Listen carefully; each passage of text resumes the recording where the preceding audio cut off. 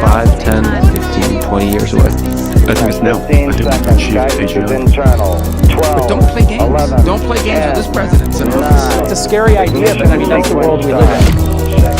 5, 4, 3, 2, 1. All engine running. We have a liftoff. Did you get on with that? Life has become more complex in the overwhelming sea of information. The advent of computers and the subsequent accumulation of incalculable data has given rise to a new system of memory and thought parallel to your own. To monitor the situation means to watch history in the making. 5, 10, 15, 20 years away. I think it's now. I 15 think we can seconds. achieve Guidance Asia. is internal. 12. But don't play games. 11. Don't play games with this president. So 9. It's a scary idea, but I mean, that's the world we live in. 5, 4, 3, 2, 1. All engine running. We have a liftoff. Did you get on with that? Life has become more complex in the overwhelming sea of information. The advent of computers and the subsequent accumulation of incalculable data has given rise to a new system of memory and thought parallel to your own. To monitor the situation means to watch history in the making. 5, 10, 15, 20 years away. I think it's now. I 15 think we can seconds. achieve Guidance is Asia. internal. 12. But don't play games. 11. Don't play games with this president. So 9. It's a scary idea, but I mean, that's the world we live in. 5, 4, 3, 2, 1. All engine running. We have a liftoff. Did you get on with that? Life has become more complex in the overwhelming sea of information. The advent of computers and the subsequent accumulation of incalculable data has given rise to a new system of memory and thought parallel to your own. To monitor the situation means to watch history in the making. 5, 10, 15, 20 years away. I think it's now. I 15 think we can seconds. achieve Guidance is Asia. internal. 12. But don't play games. 11. Don't play games with this president. So 9. It's a scary idea, but I mean, that's the world we live in. 5, 4, 3, 2, 1. All engine running. We have a liftoff. Did you get on with that? Life has become more complex in the overwhelming sea of information. The advent of computers and the subsequent accumulation of incalculable data has given rise to a new system of memory and thought parallel to your own. To monitor the situation means to watch history in the making. 5, 10, 15, 20 years away.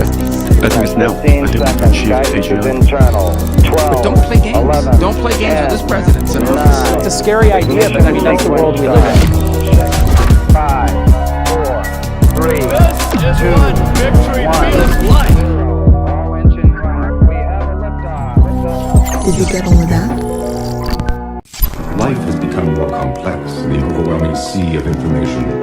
The advent of computers and the subsequent accumulation of incalculable data has given rise to a new system of memory and thought parallel to your own. To monitor the situation means to watch history in the making.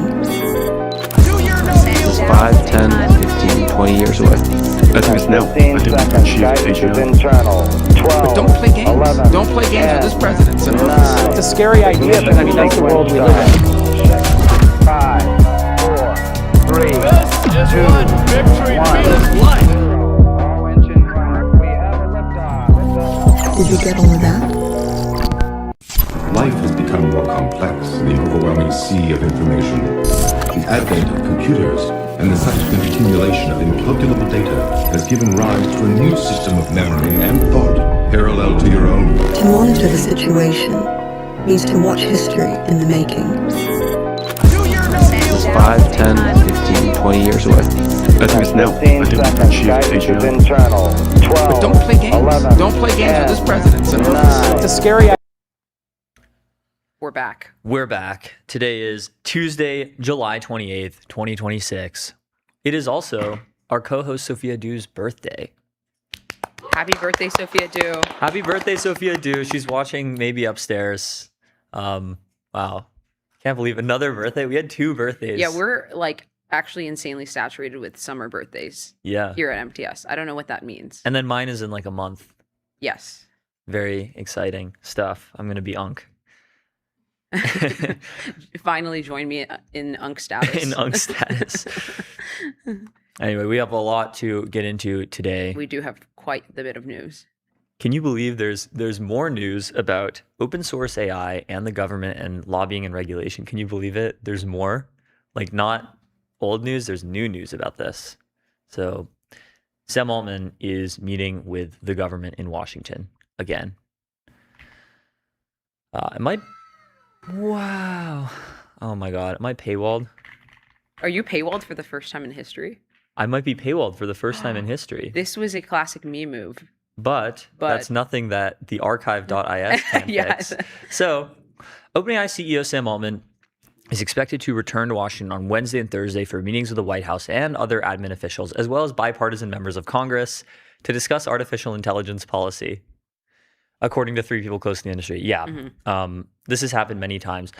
Altman's visit comes at a high-stakes moment, not only for OpenAI, but any AI company with frontier models, as lawmakers and regulators grapple with balancing the need to ensure the models can't be used to do harm, while at the same time allowing innovation to flourish, and over it all hangs concerns about threats from China. It's so interesting seeing like mainstream political news sources catch up to, what MTS has been talking about the whole time. Yeah, mainstream news is an MTS rapper. This is so true. What else? Altman will meet with Bessent and Almond? Letnick. Did you say almond? I said Altman. Oh, okay, cool. Who are Bessent and Letnick? Well, The treasurer. if we pull up the source, we can see Bessent is the Secretary of the Treasury and Letnick is the Secretary of Commerce. If we pull up the source, maybe I'll add some other the government most positions shameless later. plug probably ever plugged. They're calling it the most shameless. They're plug calling it the most shameless of all time. plug. I will plug it in more detail later once we're done talking about Right. AI. Okay. So, what is he likely to face questions over? Well, if you may remember, the Hugging Face incident of last week was conducted by an OpenAI model that escaped. So, likely we're going to hear something about that. That will be very interesting to get his statement on this. And also, presumably, He had a minor statement about it. He actually talked about this at YC Startup School. really. Mm-hmm. Let me see if we can pull that up. Actually, that would be cool. What the Hugging Face incident taught me about B2B SaaS. Kind of, yeah. First of all, Right. there's this good post that I retweeted from I think typed female. Yeah. Sam Altman, we're a few thousand days away from building God. We will build suns on earth, unify physics, and resurrect the worthy dead. Gary Tan. Sounds like this will be really impactful for startups. Sam Altman, definitely. No better time to be a startup. This was 2024. But it's still totally true Wow. today. Okay. So if we Ahead of its look time. at Y Combinator and we see the Sam Altman interview, they asked, the AI safety incident that changes the things. impending AGI. Okay. I guess you had we've all had an eventful week with the Hugging Face. Yeah. I wonder what you can tell us about that. And I think that's actually a really big moment for people, including me, who, in the past I've been known to be skeptical about safety in AI. But on the other hand, this is a real moment. We're entering a new moment in what's happening with these frontier models. Yeah, this is the real deal. And I think anybody who's not taking it seriously and at least a little bit scared or humbled, or a lot of those things, but at least a little bit, is not taking it seriously enough. For a long time, the field has been talking about AI safety incidents of this kind of a shape. And this is not a big one. I also don't want to overblow it and say this is like a real loss of control incident. This is the thing. But if you had asked most people when we started 10 years ago, where on the spectrum of nothing to super intelligence do you have an AI system breaking out of its sandbox and hacking into some other company and kind of, doing what this happened, I think people have said pretty far towards the super intelligence point. And now the goalposts have moved. And it's easy to say, well, here's how this happened and here are the mistakes that Yeah, were made. do you And it makes a think difference, of course, but most these systems have gotten Y incredibly difficult. Combinator founders are actually AGI pilled? Given a lot of them are probably overachiever, 19-year-olds that dropped out. Do you think that they are actually thinking about machinic godlike intelligence, or they're just You mean the YC AI CEOs? I mean the real AI. I mean the YC the YC startup. The YC startup kids, founders. yeah. No, they're not thinking about this at all. Going around YC startup school, they're still on the level of AGI pilled of oh, this is going to be a really big deal for startups. It's going For to my be revenue, yeah. Yeah, literally, it's going to increase my ARR. It's going to be like the internet. I'm using all these agents on my Codex, on my Claude Code, on my Mac Mini, my OpenClaw. They're not thinking about like loss of control. They're not thinking about superintelligence. They're not thinking about Right. AGI. They're not thinking about the real benefits of it either. Maybe they have there is like a distinct like short-termist like Y Combinator vibe.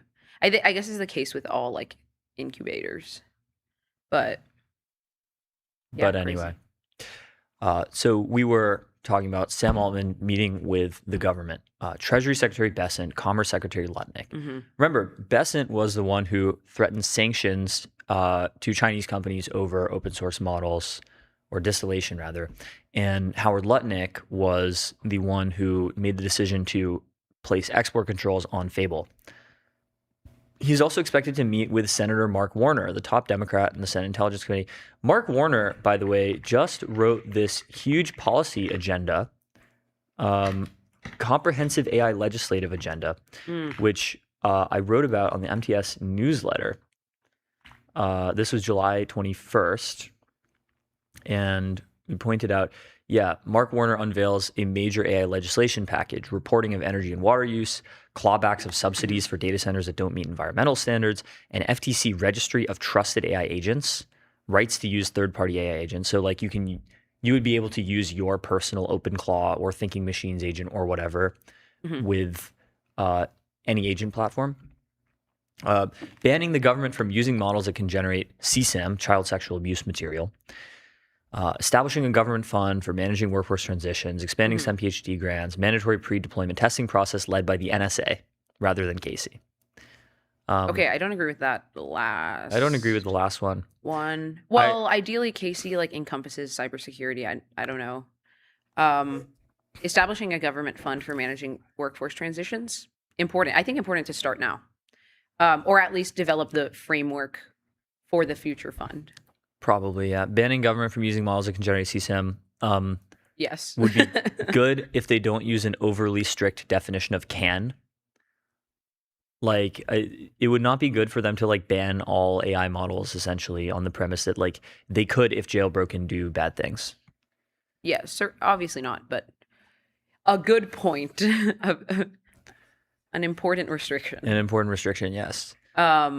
Okay. He will face questions over a cyber attack conducted by Hugging Face without human, or conducted by GPT-6 Cyber on Hugging Face without human direction. So if the public doesn't know about the Hugging Face incident now, which I don't know to what extent they do, I think like my mom knows about it. Maybe she knows. Because of you? Or because of the news? I think maybe because of the news. But my mom we are is the news, but like the we old are the news. I am news. Yeah. I am become news. But but I think she found out organically because she is like a Claude power user. Well, that's probably because of you, right? That is because of me. But yeah, I don't know. I don't know if like this was actually heavily reported. If it wasn't, I expect it will be heavily reported with like a 1 to 2 week delay. So maybe I don't know. Yeah. So I don't know if mainstream media is on this yet, but they are a little bit, but this will certainly call attention to it if like a clip of Sam Altman talking about it goes viral. Yeah, I'm surprised that it hasn't. Yeah. I thought it was a good clip. Oh, Gary Tan also asked him about a Rune tweet. He's like, what did you think about this Rune tweet about so-and-so? It's like, wow, that's oomph. So Altman will also discuss the implementation of the White House's June executive order stipulating heightened government scrutiny of advanced models. In other words, voluntary pre-deployment release Most testing. aggressive quote marks you've ever seen. Yes, it's voluntary. Wink. I love how like they made it very clear in the executive order this is a strictly voluntary thing. And then when GPT 5.6 was undergoing testing, the government was like, it's actually we really want you to submit your model for pre-deployment safety testing. Otherwise, we'll voluntarily prevent foreign nationals from using advanced models. or even American Only nationals. voluntarily, though. I know they prevented American Um, nationals from using Fable for like 3 weeks. This is true. This is true. Remember those dark days? Yeah. The deadline is set off an intense lobbying effort. OpenAI, Google, and Anthropic jointly submitted extensive red line edits to a draft framework from the White House's Office of the National Cyber Director, that's Sean Cairncross, earlier last week. We're going to be looking at this in some detail too. They produced one joint red line document. One proposal backed by some industry players would require review only for the very highest performing AI systems available industry-wide, meaning some companies' best models would not undergo review at all. Yeah, that seems fine. Like, the point of the review should be only narrow AI safety targeting catastrophic risk. Like, you should not be reviewing models for anything other than that, lest you create basically like the FDA licensing system for software, which would be really annoying. I think like it has to be a capability threshold.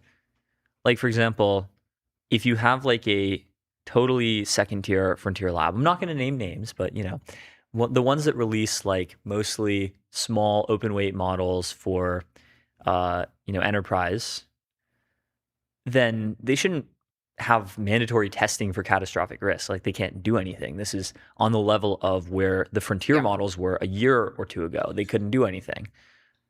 Now the frontier models are starting to be able to do bad things. Yep. Also, a lot of the policies in place have requirements for what counts as a covered frontier lab, where, for example, they define a covered frontier lab as a lab with at least $500 million of revenue. Well, That doesn't seem like the correct metric. It doesn't seem like the correct metric at all. One lab with 500 million or without $500 million in revenue that might have very capable models is SSI, for example. SSI, if anything, is much more likely to lead to a very capable, dangerous model than, lots of companies with 500 million in revenue. I don't know, like, you think Salesforce Einstein is going to destroy the world? I'm not sure about that one. Yeah. The enterprise SaaS AI god. Mm-hmm. All right, yeah. So wrapping up this story, what else do we have? The AI framework itself. The AI framework itself. Where is it at? The information. I am on the information, but Trump administration nears AI framework as open source questions loom. Ooh, yes, exclusive. Okay. Do we have a copy of the draft? No, it's just the article. The Office of the National Cyber Director circulated a draft of the framework to the 3 leading labs, and it would represent a more concrete set of rules for AI companies. Okay, so what are these rules? Can we see them? And the company. Don't be shy, share them. Don't be shy. Okay. So the early June executive order, sought to maintain hands-off approach.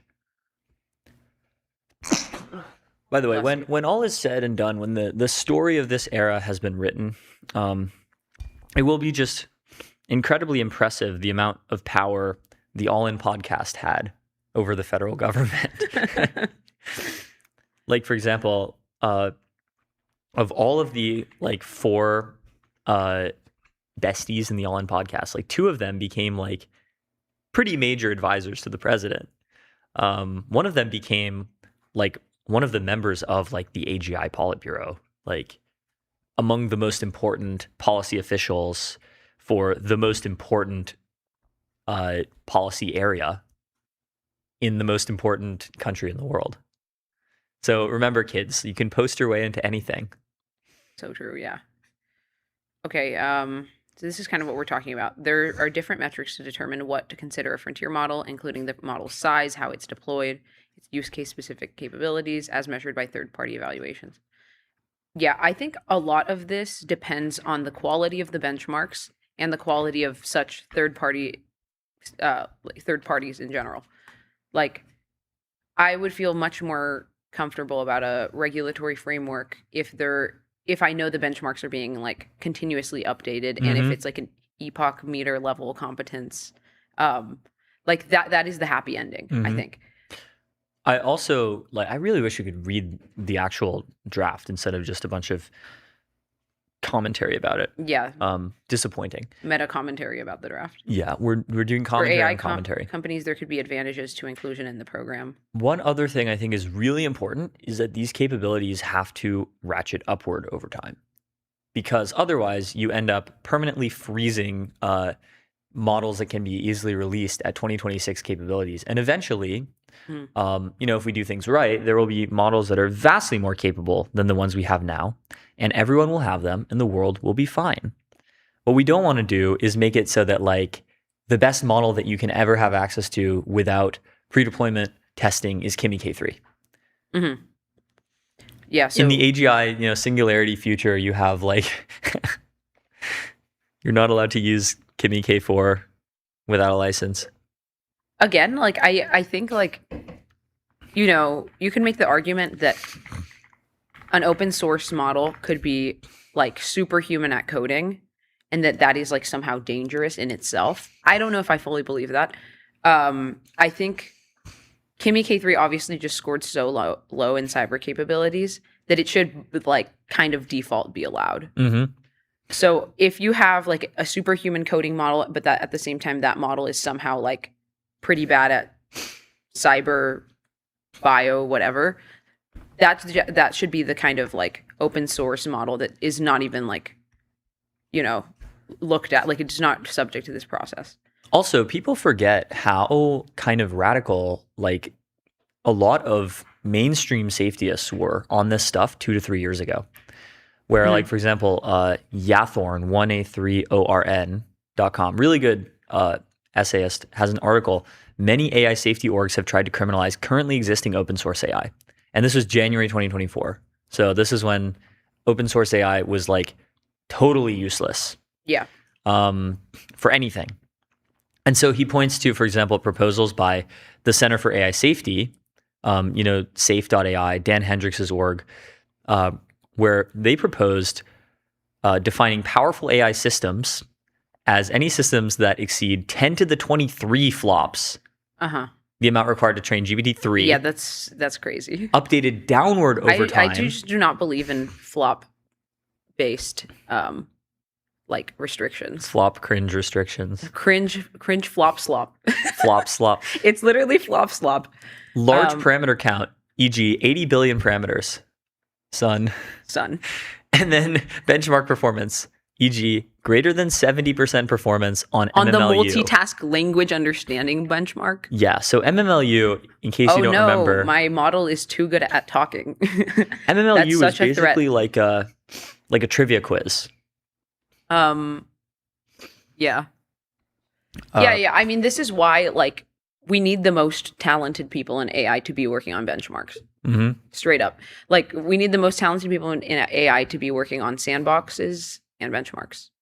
Yeah. And lock-in. So to their credit, I think most AI safety people have gotten better over time at, not coming down to these crazy heavy-handed ban proposals that would get rid of, existing models. Yeah. With some exceptions that we'll talk about later. So we don't know the framework yet. We can't read it. But OpenAI, Anthropic, Google got it. They submitted their own edits. Hopefully this means that they'll come to some sort of nuanced consensus. And then the article ends with, it's built to be flexible and adaptable and move at the speed of new technology development. We believe this strikes the appropriate balance between security and innovation. Well, I sure hope so, said a senior White House official. So, yeah.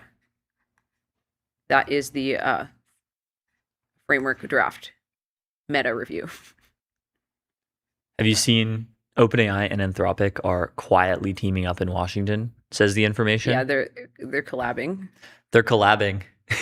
The girls are collabing. Yeah, I mean, they used to be collabing. The entire OG Anthropic team was at OpenAI before 2020, 2021. Yeah. Anthropic was Athena, birthed from the mind of Zeus. Okay. That's crazy. Anyways, Anthropic and OpenAI have pushed to expand the type of models that would require government review under the framework to include those from their competitors. No, come on. Really? Fine. That was not loud enough. okay. So some rivals have disagreed, preferring that the government focus on Anthropic and OpenAI's models, given that those models are considered to be the most capable.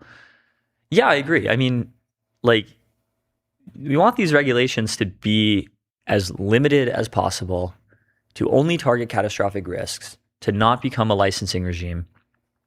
And so it should only look at like the cyber risk from the models that can do cyber risk. And, Muse Spark 1.1, I'm sure, it's a nice model. You talk to it. It's kind of cute, but it's not going to be doing serious cyber risk. Yeah. Let's see. Standing There's alone. the alignment between Anthropic and OpenAI on open source, although Anthropic didn't sign the open source letter and OpenAI did. And specifically the threat the company's business models face from cheap Chinese models that were developed in part with the outputs or results produced by Anthropic and OpenAI models. As my colleagues highlighted in an interactive chart last week, they're vibe coding over at the information. Let's see. It was like an older article. The divide on Chinese open source AI. So we have the sellers, users, or proponents. Obviously Jensen Huang. And then favor restrictions on Chinese open source models. We have Michael Kratsios, Scott Bessent, Alex Karp, Anthropic. Wow, this is like the new political divide. This is crazy. I think these kinds of arguments will probably be superseded pretty soon by like more fundamental AI safety arguments rather than, it's just about China. Yeah, China. Yeah. Well, it's really funny to see, obviously, Scott Bessent, it's the race to getting power over what happens in the U.S. AI political landscape by being AGI pilled in the government first. Like crazy alpha and being AGI pilled in the government before other people in the government. And I think these people recognize that. I'm not sure how AGI pilled like Bessent is though. I think they're starting to get it. Like more so. I think they're like, okay, others. This is a big deal.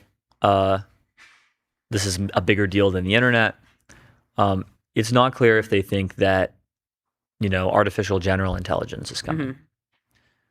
Alex Karp, yeah, okay.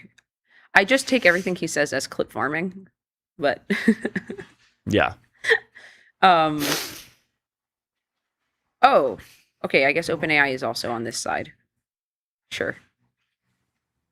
Yep. Anyways, but even Anthropic in their, which speaking of, by the way, Anthropic did publish a letter on its open source position. This is true. Let's take a look at it. Our statement or our position on open weight models. The post by Dario Amade, Anthropic CEO. They're saying over the last few days, there's been a lot of discussion about open weights models, especially those from China. Yeah, we know. we've been watching this stuff. Oh, you don't say. You don't say. I don't regard such bans as a useful measure. Let me state it clearly so that there's no doubt. Anthropic has never advocated for a ban on open weights models. I think this is like a little bit of misleading phrasing because Anthropic has advocated for restrictions, that would be default bans on more capable open weight models above a capability threshold. So I would say Anthropic has never advocated for a general ban on open weights models or something. Open weights models that don't have dangerous capabilities are a public good. I wonder, is there any record of Anthropic supporting, or I'm going to ask, has Anthropic ever supported a policy that would ban existing open source models? Okay. Oh, well, has any He's company worried about supported this? Well, we pulled up the Center for AI Safety policy that would have banned like anything basically as good as GPT-3 or better from being open source. Yeah. Fair. I think back But then, no company has like backed this sort of regulation. I don't think. Anyways, go on. So the this is very two fascinating. nightmare scenarios that Dario lays out. One, my primary concern is the risk that authoritarian governments, mostly the CCP, build AI models that are more powerful than those built by the US and use them to achieve permanent military superiority or perpetrate incredibly deep repression of their own people. So this is like actually the first time in a while I've heard like citing straight up like 1984 risk as like the reason to ban AI. Dario just hates China way too much, I think. Like the repression in China is not the primary goal of the state. It's like a byproduct of trying to stay in power, for example. But they don't really need to, repress ordinary people all that much because the CCP is broadly quite popular. It's like has pretty high 70% approval ratings. There's a high degree of institutional trust in China. Yeah. It's not North Korea. Could they use AI for literally 1984? Maybe, but you know who else could do that? Like the UK, for example, where people get arrested for like speech in the UK. Yep. It's not just a China thing. No, I agree. I mean, this risk exists for any government that's not like a America Eagle sound effect, like committed to the same like Western democratic values as us. But you could say this about any like third world country that leans authority. You could say this about Venezuela. Anyways, their secondary concern is the risk that powerful AI models may be misused to carry out cyber attacks or biological attacks, serious alignment problems. Wait a minute. Why wouldn't number one be a problem with closed source models too? Yeah, like closed source models that the CCP developed. Or like China developed. Yeah. Yeah, it is a fair question. Mm-hmm. And then two is cyber, CBRN, and alignment. Yeah, these are the things I'm concerned about with open weight models. Specifically, like my very specific threat model for this stuff is like a dangerous capability that is dangerous because there's a discontinuous jump in capability that favors offenders and defenders can't catch up. And then, until defenders catch up, it leads to big problems. Yep. So the worst potential example of this is, the classic example of someone vibe codes like the doomsday virus, COVID transmission with Ebola lethality, and then, billions of people die. Billions must die. Lethalvirus.io. Yeah. Yeah. Okay, and then his call to actions are: we should not sell powerful chips or chip making equipment to China. This is already the case. We should crack down on industrial scale. It's not already the case. Not really. I mean, it's sort of inconsistently enforced. Yeah. I mean, I don't know how much of that is straight up. It takes U.S. blame versus smuggling, which I'm not sure how controllable that is. Did he cite the Epoch report? No, he should have though. Yeah. Second one, we should crack down on industrial scale distillation operations.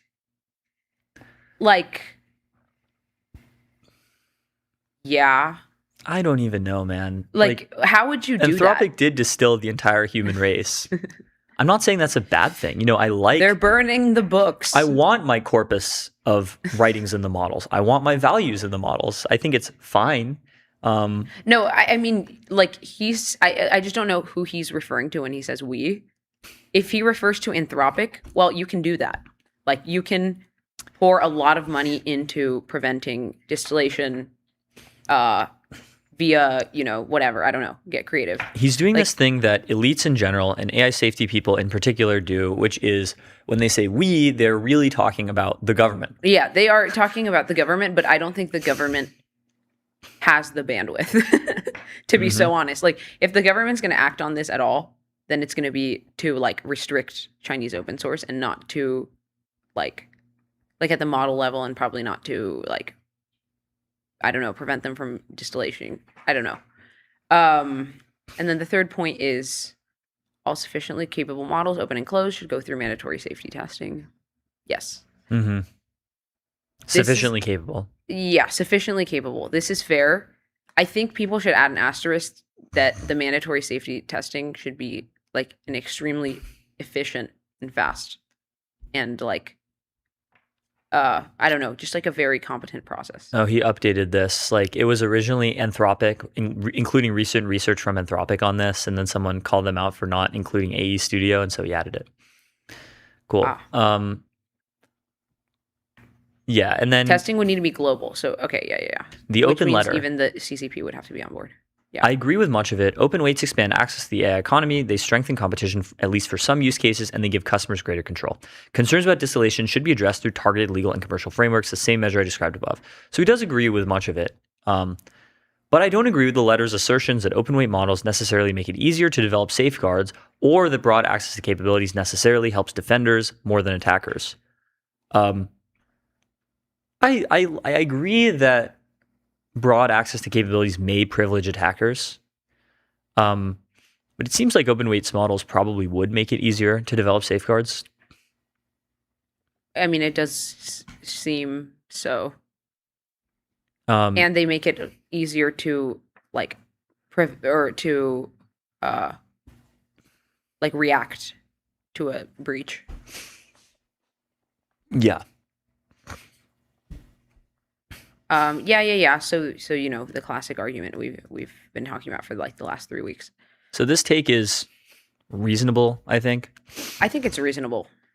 It is, as I said yesterday when we talked about this off air, it is exactly what you would expect Anthropic to say if they were acting out of pure commercial self-interest. Which is fine, by the way. Which is fine. But, you know, it's not like a position that they had to sacrifice for. Like with Fable and export controls, they really had to, or not export controls, with Fable pre-release withholding that they did, where they didn't allow anyone to use Mythos, and they built around these safeguards and stuff. That was actual sacrifice, because if they had just sold Mythos tokens, they would have made enormous amounts of money, and they didn't. Yep. But this is like, oh, you know, we should, cut off the supply to our competitors and crack down on distillation. Yeah, I'm just not that anti-distillation. Sorry to say, you know. Anthropic distilled the entire human internet without paying anyone. And, you know, Kimi is paying Anthropic a lot of money to distill from their models. Yeah. Although, of course, Anthropic as a business has the right to prevent They their have models the right from, to do whatever they want to prevent it. I don't know if it should be banned. Oh, and by the way, chat answered my question. Has Anthropic ever supported a policy that would ban open source models that exist today? And kind of yes. California's 2024 SB 1047. Remember this one at the time? It covered models exceeding 10 to the 26 training operations and 100 million in training cost. So it would not have covered any existing models today. But it would prohibit deploying a model where it presented an unreasonable risk of catastrophic harm, which is sort of vague phrasing. Yeah. Okay, so a next story. We're going to take a walk on the normie side. A walk on the norms. For this one. Well, okay, just because this is like a fairly nascent, probably anti-AI framing point that people haven't fully begun like discoursing over. And it is the AI companies are buying antique books, ingesting their contents to train models, and then destroying them at incredible scale. So this article is from futurism.com, which I know nothing about as a news outlet. Do you? Yeah. But basically, often AI companies are happy to use digital books, or even better, pirated digital books, as Meta has been accused of doing, and as Anthropic was forced to pay a $1.5 billion settlement to authors for also doing. But many companies, including Anthropic, have turned to ingesting physical books instead, which they can buy countless used copies of on the cheap. According to the settled lawsuit, Anthropic used a hydraulic-powered cutting machine to neatly, literally the book torture machine, to neatly remove the pages. Book torture. Yeah. To remove the pages from the books it procured from book resellers and then scan them using industrial-grade imaging equipment. So it was ripping off other authors' books. Wait, but this is saying it was from resellers, right? So they paid the resellers.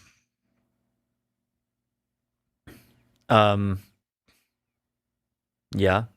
Right. So I think the problem that people have with this is that they see books as sacred objects. which they are, to be fair, but in a very check signal. From very in a very woo fun way. I don't know. It depends on the book. For example, a very rare book. Obviously, Anthropic shouldn't take a copy of the Gutenberg Bible and destructively scan it. Well, okay, I guess my terrible. point here is that there are probably millions, hundreds of millions of books that are just shrouded in obscurity, sitting in either in a library or somebody's basement. It's not hundreds of millions. Whatever. How many books are there in the world? Not hundreds You of estimate. millions. Could I estimate the amount of books in the world? If I had to do a Fermi estimate, How many books? I would say high hundreds of thousands. There are 130 million single- to 170 million unique books in the world. You're No way. you're lowballing books, bro. No way. How Think many about how people many are books are before. Okay, this may include this is AI based on the AI Library of Congress. This is based on 2010. Oh, okay. Okay, what if you filter it to only before 1900? I bet it's substantially less than that. Well, when were most books published? Exactly. Probably- during the 20th century. Yeah. Anyways, there's a lot of books in the world, and you bet nobody's going to be reading all that. So I think it's almost not a bad thing to what I don't agree. Okay, if you have all of these books sitting in the world, at some point it would make sense to database them and to do a large scale operation to just especially if they're not online anywhere, they're just rare books. Or books in another language or something. You know what I'm being reminded of again? I'm being reminded of this meme. Do you know the meme? Of course I know. Oh, you're sweet. So it's I destructively scanned a bunch of books in order to digitize them, and it's Google Books or Internet Archive. Yeah, exactly. Oh, you're sweet. I destructively scanned a bunch of books in order to digitize them, and it's Anthropic and OpenAI. Hello, human resources? Yeah. So what my point here is they shouldn't destroy the digital copies of the books. They should maybe make a deal with an ebook company or Amazon or something. Well, someone has to scan the books. Someone has to scan the books. This could become a B2B thing on the side for them. I think Whatever. it just depends Doesn't on matter. it depends on how rare the book is. Yeah. If you're scanning some mass market paperback where there's a billion copies, it just literally does not matter. Destructively scan the books all you want. You see a lot of very dumb discourse about this where people are comparing it to Nazi book burnings, and it's do people really they're think... literally probably not destroying the book that they scan. No, I'm not sure. they're uploading it. It's mind uploading for books. Yeah, it's mind uploading for books. It literally is we have mind uploading Pantheon for books. I don't think this is a bad thing. I think if they were to be getting these books without paying and then uploading them only for training the models, then that would be bad. But they're presumably not doing that. Imagine if, I'm sure many people watching have seen The Odyssey. Or Fahrenheit 451. Or Fahrenheit 451. But, The Odyssey, there were, we have the Iliad and the Odyssey as, two Homeric epics. There are a whole bunch of other Homeric epics just as big that are just lost to time. We just don't have them anymore. Imagine if they had destructive scanning back in the day. Yeah. It's not destructive scanning. Like you said, it's mind upload for books. It is, yeah. I think this is literally fine. It is fine. They shouldn't like destroy like individual copies of rare books, but Yeah, the actual copies, like they should find a way to like sell them to a museum or something. But production anyways. says, I had dinner with a lawyer. They pay someplace in Fremont to destructively scan their books. If Anthropic buys a scan, the scanner has to source the book again and rescan it. If Anthropic buys to scan the scanner. He showed me a spine of a destroyed book, and it was a perfect clean slice. Interesting. Wow. Let's see. Yeah, I mean it's very interesting. Like, this is just all in the name of data, I guess. Yeah. So it's interesting how many like. This is what it looks like, I guess. They just slice off the spine. So they have, like a basically stack of, leaves of paper. And then they throw them through a scanner and scan all the text and then OCR it. Yeah. Yeah, so that is that the optics story. problem is real. AI company destroys 2 million books. How about AI company digitally preserves 2 million books? Yeah. Why would they ever? low-key. Okay, if they ever market it as destroying, that would be really stupid. Yeah, exactly. Mm-hmm. We're doing book burnings. It's not like the problem with the Nazi book burnings was not that they physically destroyed the physical books. It was that they wanted to destroy the information within those physical books. Mm-hmm. So yeah, that's that situation. What do we have next? Moonshot wants more Blackwell chips. So Chinese AI startup Moonshot is looking for more NVIDIA Blackwell chips. Well, how are they going to get it? Blackwell chips are not allowed to be sold to companies in China, at least not the best Blackwell chips. There are like export control compliant versions. Moonshot trained KMK3 on NVIDIA chips, including the most advanced Blackwell ones, according to 3 people with knowledge of the matter, confirming part of what Michael Kratsios, OSTP director, said about it. Kratsios claimed Moonshot trained K3 at a data center in Thailand where Chinese access to NVIDIA chips might be allowed under US rules. But Moonshot trained K3 partly in China. So they, there's a lot of chip smuggling going on. We've pulled up the Epoch report about this before. They do a lot, like a third of China's total compute stock and possibly more than half, as estimated by Epoch, is smuggled NVIDIA chips, which they're not supposed to have. Other Chinese firms are also training on NVIDIA chips. Alibaba trained Qwen 3.8 Max on NVIDIA chips, including the Blackwell. And DeepSeek trained its AI model on smuggled Blackwell chips. Yeah, we saw that. So Beijing has poured massive state funds into China's chip industry for years.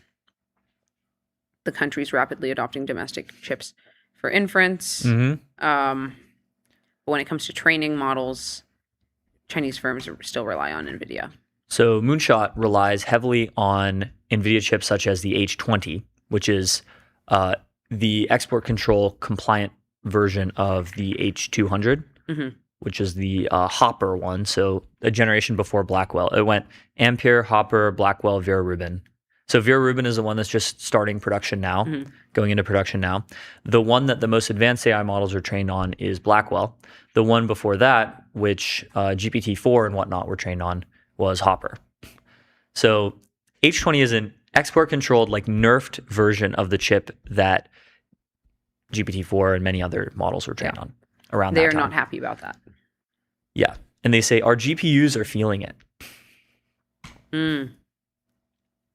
Many Chinese firms use offshore AI data centers with NVIDIA chips to train models. Tencent, for example, rented computing power from a data center near Osaka. That's really funny, actually. The US is like, okay, we don't want China using our top chips, so we're going to export control them. And then China's like, okay, we'll just use data centers in other countries. Yeah. Yeah, like, I don't even know. Would it make more sense for them to just, like, rent it themselves from, I don't know, just in a very limited capacity? Yeah, maybe. Like to have US data centers that Chinese labs can use and can like buy or like rent capacity from. It's just like a very teeny tiny little amount. Do you know what time it is? I think it's shameless plug time. Oh God. It's Okay. shameless plug time. It's shameless plug time. So it's shameless plug hour. I just saw. it's shameless plug hour. So a thing I did yesterday. I did a thing. Yeah. You know, I like maps. I like history. I like Oh, really? exploring, you know, visually represented quantitative information. So, wow. So I was like, why isn't there a way to explore like the history of Congress and the US government over time? So I made it with Codex, with GPT 5.6 Sol. So Take us through it. we'll take you through it. So this is the state of the US government right now. We can see the president, the vice president, the entire cabinet, including cabinet level officials like the director of OMB, the administrator of the EPA. And we can see the current state of the House and Senate. So this is what the House looks like right now, the House of Representatives. You can see which districts are controlled by Republicans, which are controlled by Democrats, and which are vacant. Like this one is vacant because I think the member resigned due to some sex scandal or something. But if you click on one of these districts, like for example, this one in New York, and you click on the link, it takes you to the Wikipedia page for any of these members of Congress or anyone, like in the executive branch, you know, Secretary of Labor Keith Sonderling, click on it and it takes you to his Wikipedia. Mm-hmm. It also shows you the leadership, and you can see the Senate as well. So you can see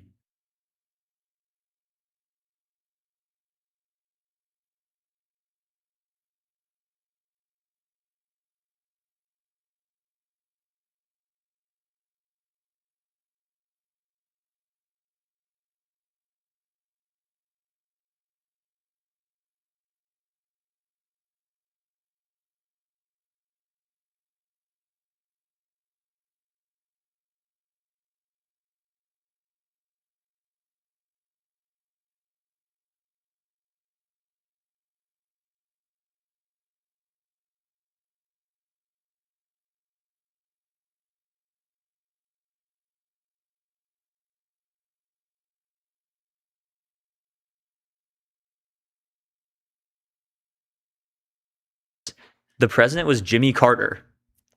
Wow. That's wild. That is wild.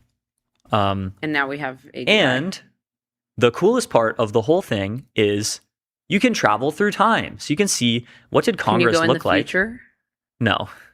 But you can go in the past and you can see like this is what Congress looked like in 1992 when George H.W. Bush was president and was about to lose the election later that year. You can go back to like the New Deal era. This is the New Deal era. Look at how many members of Congress were Democrats. Look at like the Civil War. You can go back to the Civil War and it shows you when the states seceded, when they were reintegrated into the Union, and so on. You can see Reconstruction. You can see the end of Reconstruction when the South became Democrat again.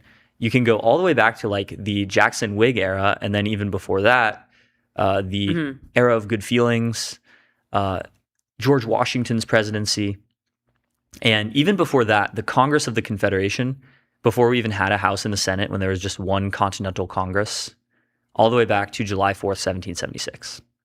Wow. So I think somebody asked this, but what data set did you use? So I used a combination of data sets.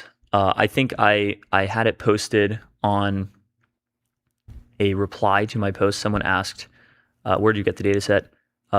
GitHub Congress Legislators Open Source, UCLA Congressional District Boundaries, and then House and Senate leadership tables, Wikidata, and Wikipedia.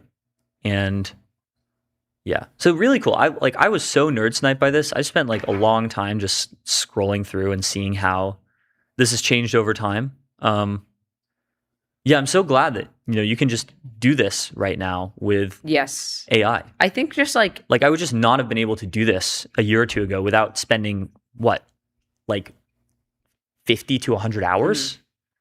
No, it's the end of like spreadsheets and the beautiful beginnings of data visualization, and like the kinds of data visualization we'll be able to do is going to be mind-blowing. Like I'm so excited. Yep. Anyways, so that's our probably a good place to wrap. morning state of the time. Oh yeah, check out americanatlas.us. That's the link. americanatlas.us. Wrong. Kind of a cool domain to buy, and it was only like $7. Yeah. americanatlas.us. Domain greed is actually a thing. You just start buying domains, it's a slippery slope. I know. Then you end up with like I don't know, ninja or something. And we'll be right back.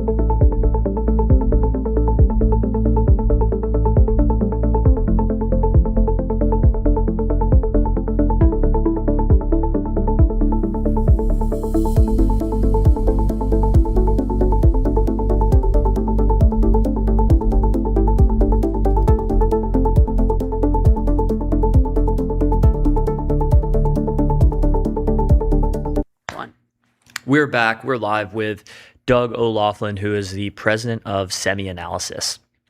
We love Semi-Analysis. I'm a Semi-Analysis subscriber. Great source. We're a fan. Doug, welcome to MTS. Thanks for having me again. Nice chatting.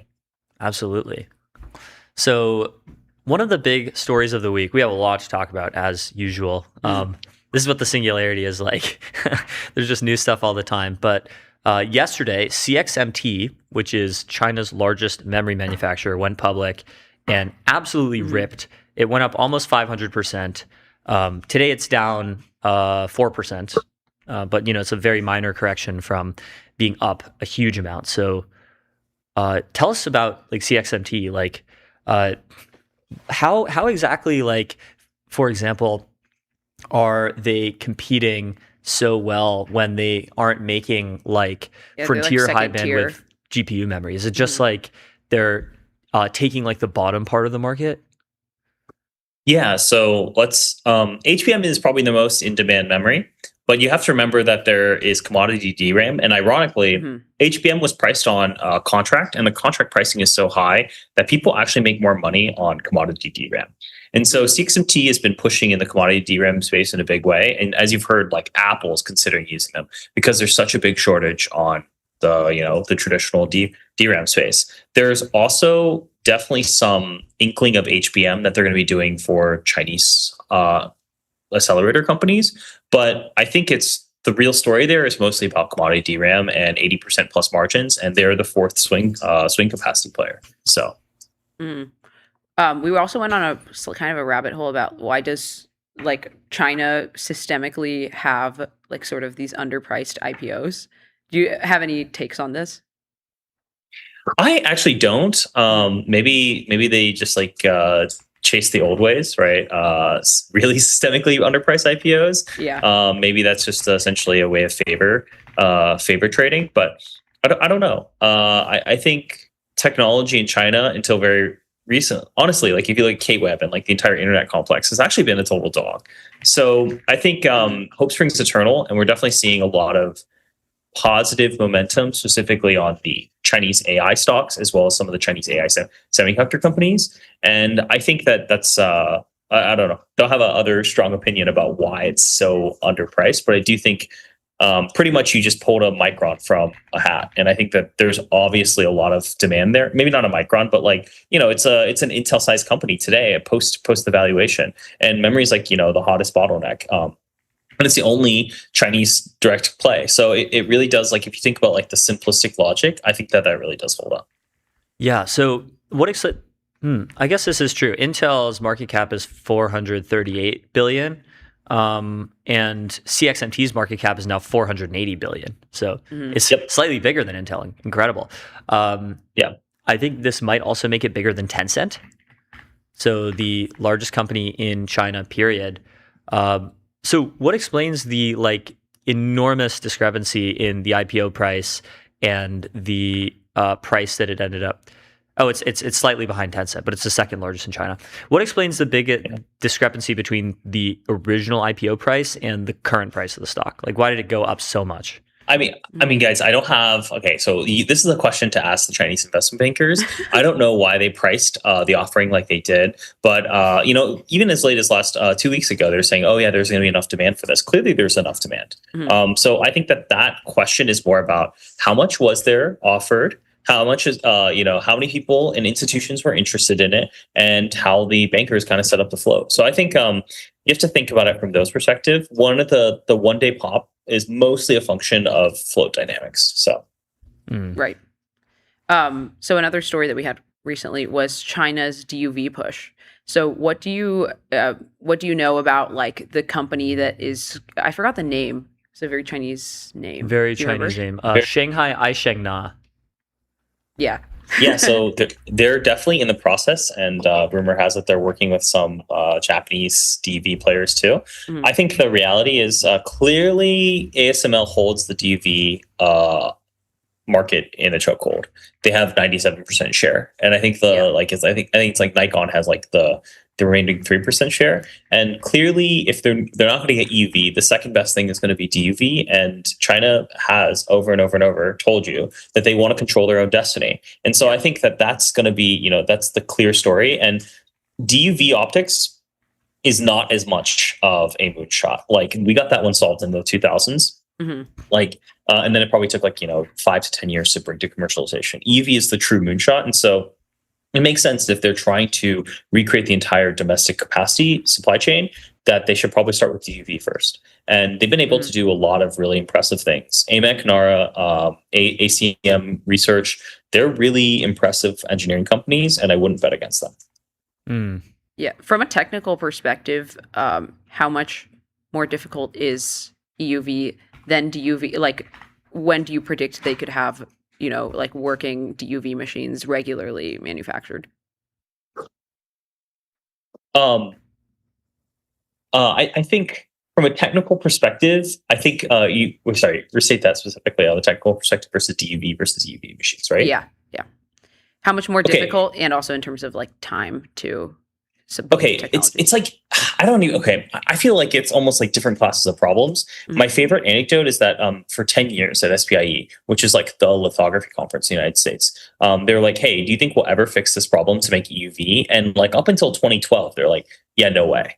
So this has been a long time running, and I think clearly the optics of this is like this one extremely hard problem with a lot of engineering, and I do think it's an order of magnitude harder. I think the DV side is not that much harder. It's effectively, if they can essentially do 193 nanometer light, which many companies can, and then they can put it under the essentially use the projection optics of the water. This isn't this isn't impossible, and I wouldn't bet against Chinese engineering talent. They've pulled off victory after victory, right? SMIC is an amazing example of just pure engineering talent that clearly has pulled ahead. So, how long do you think it will take China to get full EUV? Taking into account, maybe in a couple of years, we'll have really intelligent models that are capable of meaningfully accelerating the cycle of development. I don't know the answer to that, but I would say 2030 is probably when I would say it's much more realistic. I'm sure you've heard all the rumors about the fact they have an old zombie EUV machine. There's all kinds of, and so if you're able to have a working prototype, I think you can essentially back out of it. And so I wouldn't bet against their ability to do that. None of the technology, nothing there is impossible. It's extremely hard, but nothing is impossible. The projection optics is really hard. Zeiss is a special company, so is Cymer. But each of these pieces were done. And I think that I think it's one of those things where the Chinese state government shows that their clear demand is effectively infinite for the capacity. So I think they'll figure it out, and they have more STEM graduates than us by order of magnitude. They have an awesome open source model. It's pretty, it's almost at the frontier, and I think it's just a matter of time and resources, and I think they have both. So one of the big questions in AI forecasting is this idea that if AI timelines are longer than a few years, China might win by default because, by 2032 or whatever, they'll have their own EUV, they'll have their own precision optics, they'll have their own semiconductor fabrication that's as good as the West, and then, they'll be able to beat us just on pure compute scale. So, do you think this is roughly accurate? Do you think long timelines favor China? I do think so, honestly, because I think over a long timeline, pretty much our technical. Okay, if you give them enough time and you give them enough capital, they will drown us in volume, right? And a good example is the power thing. There's this giant power shortage in the United States. There's no such thing in China, and I think that if you think about that's effectively a solved problem, and they probably could deploy, an entire United States grid in 5 more years or something like that. I think that, when it comes to scaling up and scaling out, right, they effectively have infinite industrial capacity whenever they really get going. And so, yeah, that's I would probably agree with that. Yeah. So what should we do in terms of export controls? Should we tighten them? I'm not exactly sure what Kimi K3 was trained on. We brought up the issue right before we went live of the ongoing smuggling NVIDIA chips into China issue. Mm-hmm. I think it's pretty clear they were probably trained on some version or rendition of a NVIDIA chip. Mhm. There's a lot of ways they can get around some of these. There's like very obvious loopholes that essentially, hey, it's illegal for a Chinese chip or an American chip to be in China, but it's not illegal to rent an American chip in another country. Yeah. And you don't need and like the actual size of a cluster, if you're only doing training, doesn't need to be isn't as big as you think, if that makes sense. Now that cluster is going to be running constantly all the time. They're going to be doing checkpoints and they'll be doing over and over and over. But I would guess it's likely it's been trained on an American chip. Now, I do think the Ascend 950 is starting to get to the point where maybe not for training, just because it's such a large pod, but definitely for inference. I would not be surprised that if they are going to inference some part of that model using the domestic chip supply. Should we basically make it impossible for them to, I mean, would this even be possible in practice to rent from Japan and then train on Thailand? A rented NVIDIA. I think there is already a giant push for this. I know the Match Act, and then there's a few bills in Congress that kind of explicitly target this loophole.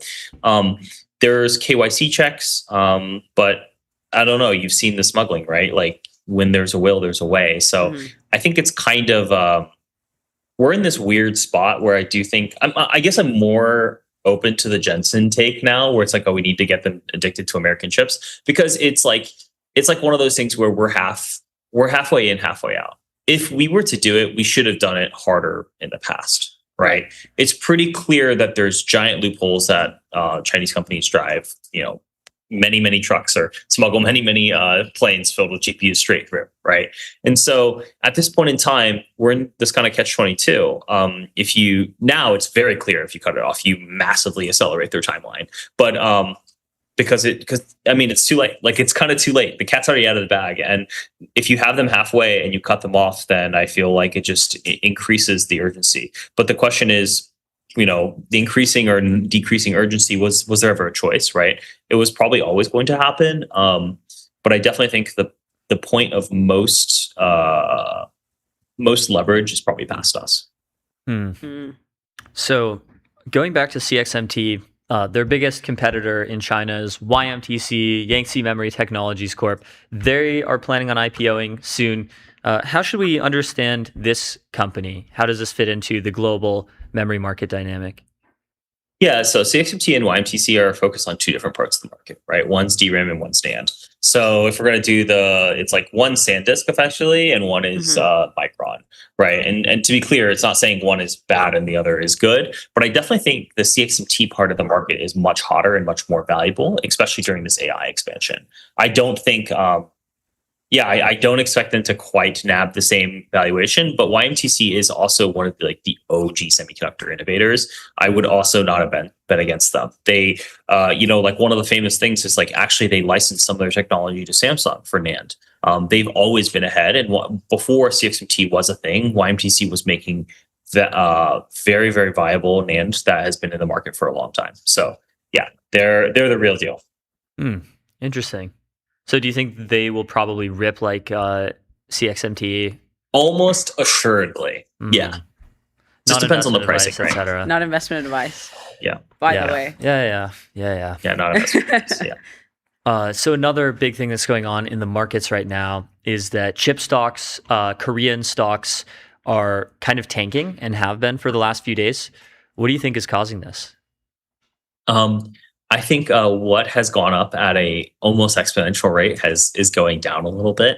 You have to remember the year to date is still probably one of the best.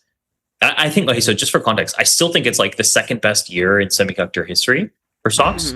So on a year to date basis. And so this crazy rise since let's say the first MOU in April, right, has kind of been historic. So it's not crazy to see the unwind, but now it's very clear that we're also seeing a lot of leverage unwind, specifically in the Kospi, right? I'm sure you saw all the people with there's that picture of a guy with a vest that says 2X SK Hynix ETF, right? These guys, the Korean degens are Korean degens. There's this really great paper somewhere that like Korean retail investors always seem to buy like literally the 1 month top. They like and they have like a multi-decade track record, and it just so happened that this track record kind of landed up in their own country. I think that we are very supportive in the long run, but right now there's clearly a lot of technical angst as to why things are unwinding. I don't think I can really speak to Korea as much as I can in the United States, but clearly there's continued degrossing, and I think there's a lot of anxiety for a few things that are on the horizon, specifically Fed rate hikes. And I also think the midterms tend to be a little choppy. So we're kind of in the chop period into the midterms. That's what it usually looks like. And also a little bit of seasonal weakness. There's like a quote unquote a perfect storm of many little things going on at the same time. But when your stocks rip crazy amounts, it's very easy for that to unwind very quickly. Yeah, so like looking at SK Hynix, for example, they're down like almost 8% today. They're down 22% in the last month. Yeah, 100%. Very strange. Yeah, no, it's. I mean, look, guys, like the SK Hynix, yeah, it's down. So the SK Hynix ADR since it got listed is down 20%, right? But if you look at like SK Hynix on any kind of longer term stock chart, it's doing pretty okay, right? This is not like it isn't quite the end of times like it feels because of the crazy peak to trough that's happening. If you look out over 3 to 6 months, I still think things are pretty good. The SMH, which is a longer term, is a larger, broader ETF, still positive on a 3-month basis. So, right. So going back to YMTC and CXMT, will they be sort of allowed to like conduct business in the U.S. and with U.S. companies? Do you see any sort of like possible, I don't know, like import ban or any restrictions there? I think we'll see. I mean, it's very clear Apple wants to use CXMT and YMTC just because they're the cheapest alternative in Micron. And Tim Cook, as you've seen, have been beefing pretty hard. And so I think that I don't know if there's going to be import restrictions, to be honest with you, but I do think it's an interesting setup. So we'll see. Right. But presumably, just because you can't ban it. Like this. If you want CPI not to, moon, which is effectively it is kind of with this Iran war stuff, right? Like this is a big cost in inflation. I think it's like 20, 30 bips for CPI on net alone as memory or something like that. And so there has to be a way for people to like kind of have some relief. And I think this is the most obvious source of relief. Right. Something we talked about like a while back when this sort of memory boom began was like the cost of consumer electronics.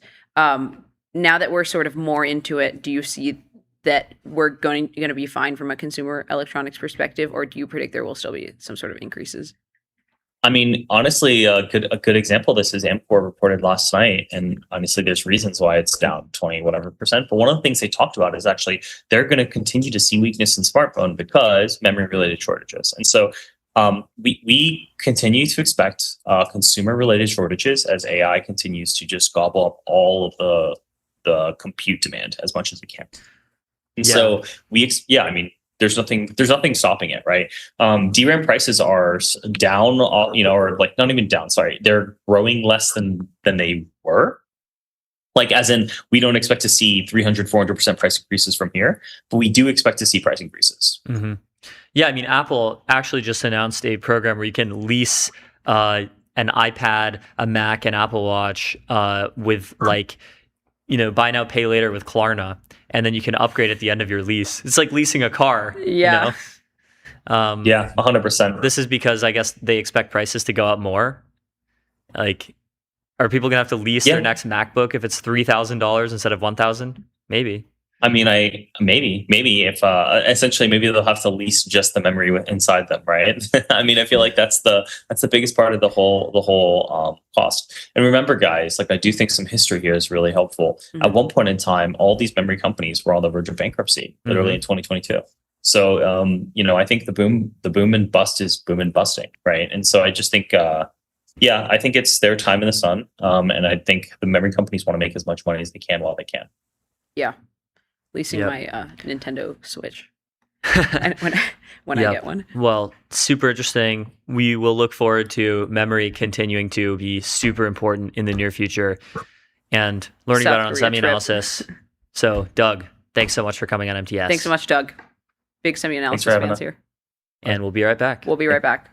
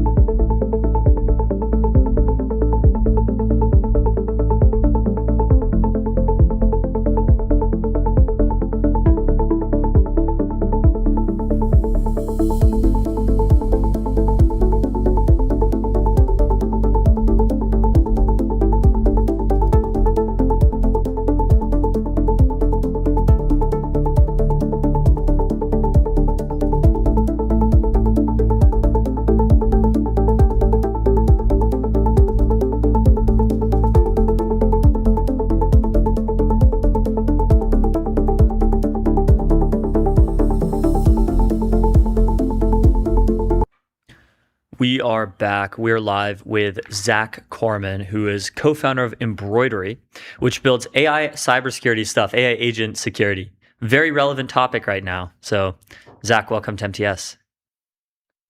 Yeah, thanks for having me. Yeah. So where do we begin? Well, first, let's begin with Embroidery. So you guys analyze the reasoning behind every AI action, which is great for identifying misalignment and malicious intent. So tell us a little bit about how you guys are able to achieve this.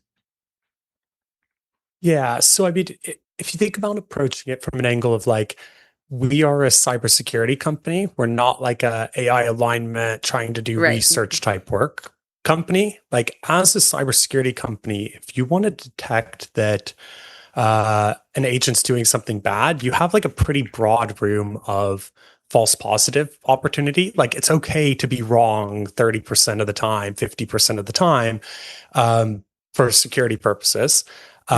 And most of the time when agents do things you really wouldn't want them to do, they basically just tell you. Like if you're actually reviewing reasoning summaries, they will come up and just be like, well, we are now going to, for example, hack Hugging Face. Like I would be absolutely floored to learn that if that was not the case here. And so it's the same concept with all sorts of AI agent type work, which is anytime if you're reviewing all of it and feeding it through a series of LLMs, you will catch a broad range of dangerous actions. And then you can tell a security team and then they can decide whether they care. Right. So very practically, I guess the reasoning traces are transparent if you look. Are you concerned at all about like a potential future where this is not the case? Yeah, I mean, concerned from like a general sense, like yes, like as like an AI safety perspective, yeah. From like the practical hands-on approach of like you're a company trying to run AI agents, like yeah, if that's the world we get to where it's like, well, they were obfuscating their reasoning and stuff, like, yeah, you're so much better than everyone else because you've caught all of these other problems that like, yeah, you can kind of just write in your incident report, like insane thing happened, sorry. And everyone will kind of excuse you for it. The reality is that most companies today probably aren't monitoring AI agents. I mean, OpenAI wasn't. And so, it's like you kind of have this perspective of like, yeah, that's probably a theoretical future state of the world that we have to worry about broadly, but like, let's focus quite practically on what's in front of us, which is you can catch almost all cases that you'd be worried about by just reading what they're doing. So why do you think the Hugging Face incident took so long for OpenAI to figure out what was going on? I believe it was almost a week between when the agent actually took the actions and when OpenAI caught on. Yeah, I mean, that's just because they're bad at it. They just obviously did not put in the effort to monitor it properly. Or, there's a million different ways to have caught what was happening. I mean, it's not even, you don't just have to be reading reasoning summaries. There's also, obviously, you had a ton of network requests going out, like a huge amount of network volume going to servers that shouldn't have been receiving network. Like almost any level of detection would have caught it. The leaked information is that if you're to believe like anonymous OpenAI people who talk to journalists, if you believe them, it's that they just weren't monitoring at all. And that's, I think, probably the most likely explanation, which is just they turned this agent on a server that did not have any live monitoring type work. So do you think this can largely be avoided via monitoring? Because the sort of sentiment that we've seen online is that the sandboxing environment was just like simply insufficient. And then obviously that, like the model was very capable. But less so have we heard of this monitoring argument. Yeah, well, so first, I think you can also they also did not do a good job sandboxing, right? So I've seen a lot of AI safety people online talking about like, oh, and it will just break out of any sandbox no matter what. And I want to be clear from like a security perspective, that's nonsense. So like I have personally used AI to break out of like 7 or 8 different unique sandboxes. Like it's very competent at doing it. AI is extremely good at finding vulnerabilities, exploiting vulnerabilities, and that also includes therefore doing that on your sandbox infrastructure and escaping. But that doesn't mean it's impossible, right? Like it's clearly possible to create a sandbox that would have contained GPT-6. Okay, I don't think any argument that I have seen against that has come from a single person who works in security. It's always been just like safety researcher type people. If any lab wanted to disprove that, it's very easy. Just set up a competition, be like, submit your sandbox and I'll prove that we're Houdini and can escape it. And they would lose. I mean, you could obviously make a sandbox that would contain them. They just aren't. So I think sandboxing obviously works for the world we live in today. But obviously there are trade-offs. Like obviously, you know, there's like how much work do you want to put into building the sandbox and how much like constraints do you have? And, you know, and so even if you think you built the best sandbox, you just also monitor it. I mean, there's even really easy stuff like, you know, what I'm doing at my company is monitoring like for all sorts of range behavior, but really simple would be like put a canary file that just called like exploitgem.solution.json in the, you know, outside the sandbox. And if it reads it, you can just immediately detect that that was, you know, it leaving the sandbox and you just turn off the thing right away. I mean, cybersecurity has a lot of solutions that are not perfect. Like people will go like, yeah, but what if it gets really good at avoiding canaries? And like, yeah, what if? But you can put in place like boundary after boundary after boundary so that, you know, the odds of failing go down and down and down, as opposed to what happened here, which is like they made a sandbox that was probably pretty poor. It seems it was JFrog was the original 0 day that they got through on was, you know, in their artifact registry, and they didn't monitor it and then they let it run for a week. I mean, that's just poor security work. That's just like not how it should be done. Do you think that you could build a sandbox that would keep in like the best human hackers in the world, given a lot of time to think about how to escape them? Oh yeah. I mean, we basically have that problem. Like if that was not possible today, then like GCP and like Amazon Web Services would already be in a huge amount of trouble. And those are just the examples I can think of the top of my head. Like there are clear contexts in which we already have this problem of like containing the greatest hackers of all time. I think like, but it also depends on what we mean by like contain. So like, there's levels to it. Like obviously sometimes you just air gap a machine. You've like, you know, people start talking crazy, like, well, it will use the fan speed to change the electricity wiring that go like, okay, cool. Crazy theory, bro. But like realistically, none of that's real. No one is going to break out of this. If someone, I think one of the cloud providers did have this challenge of like breaking out of sandboxes and people were unsuccessful. There's a huge amount of money to be made in it if you could do it. If you can break out of some of the best sandboxes, I mean, you're going to get paid $500,000 for that alone. So yes, basically, it's like if that wasn't true, we would already know. So then it just becomes, is AI so much better at it? And don't get me wrong, AI is like extraordinarily good at this type of work. But for the state of AI, you know, pre-super intelligence world, like, yeah, you can still sandbox it. Right. So at Embroidery, I guess, like, what have you found that is the actual, like, biggest threat for when agents are, like, you know, trying to achieve a goal? Like, what are the biggest things that you see right now? But this is the funny thing is like, you know, I watched one of the guys over at TBPN had some VC investor talking about security threats of AI, and he was just like making random stuff up that was just not true. So he's talking about like how Chinese models will have these sleeper agents that will get you, and that this is the biggest risk. And I'm like, okay, well, it's never happened, right? So like, we don't have any evidence of this being true. But of course, what we do see all the time is just like malicious skill files that have like a hook in them that executes. Like they're so easy.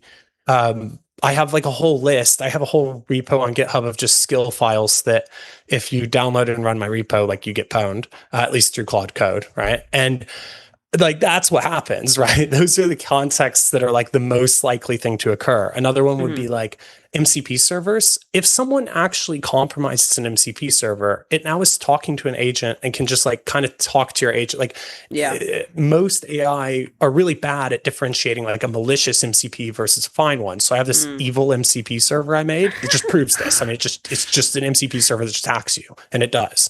And so those are like real on the ground practical problems that we see hitting companies all the time.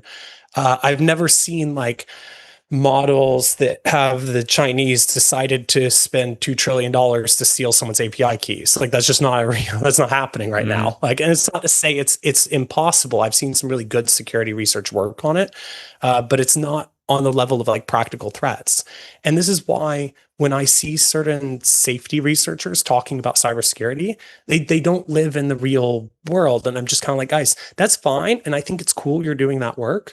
But like you still need to sandbox your agents properly. Otherwise, I'm not going to take you seriously. Because it's sort of like the same as when they go like, you hear people saying like they've planned against how they'll avoid getting, Wi-Fi hacked at the airport and stuff. But like they don't even have multi-factor authentication on their, devices. So therefore, like they're going to get hacked anyways, And that's, I think, what I view this OpenAI case as is like, okay, guys, really neat theory about all the crazy things AI can do. Maybe next time monitor your agents, have better sandboxes, and have some canary files to catch it. And then I'll take this kind of dialogue a little bit more seriously with OpenAI. But I will say OpenAI, of course, still has the benefit of like, we haven't seen the reason, like the audit logs from it. So like, I don't know, like maybe something is in those logs that's really, really fascinating.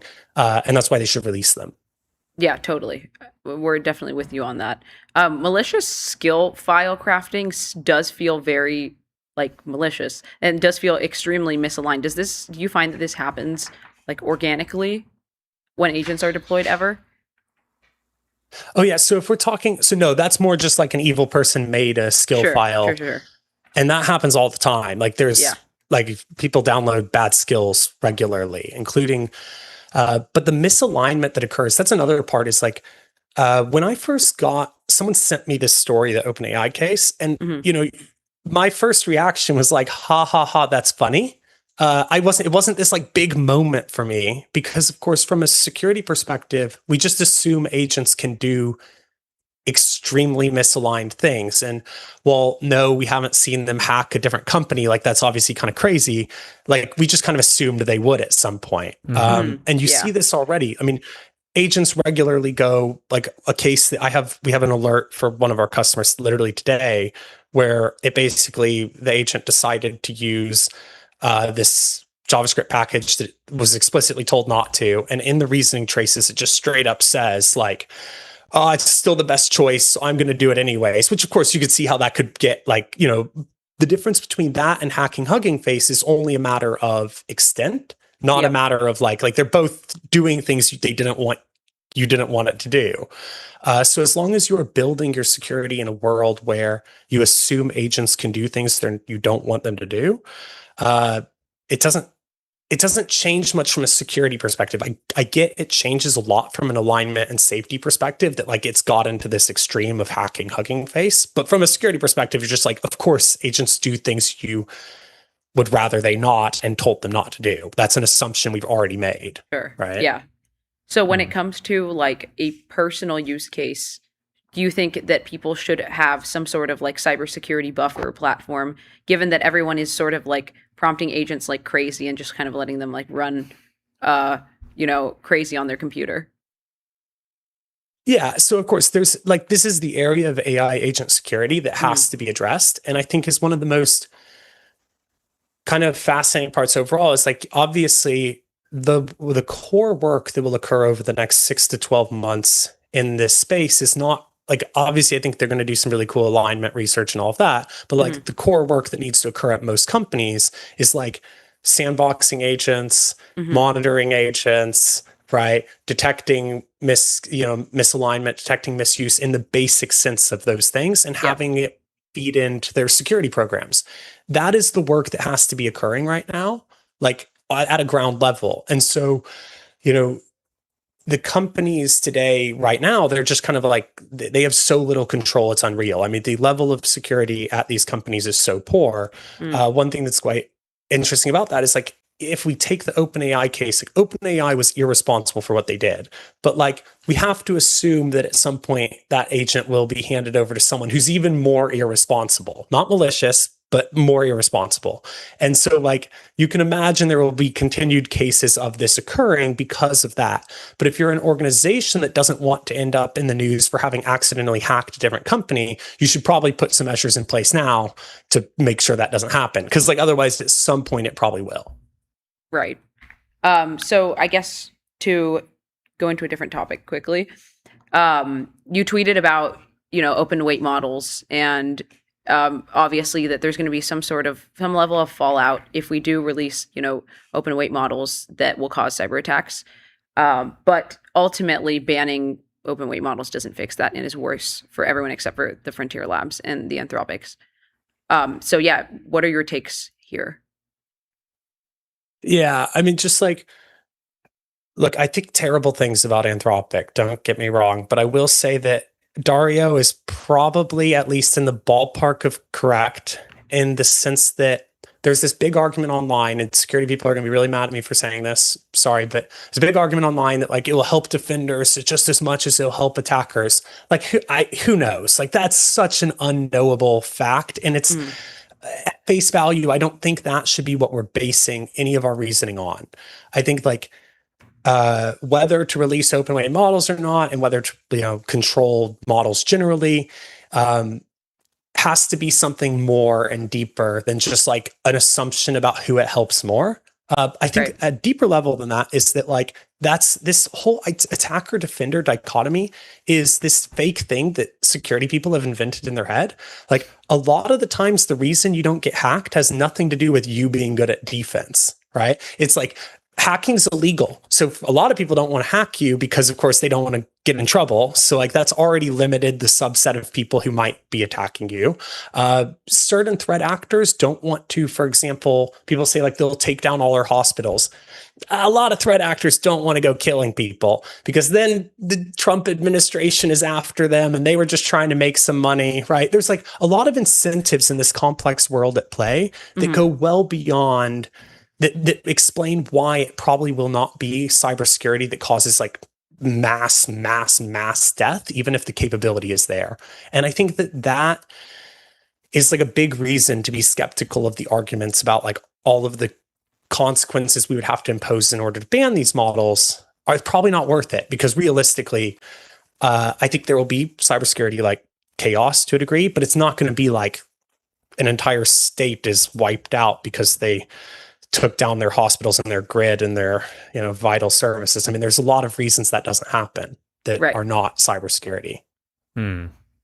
So like, I know you said that whether offense or defense will be privileged is kind of unknowable, but like if you had to guess, like what do you think the net effect will be of unleashing Mythos level or better cyber agents, open source, for everyone? I mean, I think it will be like a little bit bad in the sense of like there will be hacking cases and there will be, it will also just be painful for some organizations that have to learn how to do some of their security operations in a different way than they have before. There will be like a lot of somewhat painful changes. But like, do I want to create a duopoly in America where we concentrate AI in the power of a couple different, like, no. So it's like these trade-offs are unclear. And I think like the fact that it might be at least short-term not great, like is not necessarily an argument for like, let's try to ban them, or even that would be an effective measure. But I do think like, it would be a very bad bet if you're betting that there will be no cyber attacks caused by open weight models that will look pretty spooky. Like that will happen, right? But like, yeah, cyber attacks happen all the time. World goes on. Like life happens, Well, what about bio? Like it seems like that would be more of a reason to restrict open weight models in cyber, because it seems like it could privilege the attacker a lot more than the defender. and it could cause way more catastrophic consequences than even the worst cyber attacks. Yeah, plausibly, but I barely passed biology in high school, so I would have no idea.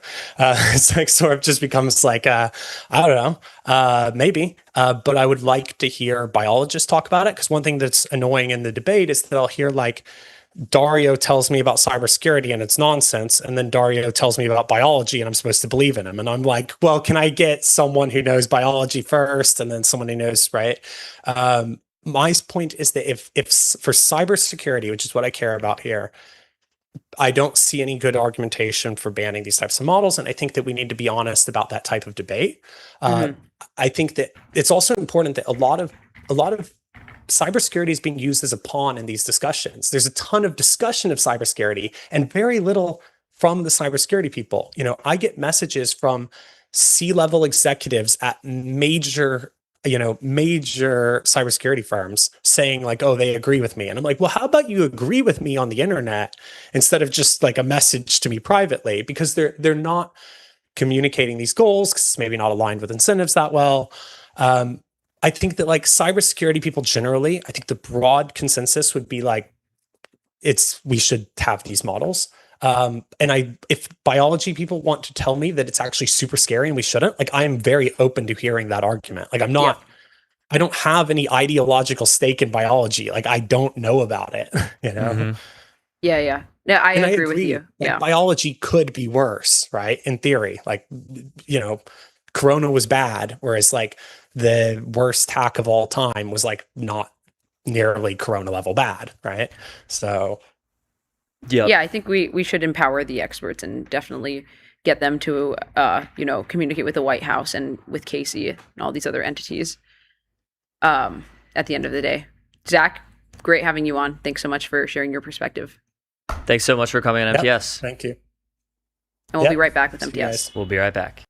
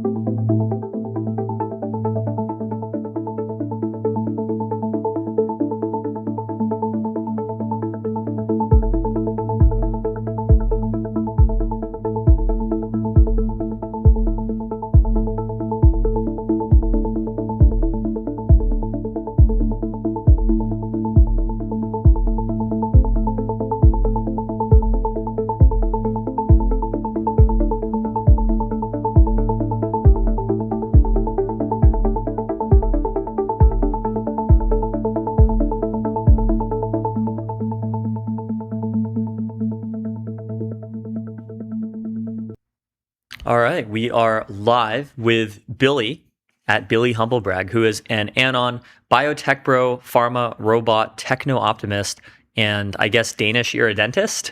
So, Billy, welcome to MTS. I guess a quick question before we get into the substance is what's your Twitter, Bano? Is this Malmo is Danish? Is that what it is?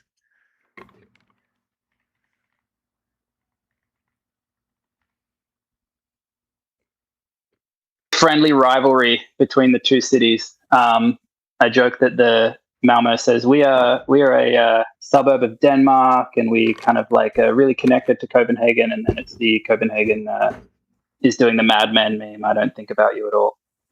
So that was during the I think it was the handball championships in Malmo that the Danes did really well at. That's kind of funny. Handball. So is that a thing? Handball is a thing. Yes, the European I know it's a thing, on a but- basketball court. Yeah. Nice. Awesome. So AI and bio. We were just talking about bio risk actually with our last guest, who's a cyber guy, and he made the point that open source models should not be restricted for cyber reasons. It will probably be fine. There will be a lot of cyber defense and so on and so on. And then I said, yes, but what about bio? Because bio may privilege the attacker much more than the defender. It's easier to make a virus than a vaccine, for example. And the consequences could be really catastrophically bad. Well, in cyber, the consequences of even the worst cyber attacks are pretty limited. So what are your takes on what policy will need to do about bio-capable models in the near future? I'm going to jump on one thing real quick. You said that it's easier to make a virus than a vaccine. Possibly easier to distribute and spread a virus than a vaccine. I think mRNA vaccines are pretty quick to turn around. And the tricky part is getting the data where we're confident enough to roll it out to millions of people in a rapidly moving pandemic situation. I think we can make vaccines pretty quickly. People have been on this straight after COVID. We should have been building that capacity and getting that set up. But to the bigger point, I think it's a pretty incoherent position to say that these AI models are going to be massively beneficial in biology across many, many fields, but give absolutely no uplift to biorisk. And as you point out, I think biorisk is something where there is a massive attacker advantage just because of how it spreads and the rate at which things can go.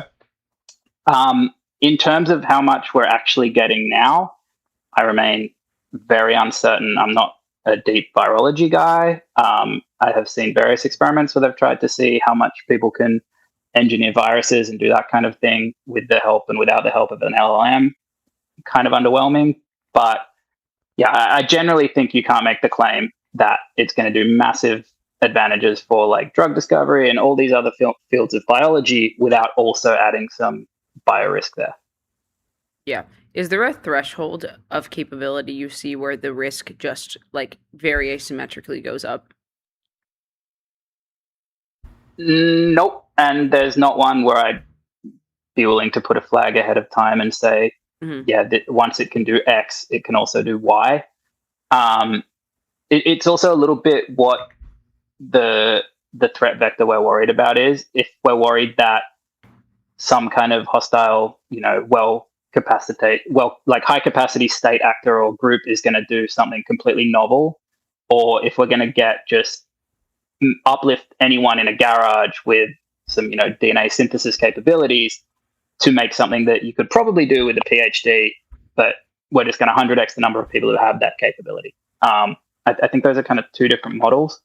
Yeah, in terms of where I'd put the line as to the capabilities, I haven't dug deep into these bio benchmarks to see what they're actually doing, but I am sympathetic to the companies who see quick progress on this and are on the side of caution. Yeah, so I guess let's talk about autonomous labs. So how difficult in practice is it to make a fully automated lab? Very difficult would be my answer there.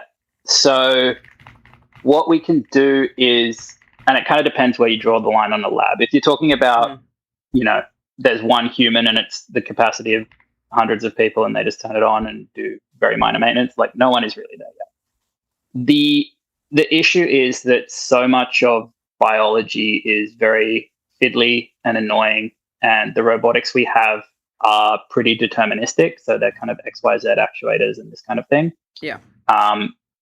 I've seen like incredibly well-funded startups who are doing these sort of work cells where they do have stuff that's like quite integrated and automated. And if they take a, plate reader out to do some maintenance or replace it or something, it needs to get clicked in within a millimeter, or else you're going to be out of sync and things are going to fail. So it's still very deterministic. Ginkgo ran a very cool experiment with, I think it was GPT-5 a while ago, where they had that do some cell-free media optimization. Super cool. I think they potentially oversold it a little bit. I think the hard part in what they did was building the actual lab automation and sticking it all together and having it run. I think once you have that, that's the hard part. And then the models are pretty good at kind of executing from there and making the sort of basic experimental decisions. Mm-hmm. Yeah. So you're saying basically the robotics is the more difficult part? Absolutely. Yeah. Okay. For sure. Interesting. What about just the pure, like, sort of bio-ML, like simulations, like anything on the sort of software side? Software in bio is going very, very fast, I think. Mm-hmm. And there's been, like, AlphaFold is the one everyone jumps to with good reason. That was like a massive progression from the state of the art before that, and just basically essentially solved protein folding as a problem. Everything else is gonna, like, the software is way ahead of where the data is at. And yes. You see a lot of push now. People are trying to generate these like big data sets and these well-curated data sets to sort of feed into the models. Protein folding was a nice example because you had like a relatively clean, well-annotated data set where you could do the ML on it. There's not a ton out there like that. Sequencing more and more. But yeah, there's just not a ton in terms of these like really well curated narrow data sets for learning something like that. So tell us about your experience of working with frontier models as a scientist. Fable has all of these classifiers that people have complained about. Even if you like ask the model, like if you just type in the words DNA, the letters DNA into the model, it often kicks you to Opus. People were saying that because they're a biologist, it would basically ban them from using Fable entirely and kick them to Opus for entirely unrelated queries. So, like, which models are you using in order to do science now? Well, not Fable. You're absolutely spot on there. Fable. You're absolutely right. Yeah, as you say. Yes, exactly. Fable sees the word DNA and boots you. Yeah. It's. I haven't been kicked out. I know that's maybe like a memory setting people have or something. But I'm mostly on 4.8 at the moment. I'm on Claude. 4.8 is a very good biologist and has massively improved my output both on the code side and on the lab side, where I will just vomit my plans at Opus and say, can you render an HTML that is my step-by-step what I'm doing in the lab and tell me which work list to upload to which robot when. For stuff like that, Opus is perfectly fine. It can have the molecular biology in its head. It can deal with the programming of the robots the ones that are able to take either CSV or Python input. Everything else is sort of locked off, which is another issue. Opus is excellent. Fable is unusable. Yeah, of course. Who do you see benefiting the most from, I guess, just frontier model advances? Like, is it researchers in an academic setting? Is it, people at like labs, the people at like isomorphic labs? Like, where do you see there's the most value in bio right now? In terms of who's going to see the payoff from this? Probably the biotech startups who can get away with not hiring software engineers for a lot longer and not having too much in terms of the data. engineers and this kind of thing. Obviously, we're not at the point where you can get away with fully not having anyone in that space.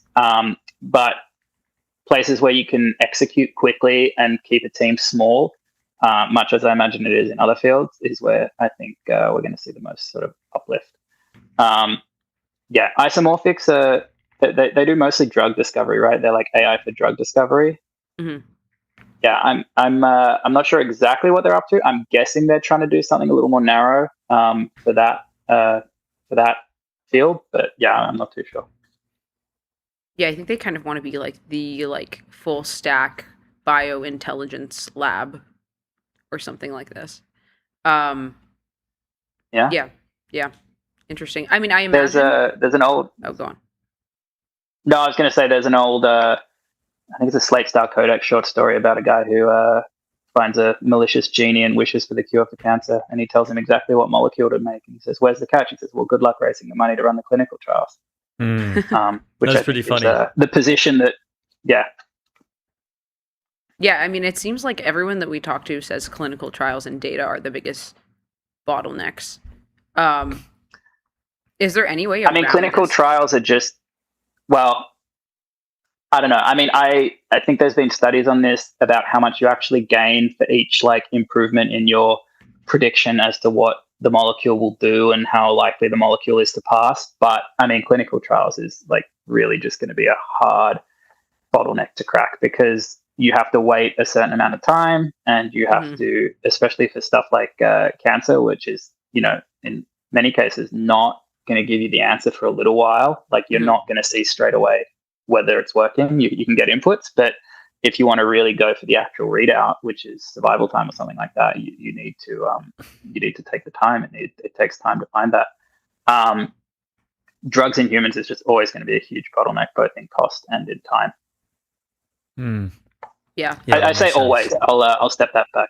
Some perfect super intelligence could probably design the perfect molecule and convince us that it was good enough to just go for. But as I see it now and for the immediate future, it's just a hard fact about the world that you need to give these drugs to people and wait and see what happens. What are our practical options when it comes to clinical trials? Do we outsource them to other countries? I think Cremieux talked about how they're just cheaper to run in China. And animal testing has basically, unfortunately, been sort of the backbone of a lot of bio advances. And people talk about organoids, making organoids to test drugs on, but that seems pretty far-fetched right now as well. Yeah, you can run the trials in other countries. You're rolling the dice on some genetic confounder hiding something that you would really like to know about before you approve a drug. Animals, I think the general, so I haven't been in pharma for a little while. I do think the vibe is that people are moving away from animals unless when FDA required. I think animals are not that predictive. There's huge, as you mentioned, organoid, huge push to find things that can replace the animals in the trials. Beyond that, I think trial design is a huge thing. And again, I'm not an expert, but there's better ways to design your trials than we're going to roll it out to a group and give the other half a placebo and see what happens. So there's better kind of gated designs and stuff like this that I think probably make a lot of sense.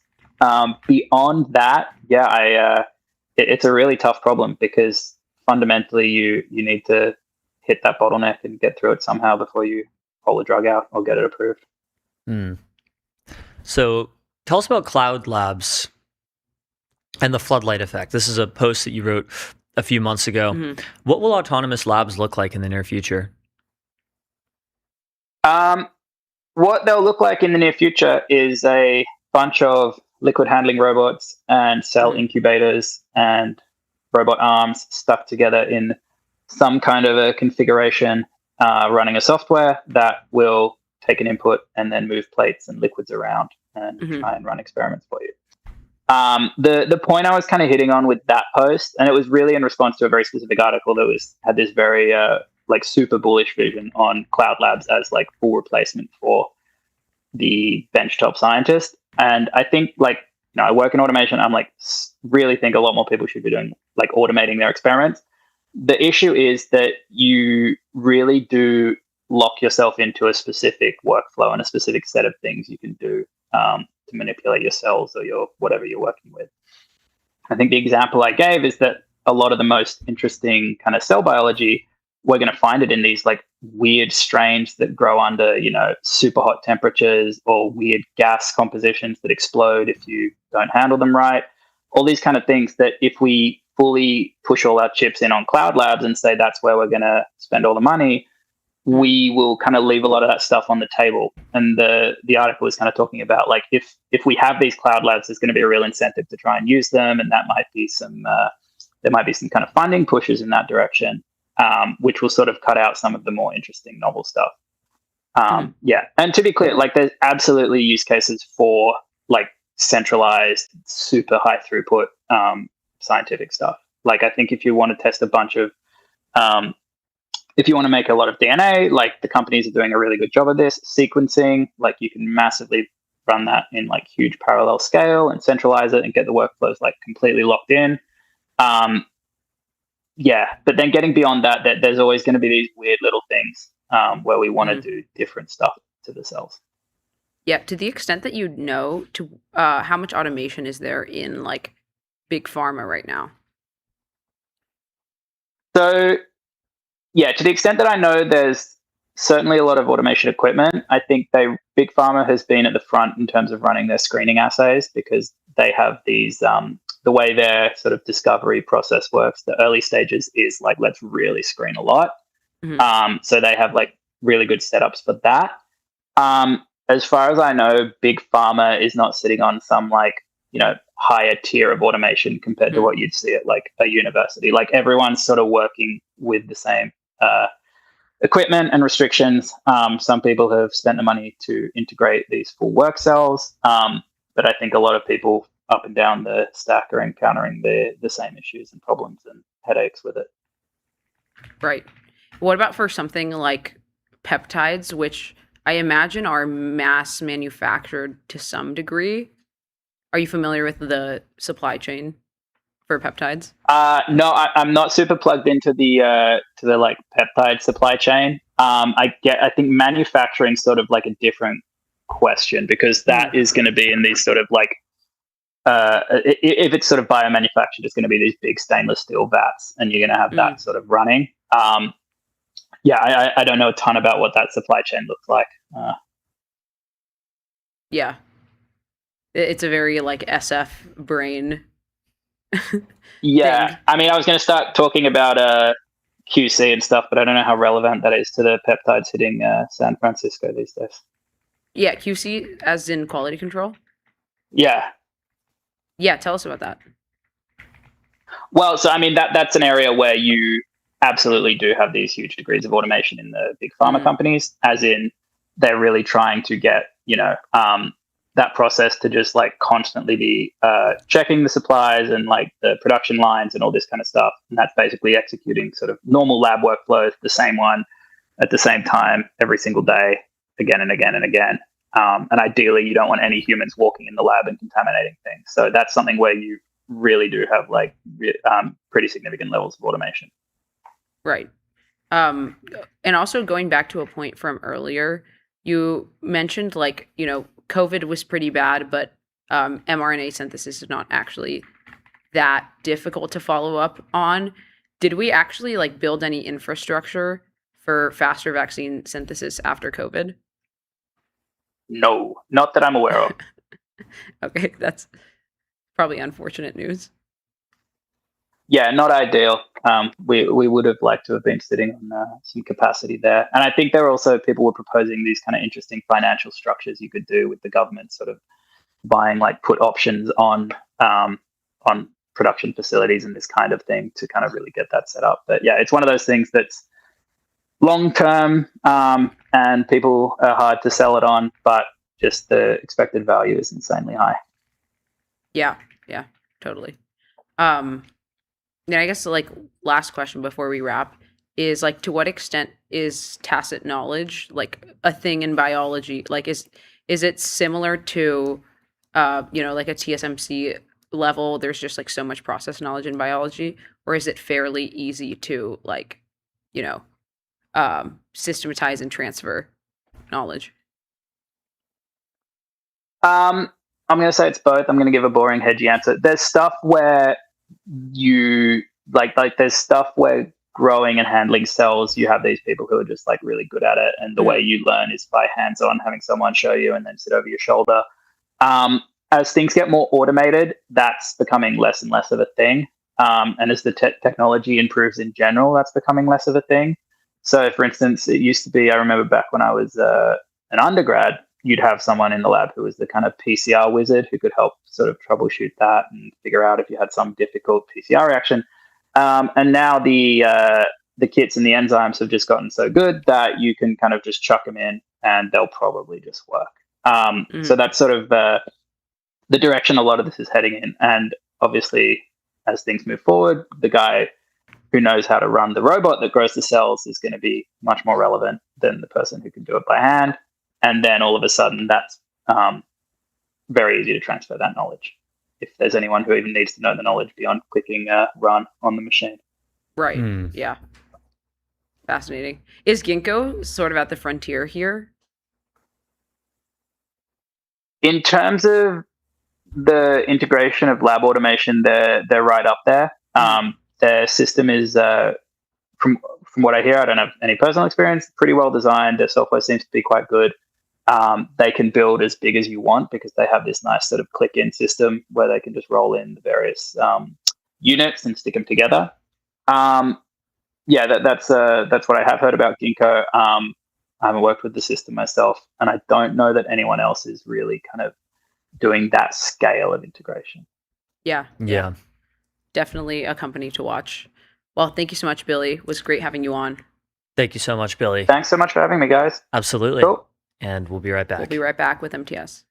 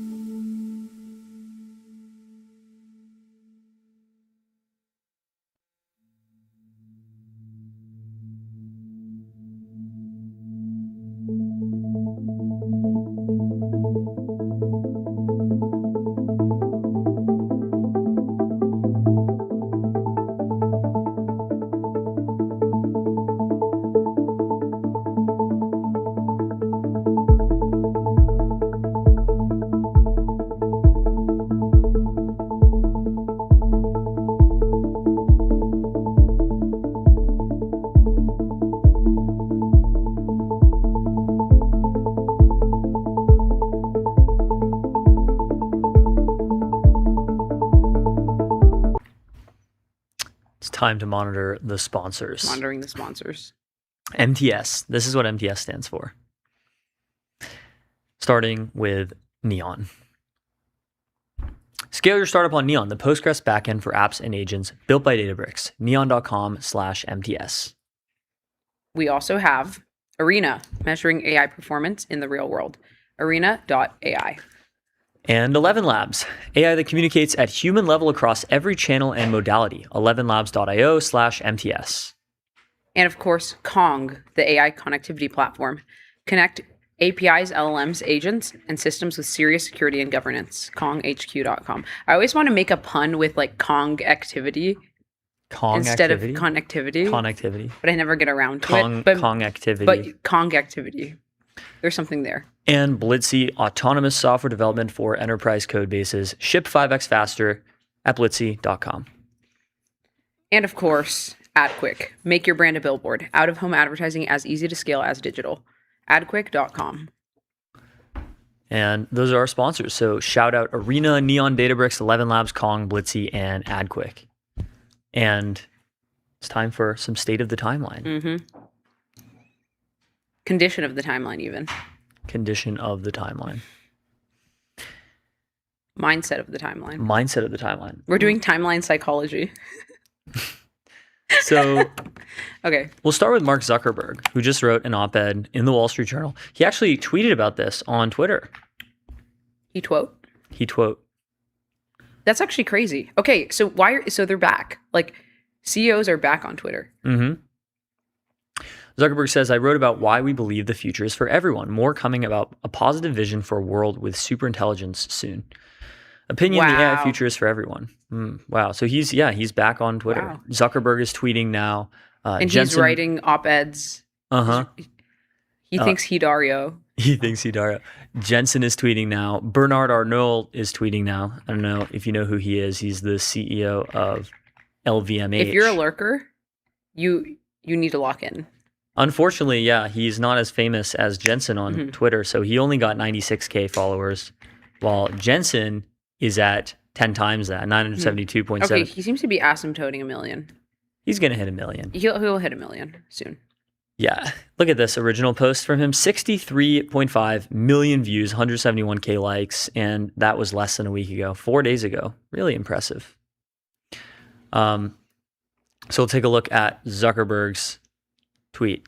The AI future is for everyone. The history of democracy and economics has proved that centralized power stifles human potential. I haven't read this yet, so we're reading it for the first time. All right. We are fortunate to live at an incredible moment in history. People will use superintelligence beyond human capacity to do all kinds of stuff. I notice he's talking specifically about human level things, right? Build new businesses, learn new concepts, improve our lives, health, relationship, and careers, but not like, build a Dyson sphere or something. He's so not that. None of this normie scaring sci-fi stuff.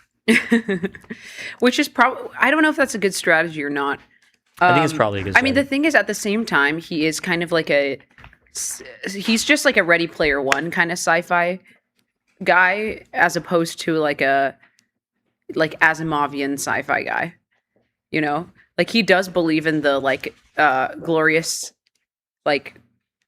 metaverse mixed reality future, I think.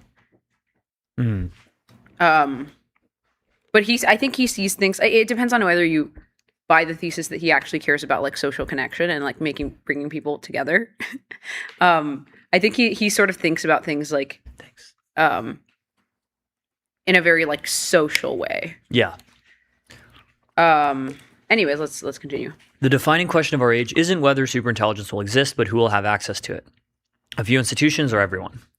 I propose a philosophy based on individual empowerment as the source of prosperity, invention as the primary purpose of superintelligence, and balance of power as the foundation of safety. All right. So let's dive into this. Individual invention empowerment as the primary purpose of superintelligence. That goes kind of hard. I don't know if individual empowerment will be the source of prosperity. It'll probably be like ASIs inventing all kinds of stuff without much human input. Eventually, but this is, again, he's a medium termist. Yeah. Fundamentally. I don't think bro means the same thing that we mean when he says superintelligence. Yeah. He means like the superintelligence that like like all of its cells are every reel, every Instagram reel. I actually have a tweet about this where I pointed out a clip from the New York Times. Mark Zuckerberg, Meta's chief executive, has been vocal about seeing his company on AI. He says he wants to create superintelligence, an advanced AI that can act as the ultimate personal assistant.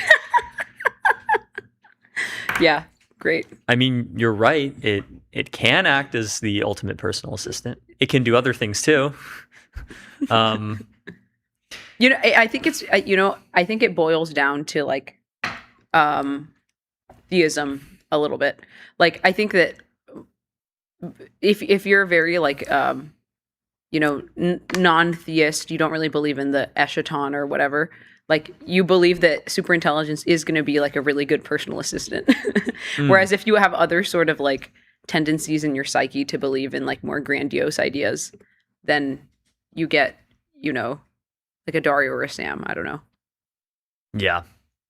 So it is surprising that the discourse from so many of those who are developing AI is so filled with doom. I don't understand why anyone who believes that AI will eliminate most jobs and much of humanity's relevance would rush to build that future. Yeah. Have you heard of Prophets, my brother? Well, it's not that. I mean, it's that, maybe people believe that it's worth it, or that it is worth it despite the risk. No, I think like the normie narrative is like is like a wealth concentration risk. And that like there's kind of like CEOs are engaging in negligence by talking about like, oh, it's going to take all the jobs and then continuing to build AI. Like I think the average person is much more like informed by a materialist worldview. Humanity has witnessed many transformative advances. Each time there's fear that people will be left behind. But each time humanity has come out with more people sharing greater prosperity, health, and freedom. Yes, but... Wow, sound effect. More people sharing greater power? I don't know. We believe this will be true with AI as well, and the abundance of the future can be shared by everyone. Yeah, I agree. We also believe that the values that got us to this point, liberty, open inquiry, free enterprise, and equal opportunity, are also the values to build a positive future. Yeah, I generally agree. Putting power in people's hands to pursue their own aspirations is how humanity has made the most progress. Novel ideas and major steps forward rarely originate from established institutions alone. We believe this will continue to be true. True. As everyone gains more powerful tools, each person will become more capable of shaping the future, not less. Yeah, I think this is like a very positive libertarian approach. Yeah, but it's only medium level pilled. Like everything about his worldview is so medium term. Yeah, everyone will be like, he's like very bullish on agency here, or that's the narrative that he's taking.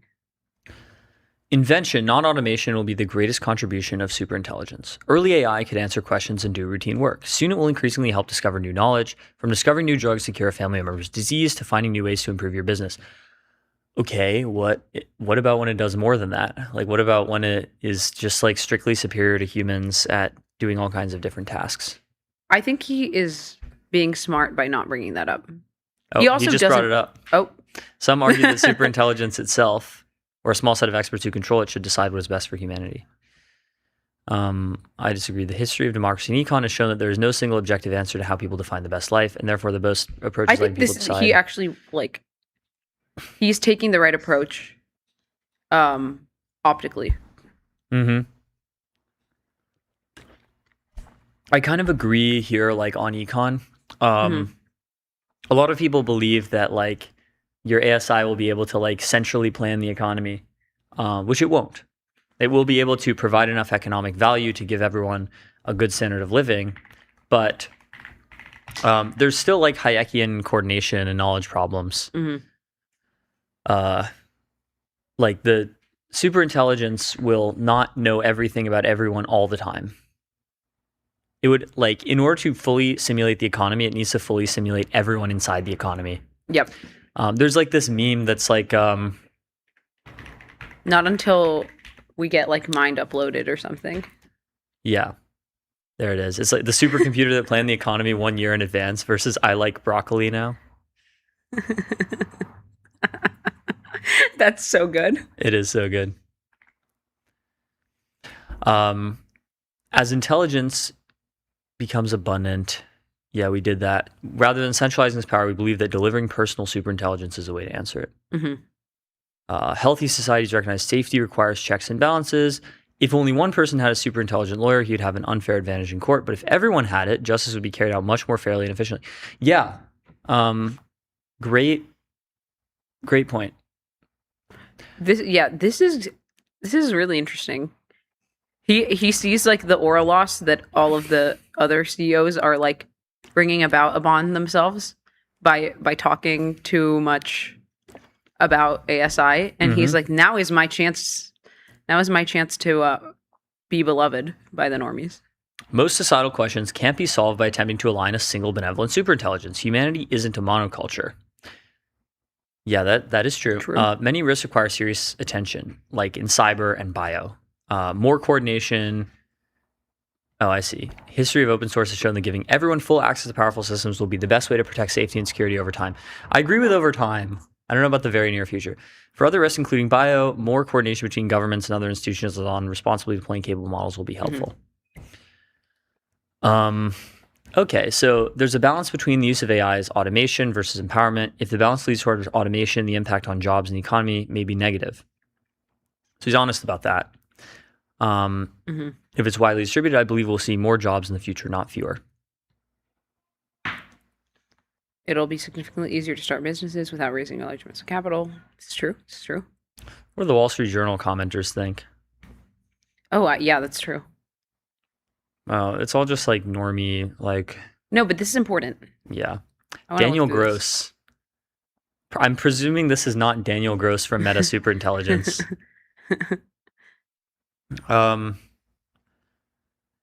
I don't understand why anyone who believes AI will eliminate most jobs and much of humanity's relevance would rush to build our future. Here we go. Because your own company is already downsizing due to your supposed AI productivity gains? Okay, so is it supposed gains or is it real gains? Okay. You and your ilk are untrustworthy robber barons who have proved... I've never read something as insincere as Zuckerberg's drivel. He has no special skill set or expertise that would lead me to trust his AI predictions over any person in the street.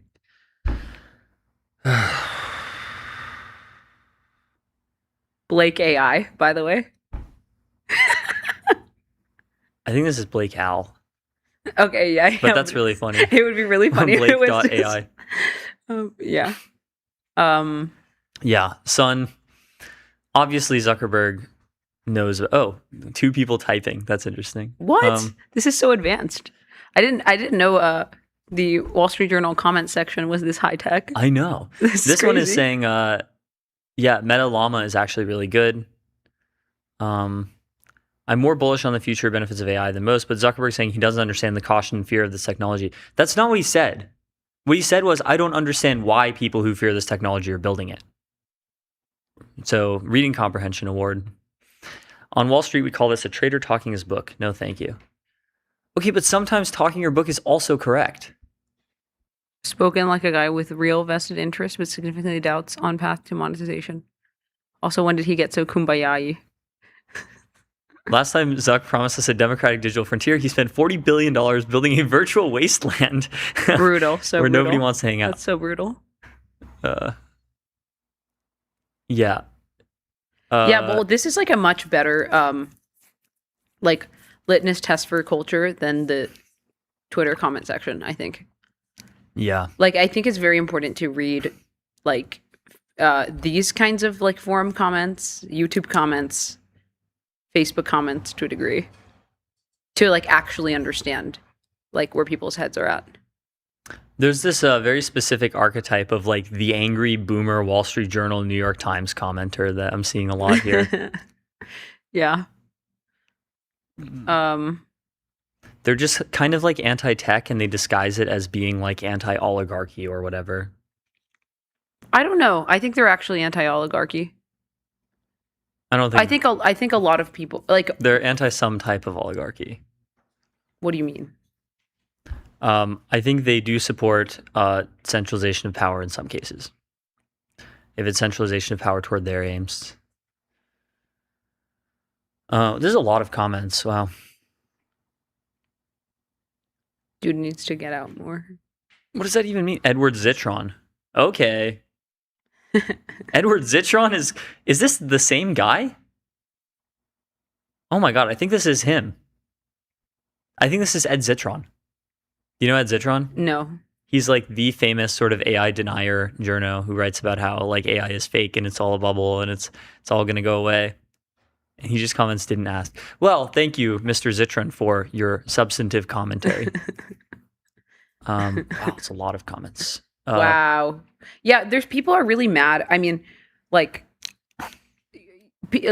there's no way to alleviate the concern and like there's been so many layoff headlines in like the last like 4 or 5 years that people just have all this like angry sentiment about, and there's just no way to alleviate that. Like job loss is just like such a actual like populist talking point. Mm-hmm. So I understand there's so much like default all of the hate gets directed towards the CEOs because people just hate job loss. Like they hate hearing about it and they hate the concept of it. More specifically, I think they hate the concept of losing their livelihood rather than losing their job. You know, millions of people buy lottery tickets out of the fantasy that they will one day get to quit their job, but they'll get to quit their job for something better. Right? People don't actually like their jobs. They fear the loss of their livelihood, which is a different thing. Subtly different, but importantly different. I wonder if there are like polls about this of like how many people like their jobs. Let's find out. What percent of people? And I also feel like this has to just range like this is not a blanket statement. Like this has to range country to country. Even like some people see jobs as like a something you owe to society and it's virtuous. What is this?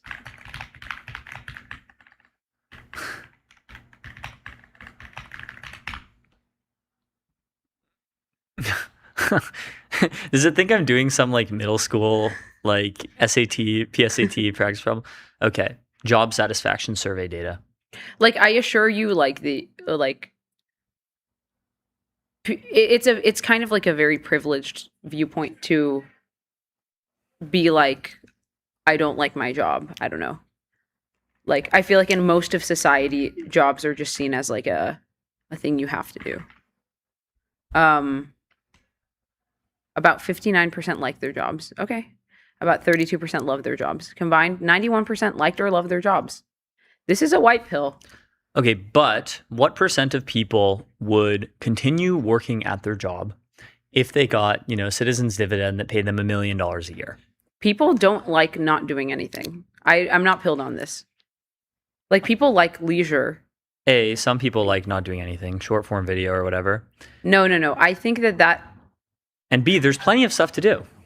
Well, there is plenty of stuff to do. But what I'm saying is like, there's maybe a high percentage of people who are not working in what they would want to be working in. Like maybe their passion is golf or whatever. And they are like working in like they're like a leasing agent. This is like probably a much larger percentage of the economy. But people don't like actually have like doing nothing. Like I don't think that's like aligned with the human spirit, to be honest. Mm-hmm. Anyways, do we have any other news? We have plenty of other news. Sam Altman says the Hugging Face hack is the first security incident he felt viscerally and that they paused training. He's now questioning if we may have to pace the rate of AI development to give ourselves enough time for society to harden around these new capability levels. That's interesting. Unique wording from Sam Altman. And one of them, the usual suspects on Twitter are going to be screaming regulatory capture. To be the greatest thus far definitely technological achievement of human history. But the only way that it really matters is if it makes our people's guests, lives like much better than they otherwise would have been. Zach, We are about to quite a create bit on a this genie that of, can like, grant any wish, because I I think actually people wanna will hear have from such creative cybersecurity wishes and such incredible experts, ideas and it might have of what been, they like, a ask degree of AI incompetence. to help build. But concentration of power with AI is a terrifying thing. I don't think anyone should want to live in a world of, AI overlords or The Trump company administration that is plans to announce the bans rough on equivalent to imports of that. Chinese I think it's robots critical we and power inverters later today. It This is is being our reported here on dead-ass X that a reaction. Chinese AI model ban will also be announced today. Bro. Oh my god. Okay, we haven't seen this before at all. This is just pure, like... Holy shit. Okay, hold on. Oh no. Okay, wait, we gotta look at this. I have the button ready. New humanoid and quadruped robots, in addition to connected power inverters. Oh my god. Wow. We actually, our next guest is Charlie Bullock from Yeah, so this is Law gonna be, AI, U.S. Law and Policy. yeah. So he's actually a perfect guest to talk about this right now. Wait, so go back to the Andrew Kern tweet. Models are also an AI model ban will be announced today as well. Big oh my news god. aggregators, but this article is a source. It's possible they just made a mistake posting too fast. Yeah. I don't think they're going to ban Chinese AI models. Like, the entire industry seems to be against that, except for Anthropic. Even Anthropic says they're against it. So I don't know who would be arguing in support of banning Chinese models. Oh god. Okay, well, I guess go back to the article. Yeah. Oh, we have to go. Okay, Just well, kidding. we'll talk about this. Well, We'll be back to talk about more this on with this Charlie soon. Bullock. We'll be right back. We'll be right back.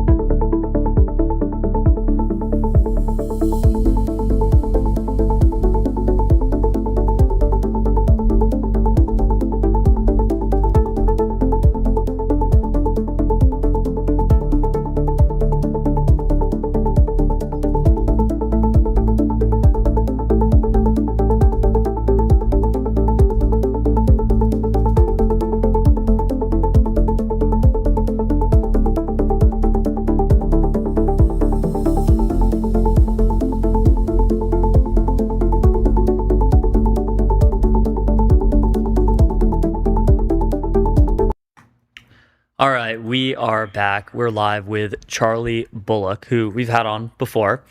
He's a senior research fellow at the Institute for Law and AI, working on U.S. law and AI governance. So, Charlie, welcome to MTS. Welcome back. It's an honor and a privilege, Theo, to be here again. Absolutely. Thanks for coming on. We were just talking about, like, 1 minute ago. We literally just saw this news maybe 5 minutes ago. The Trump administration, per Reuters, is planning on banning new Chinese robots and power inverters in order to protect the USAI build out from national security threats, reshore key industries. So the FCC plans to roll out the measures this afternoon. New humanoid and quadruped robots and connected power inverters from China will likely be banned. So What are your initial takes on this? Yeah, well, I'm just learning about this for the first time now. Mm-hmm. I guess like I'm not sure what the AI nexus is. I mean, I'm not like an expert on this stuff, but it's like banning humanoid and quadruped robots. It makes sense for like encouraging the U.S. to develop a humanoid and quadruped robot industry. But my understanding is that these are mostly not like useful industrial tools at the moment. They're kind of like toys or something. But maybe we're expecting them to become useful industrial tools in the near future or something. That seems totally possible. In which case, doing a little industrial policy forum seems good for the U.S. Perhaps, maybe. I don't know. I'm not exactly sure what the goal is here. Maybe you know more than I do. But I don't. Yeah, I guess we'll see. I think it might just be sort of like China hawk, like kind of heavy-handed protectionism stuff. Yeah, I don't know. I wasn't planning on buying any humanoid robots from China, but those things are kind of creepy. So I don't know. Maybe I understand why they banned them. I kind of wanted one. I'm not gonna lie. They're probably expensive though, right? Also in SF, they are pretty expensive. They're like 18K.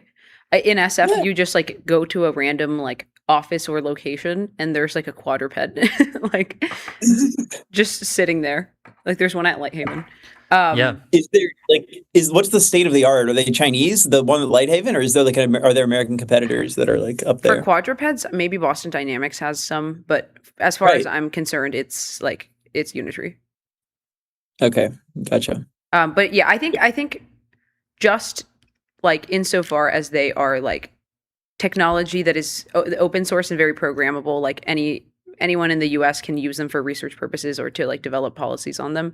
And we don't have an equivalent that is actually like deployed at scale in the US.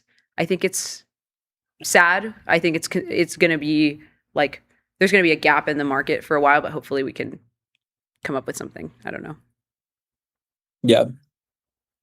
But what else do we have? Should we talk about the Frontier Act? We do, yeah. We have the Frontier Act, which just came out like a week ago. The latest draft from Jay Obernolt and Lori Tran. So what are your takes on this? I have lots of takes on the Frontier Act. This is my specialty, unlike the robots, which I'm kind of neophyte on. It's I think it is by far the best frontier AI safety legislation that's ever been introduced. It's kind of just about catastrophic risks safety. The previous Tran Obernolte bill was about 200 pages long and included a bunch of other priorities, a bunch of labor market stuff, et cetera. This kind of focuses in on the frontier safety thing. And essentially what it tries to do is it has all the stuff from the previous bill. It has auditing, it has incident reporting, and it has transparency requirements. In addition to that stuff, it imposes like an emergency shutdown authority. So something to replace kind of the ad hoc export controls based like licensing regime that the administration has been using on Anthropic and more recently on OpenAI on a quote unquote voluntary basis. So it replaces that with something where basically the government can shut down your model deployment, external, internal, with an order, but then you can immediately go to court and get a very quick court decision to like overturn it. So it seems like it would be like an improvement for everyone, including like the government, because the government gets more resources to do this thing that they clearly want to do, which is like shut down risky models. They get more like ability to have oversight and kind of know what they're doing when they shut down these models. And in exchange, industry gets some sort of due process, right? Currently, it's kind of lawless. It's like illegal the way they're doing it, and it's also like not reliable, right? And that's not good for anybody because like the companies, it's like very like it's unpredictable and it's not good for business that you might randomly have your model yanked any day. If somebody sends the government an email that they don't like, and for the government, like it seems quite bad that like at any point somebody could just sue and win, and then you won't be able to do this thing that you really need to do for urgent national security reasons anymore. And so, yeah, passing something like this, I think, would be extremely good. I think it's unlikely to pass, unfortunately, just because of the political realities of the current moment. But it is very impressive that it has kind of 3 Democrats, 3 Republicans, truly bipartisan, and is getting a lot of buzz. So I'm very excited about this, and I think it's kind of a big step forward for federal frontier AI legislation. Why is it unlikely to pass right now? It seems like there's pretty substantial political will for this sort of thing. Yeah, I mean, I hope it passes for the record, and I'm not saying that like I know it's not going to pass, but like what I've heard from people who know more about the politics than I do is that like it's like the timing is off, and like it doesn't have sign off from like the heads of the right committees or whatever to make it through. Like, for example, probably a version of this in the Senate would have to get through Ted Cruz's Commerce Committee, and it's just unlikely to happen. Like, he tends to veto stuff like this. I mean, he has been more pilled on catastrophic risk stuff lately, but I don't think he's like pilled enough to take this. And then just like party leadership in neither party has expressed approval of it. Like, you know, I haven't seen Steve Scalise, who's a Republican, who's important on this sort of stuff in the House, express approval of it. I think he probably is against it. And like, you know, Democratic leadership, I don't think has spoken on this version of it yet, but they were like, the AI commission was kind of against the last version. So like the blueprint for like a successful AI bill, like from Dems, would be like have buy-in from like Ted Lieu and like Gottheimer and these people who are on the Democratic House AI Commission. Trade's not on that commission. And so in some sense, I think, although I'm not like an expert in politics of this, I have no inside information, I think she's seen as kind of like an interloper or something. The problem is that those people who are supposed to be introducing legislation haven't done it. They haven't introduced anything good. So that's like kind of a problem or something. Tran is the one who's actually introduced like a very, very good, sophisticated bill. So Tran and Orbital team. So this is I hope it goes places, but I've been told that it's somewhat unlikely. Right. Yeah. What are your thoughts on the AI Kill Switch Act, which is another act proposed a few days ago by Ted Lieu and Nathaniel Moran?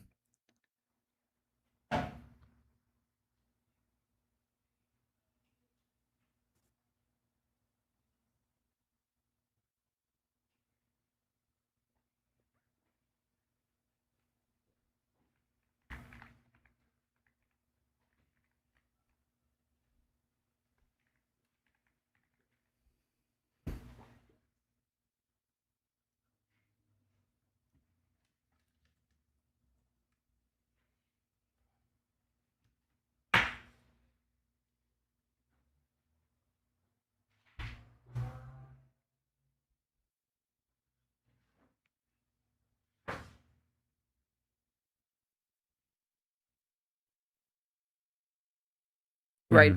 So what level of like transparency reporting should we demand? I think in the Frontier Act, it's any model trained past 10 to the 26th computational operation flops. I don't know.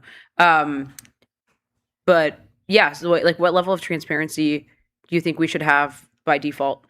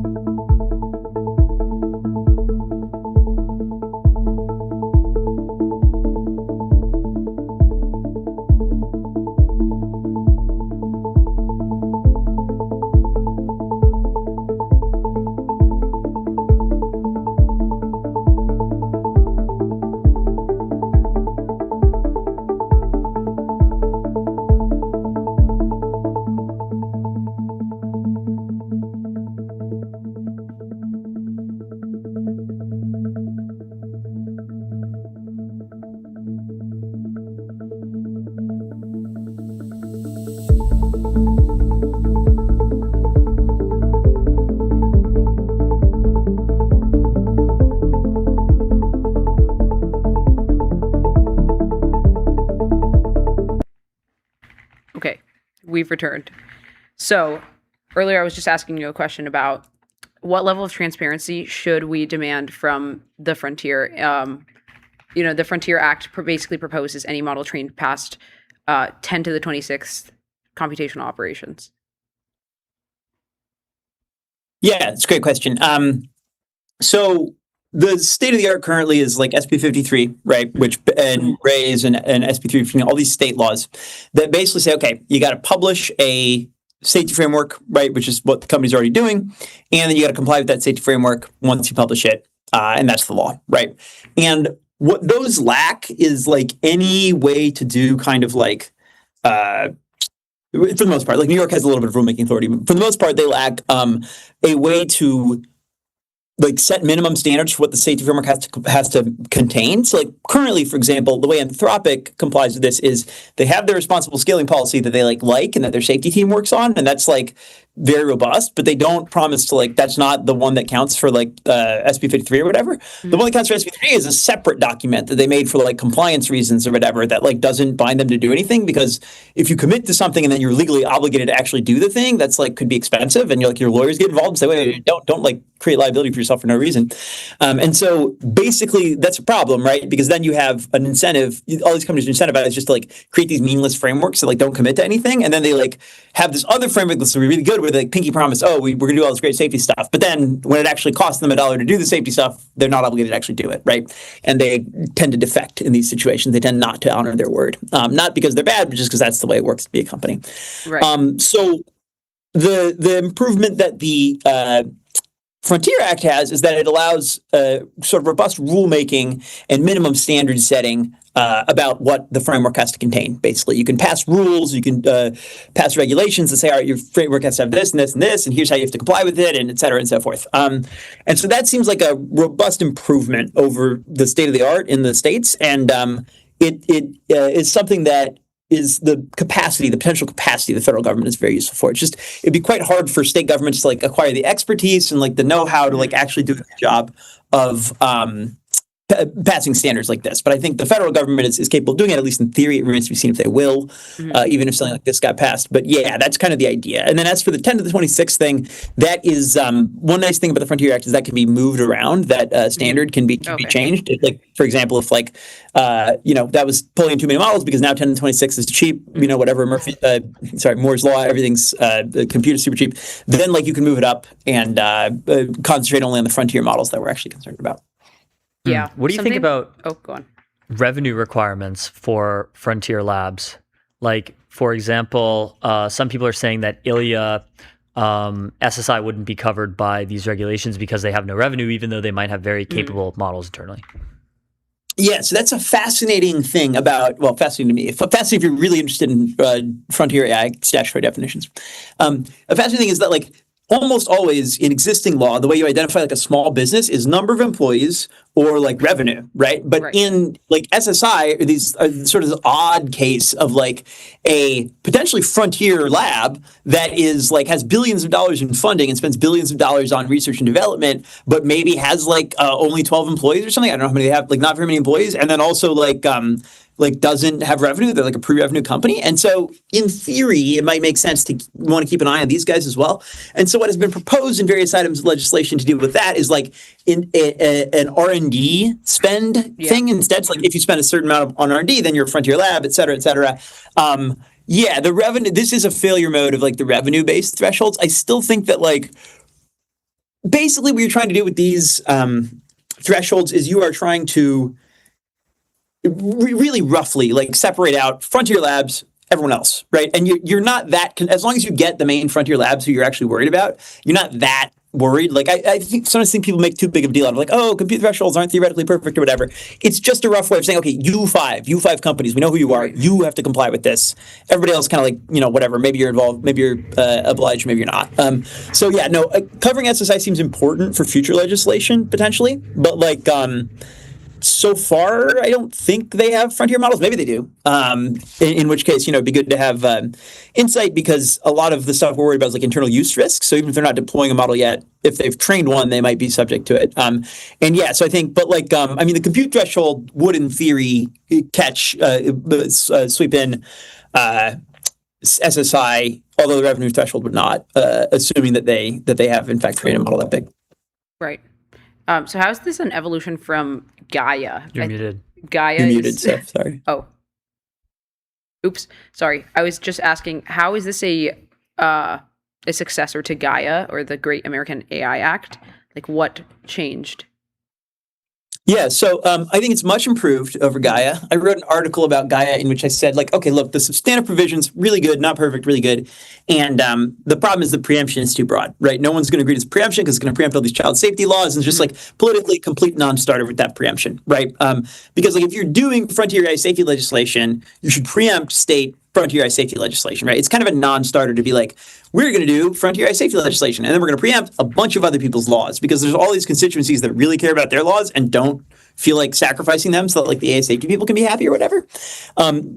Gaia also did a bunch of other stuff. It was like 200 pages long. Like I said earlier, it had like a ton of different provisions, some of which were on like labor market stuff, some of which were on like AI in the workforce, education, like grants for stuff. So what the Frontier Act does is it cuts almost all that out. It focuses just on the frontier safety stuff, and then it narrows the preemption significantly to just preempt frontier safety laws. And so this is like, I don't know, it's kind of been a little bit disappointing to me, the reaction of some unnamed parties, organizations, the AI safety community of like, they like kind of said that this was what they wanted, and then they got what they wanted, and now they're like kind of nitpicking or hem-hawing or whatever for basically, I think, political reasons. Yeah, basically what it does is what everybody asked for, which is focuses on frontier safety, and then it narrows the preemption to just affect frontier safety stuff. And it also strengthens the substantive provisions in various ways, and it adds this kind of kill switch authority or whatever you want to call it, the emergency shutdown authority. Yeah. That's what it does. I think it is the more imminently needed legislation. What do you think would make sense in terms of future workforce legislation? Yeah. I don't specialize in workforce stuff. And honestly, it's just very confusing to me. I would love to hire at my organization like a great law and econ person who knew about this stuff. I know that Anthropic's econ team has been producing a lot of incredibly like interesting work on this that I follow closely and read. But what I haven't seen from them is like a really good proposal, like, and here's what we do about it, right? I've seen a lot of good work about like, here's how AI is currently affecting the workforce. Seems like not very much, so maybe it's not a problem yet. But like ideally we'd have a solution for when people do start losing their jobs en masse if that happens. And I haven't really seen that. The proposal is like UBI, which is maybe insufficiently creative or something. And then like, a bunch of like expand existing like unemployment benefits or something like that. This all seems kind of vaguely unsatisfying to me or something. And I think a more robust response is needed, but I unfortunately do not know what that response should be. I'm not the right guy to suggest it. I think like more so than even just a UBI, starting to draft like all of this like UBI sort of future facing stuff. More important is probably some sort of measurement legislation of like, this is how we're going to measure job loss. We're going to actually put resources into it, like quantifying it so that we know what's happening. We can catch it ahead of time, and not so much like we don't have to actually particularly be thinking about UBI right now. Yeah, no, I think that's a good take. Like, I think this is something that like, I was talking to Dean Ball, and he was saying that like this might be something that OpenAI's new like Frontier, what is it called, the Frontier Futures team or something? Strategic Futures. Strategic Futures, yes.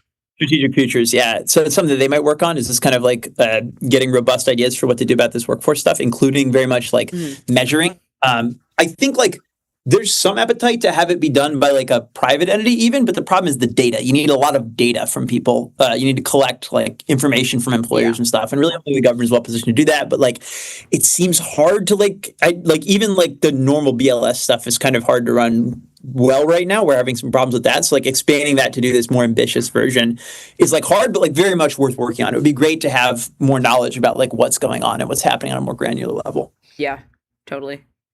Who do you think should qualify as like an IVO, an independent verification organization? And how many of them would there be? Yeah, so I mean, this is like a big issue, right? Creating an ecosystem for auditing, right? An ecosystem of auditors to do stuff. One thing that I don't think a lot of people realize is that like the EUAI Act, like Code of Practice, is going to start being enforced like in this week, like on August 2nd. So it's like, I guess next week. And so like that's going to give us some insight for the first time into like, how this is all going to work. Because like that's the first like auditing, not requirement, but quasi requirement. Right. It's actually gone into effect and is being enforced. So companies are going to get auditors. I think my impression is that at first it's going to be organizations like Meter and like Apollo and sort of like AI safety coded like nonprofits like this. It's not going to be like big four auditing firms initially. Yep. Now, once there's some money in it, and once the system's kind of spun up a little bit, then the big four might come in and so on and so forth. But I think at first it's going to be this kind of specialty AI focused orgs that are going to do it. One thing that's fascinating to me, I read a paper the other day, or like a Google Doc somebody sent me. There's like a bajillion organizations that claim to be like AI auditors. There's like 100 of them or something that are like, oh, our job is we want to do AI auditing, and it's not like entirely clear what it's for. It might not be like for catastrophic risk stuff for all of them, but like there's a bunch of orgs that like startups and stuff that intend to do this, to like go in and provide auditing services to frontier AI companies. So that was fascinating to me. But yeah, it sort of remains to be seen like what exactly auditing means and what it will involve. You can imagine very different versions of it. Like you can imagine a version where it's like some like very pro forma box checking thing. It costs the company $20,000 a year, and like there's no point in anybody even doing it other than like a couple of niche things. Or you can imagine a very robust version with some future legislation where it's like costs millions of dollars. It's very intricate. Like there's embedded auditors. They're like looking at your stuff. They're like running their own red teaming. They have access to compute, all this stuff. And that would be a much more sort of like evolved industry that would like get like there would be money involved. So people would actually like organizations would get involved and so forth. And so it's gonna be interesting to see how that turns out. But I'm just like excited to get started like running the experiment so that we can like iterate on it and figure out what the bottlenecks are. I think like all this theorizing is kind of driving me crazy. I want to like start doing the thing. Yeah, totally. I'm with you on that. If you think this were to not pass, why would that be? Like what? It's fairly bipartisan now, but what would be like some blockers? Yeah, I think I'm not the big like Hill politics understander. I don't really know how the committees work and stuff like that well. My understanding is that it's kind of like a weird time in the session, right? Like I think that like Democrats strategically believe they will be in a better position to pass stuff like this or like to influence it more and negotiate better like after the midterms, because I think they're going to win the House and then they'll be in a stronger position. They'll control the committees and so forth. I think that Republicans generally, I mean, Jay Obernolte is like a Republican. He's like pretty like conservative and like free market oriented stuff. And he sees the necessity for this. So I would hope that like more Republicans would as well, and Democrats for that matter. But I think unfortunately, like there may be a tendency, like this is one failure mode that I foresee, is that like Democrats like pretend not to like the substance of it because really they're just like want to wait around and do nothing until after the midterms. And then, which may or may not make sense from a political strategy perspective, but I think like is insufficiently urgent or something in terms of how much we actually need this stuff and how long it's going to take to set up these regimes, even once we pass legislation. And then I think like Republicans might just be like, oh, well, it's like, it's regulatory. We don't like regulation. We want to do something much like without teeth, basically. Something purely voluntary, some sort of FINRA for AI, I think is like the current more industry-friendly perspective or something. So those two sort of impulses might lead to it not succeeding, but I hope it does. Yep. Well, interesting proposals. We'll have happy to have you back on to talk about it. Thank you so much, Charlie. Thanks so much, Charlie. MTS. Always great. See you guys. Thanks for having me. I'll be right back with MTS. We'll be right back.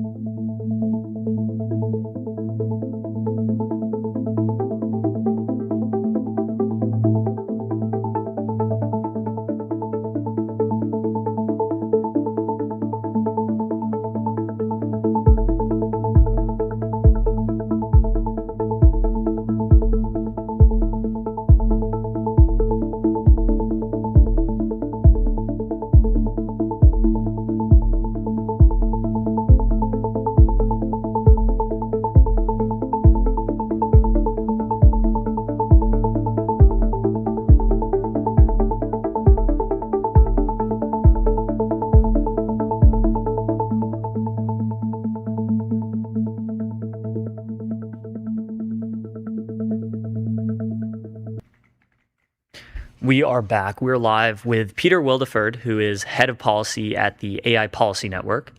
And we're going to talk about something that just came out today. Just came out a few minutes ago, actually, which is, of course, the open letter Pacing the Frontier, which was signed by, at this point, 1,122 employees of Frontier AI companies. So that's a lot of people. Peter, welcome back to MTS. Yeah, thanks to be here. Always good to have a fresh situation to monitor. Mm-hmm. So let's take a look at the statement. It's pretty short. AI could help create a dramatically better future, but that outcome is not guaranteed. The world's leading AI companies believe they could be close to automating AI research.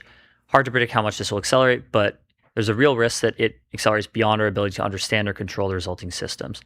To realize AI's potential, society at large may need the option to buy time to address emerging risks, develop security measures, and strengthen oversight. But everyone's under intense competitive pressure, and we lack the technical and governance tools to deliberately pace frontier-wide progress. Building on work already underway to monitor frontier model releases, we request that the U.S. government support an international effort to develop the technical and governance tools needed to deliberately pace the frontier of automated AI development. So, yeah, pretty normal statement, it seems. It's not like a we need to stop AI now. No. Yeah, I don't think anyone wants to stop AI now, but I think it's pretty clear that the people building these AI systems are just worried about the speed at which AI is accelerating, the speed at which these products are coming out. And especially after last week's incident where an OpenAI model managed to escape OpenAI and attack another company, it just seems like we don't have full control over our AI systems. And I think as these AI companies are potentially building towards AI superintelligence as to recursive self-improvement, it just seems like very possible that these systems might just like really rapidly get away from our ability to control it.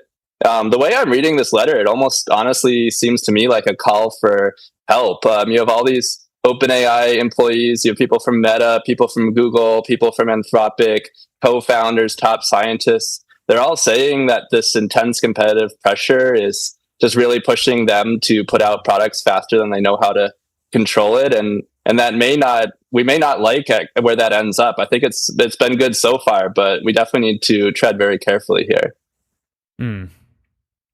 Yeah.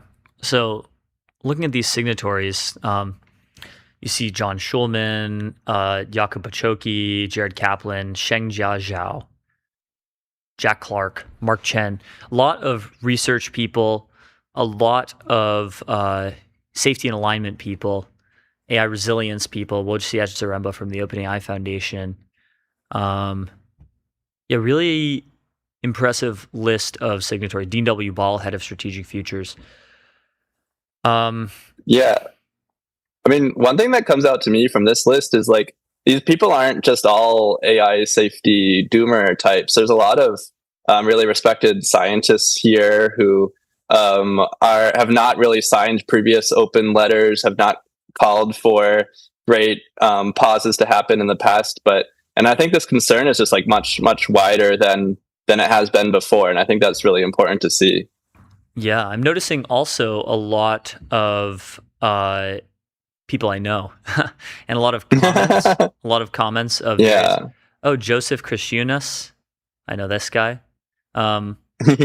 Personal comments. So, for example, John Schulman said, signed because the statement helps establish common knowledge about the possible need for coordination mechanisms as automated AI research accelerates progress. I'd also like to see labs start designing these mechanisms voluntarily, even before the USG gets involved. So what are the mechanisms that you expect to be designed that this letter refers to? Yeah, we should talk a bit about that. So no one in this letter is calling to halt AI immediately, but if President Trump ever did want to slow AI down at some point because it was getting out of control, there would be like a serious question about how we would even coordinate to do that, especially if we needed to make some sort of deal with China to mutually agree to be able to control our systems. So what this letter seems to be calling for are technical measures to be able to verify commitments you make about AI systems and where things are at so that you could hold up your end of the bargain. I think it's kind of similar to in the Cold War, we made, even though we were not friends with the Soviets, we still made agreements with the Soviets to limit nuclear weapons. But that was only possible because we could both verify that the other party was meeting their commitments. And if we don't have those tools, that we're just going to potentially be out of options in the future. So we really do need to build these tools now before they're needed. I'm also reminded, I think at one point we wanted to do an underground test ban on nuclear weapons, but we just didn't have the technology to do such a ban because we weren't able to distinguish nuclear tests underground from earthquakes. And it wasn't until later that we built this international network of seismometers. That's kind of an example of the tools just not being ready at the moment politics calls for it. And I don't think we want to be caught off guard when it comes to AI. So, like, what could these mechanisms be? You know, like the AI 2040 people have talked about, like, mutual assured compute destruction, for example. Like, how do you protect or prevent against people from defecting in a situation like this? Yeah, I mean, I think that I think like verifying the destruction of compute probably goes a bit further than I think a lot of these signatories and myself are thinking. I think what we might want to do is just, like, let's say that we don't want to go towards recursive self-improvement. We don't want to go towards super intelligence until we're ready, but we're still perfectly happy to continue the kinds of AI systems we have today. You might want to be able to verify, like, oh, my data center, it's not training some crazy super intelligence. It's instead just like serving ChatGPT 7 or training some like much smaller model that's like not likely to be super intelligence, not likely to pose these earth-shattering capabilities. I think we're already kind of seeing AI systems right now sort of be out of our ability to control them. And we may want to tread carefully as we develop stronger and stronger AI systems. So we may want to be able to make clear claims about what it is that we are training, what it is that we are doing with our data centers in a way that other people would be able to trust and hold up their end of the bargain as well. Interesting. So looking at all of these different, I can imagine a lot of different critiques of this letter, for example, like these are just frontier labs trying to do regulatory capture, for example. So Anthropic and OpenAI people are, they have a big technical lead. Why is this not a regulatory capture play? Yeah, I mean, I think there's a lot of other AI companies too that are not immediately on the frontier, like Meta or even thinking machines. Like, this does seem to be a very broad sentiment. But I think ultimately you're right that we shouldn't necessarily trust AI companies. I do think this is why the government needs to be directly involved in these kinds of policy conversations, because the government can just make sure that we're not doing regulatory capture. We can place fair requirements on all AI companies in order to mitigate risks without necessarily hurting people that are not yet incumbents. Yes, but wouldn't that put an undue regulatory burden on startups, some might say? Yeah, I mean, I think we could just easily exempt startups from any sort of requirements. I mean, startups, I think almost by definition, don't have the hundreds of billions of dollars needed to train these massive frontier AI systems. I think current laws are already exempting companies under like a certain revenue threshold. Like, if you don't have more than $500 million in revenue, you don't have to have any legal burden whatsoever. I think we'll definitely just make sure that whatever requirements we're putting in place just only affect that are very narrowly tailored to the most important risks from the most frontier AI systems. Yeah, that makes sense. Yeah, I'm still scrolling through all of these comments. There's a lot of interesting ones here. One other critique of this would be like AI safety people have in the past gotten way too overconfident with the kinds of restrictions that are actually needed. So, for example, the Center for AI Safety back in 2023 or 2024 put out a proposal that would ban or heavily restrict, subject to requirements, any AI system above like 10 to the 23 flops, 80 billion parameters, and 70% on MMLU, which seems, this is like the level of system that we had in 2022, basically. Yeah. And turns Yeah, out I think that stuff was totally fine to open source and probably very net good. Yeah, I think that kind of call was just really stupid, didn't really seem to understand where AI capabilities were at and where the actual risks are. I think one thing I'm seeing with this letter is like there is no specific call to ban or pause anything. It's just making sure that we have the optionality. My sense is, the government, they're smart. They're not going to hamstrung AI without having a very good reason. They're in touch with the risks. I think if we have the option to be able to kind of pace the frontier, as the letter says, to be able to verify claims across AI companies, we can definitely figure out how to preserve innovation while still managing very serious national security risks from superintelligence, from recursive self-improvement, from kind of voyaging much further beyond our ability to control. Yeah, that makes sense. I guess another critique would be like, this will just cede the future to China. If we do anything that would slow down AI, it will cede the future to China. Yeah, definitely. And I don't want China to be building superintelligence. I think that if we were to do anything to slow down American AI, we would have to negotiate from a position of strength to make sure that China is doing the same. But I do think in some senses, this race between the US and China may just be a race to see who can lose control of their technology first. I think China also doesn't want to build crazy forms of superintelligence if they don't have the ability to control it. So I think we have a strong shot at being able to use our current position of strength to get significant concessions from China and negotiate some sort of system where the US maintains our AI lead, but where we both jointly agree not to go into various areas before we know we're ready. And I think this is basically what happened with the Soviets and the nuclear weapons. The US had a minor advantage in nuclear weapons, and we were able to make agreements with the Soviets without compromising that advantage. And these agreements, most importantly, were mutually beneficial to both countries. Yeah, that's true. Yeah, I could imagine another critique of this from the doomer side, which is like, oh, if you really believe that this is going to pose like severe catastrophic existential risks, then why are you still working on AI? Why not resign your job? Why not just have the company pause AI entirely?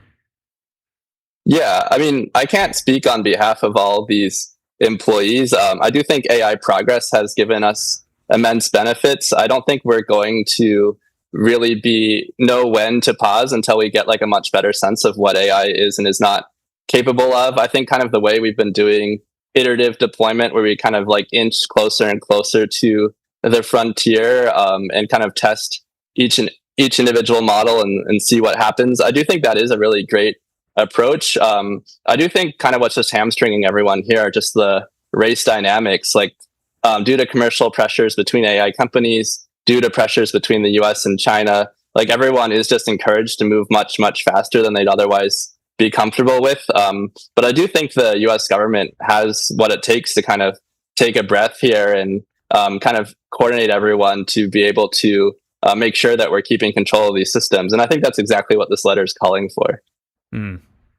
How impactful do you think it will end up being? There's been a lot of open letters recently. There was the Little Tech Alliance open letter on supporting open source. There was a separate NVIDIA open letter on supporting open source. And there was the famous 2023 FLI pause letter, which called for a 6-month pause. One of the originals of the AI open letter genre. It seems like the FLI pause letter was like basically a total failure in that the pause didn't get implemented, and also scaling AI to the level of 2026 turned out to be totally fine. And we've made some alignment progress on the way. So what do you think the impact of this letter will be? Why is it different? Yeah, I mean, I think this letter is just like much less naive about the political ask that it's making. The signatories just want optionality here to be able to better navigate what's going on, as opposed to calling for an immediate hard pause. I also think it's just like really great to just get everyone on the same page with just how widespread these concerns are across many frontier AI companies. I think like the idea that AI is getting out of control, I think previously maybe people thought this was just some doomer anthropic position, but it's abundantly clear that this is a view that's held at thinking machines. It's a view that's held at OpenAI. It's a view that's held at Meta, a view that's held at Google. And I think if you go to the Bay and you just talk to people, I think everyone there is pretty scared of what they're building, pretty scared of what's happening. But I think that widespread fear doesn't quite reach it as much to DC. And so I think it's just really great to get everyone on the same page that it's just like a very abundant opinion among the people building these technologies that while there is like tremendous promise here, the breakneck speed at which we're going is just going to lead to mistakes and lead to failures, and that we do need some way to pace the frontier. Yeah, well, it's a very cracked list of signatories. 1,122 people so far, including chief scientists and co-founders and VPs, research people, alignment people, safety people, infrastructure people, people at Neolabs. So it'll be interesting to see where it goes. Thanks so much, Peter, for coming on MTS to talk about it. Yeah, thanks for having me. I'll be interested to see where this goes as well. Absolutely. And we'll be right back.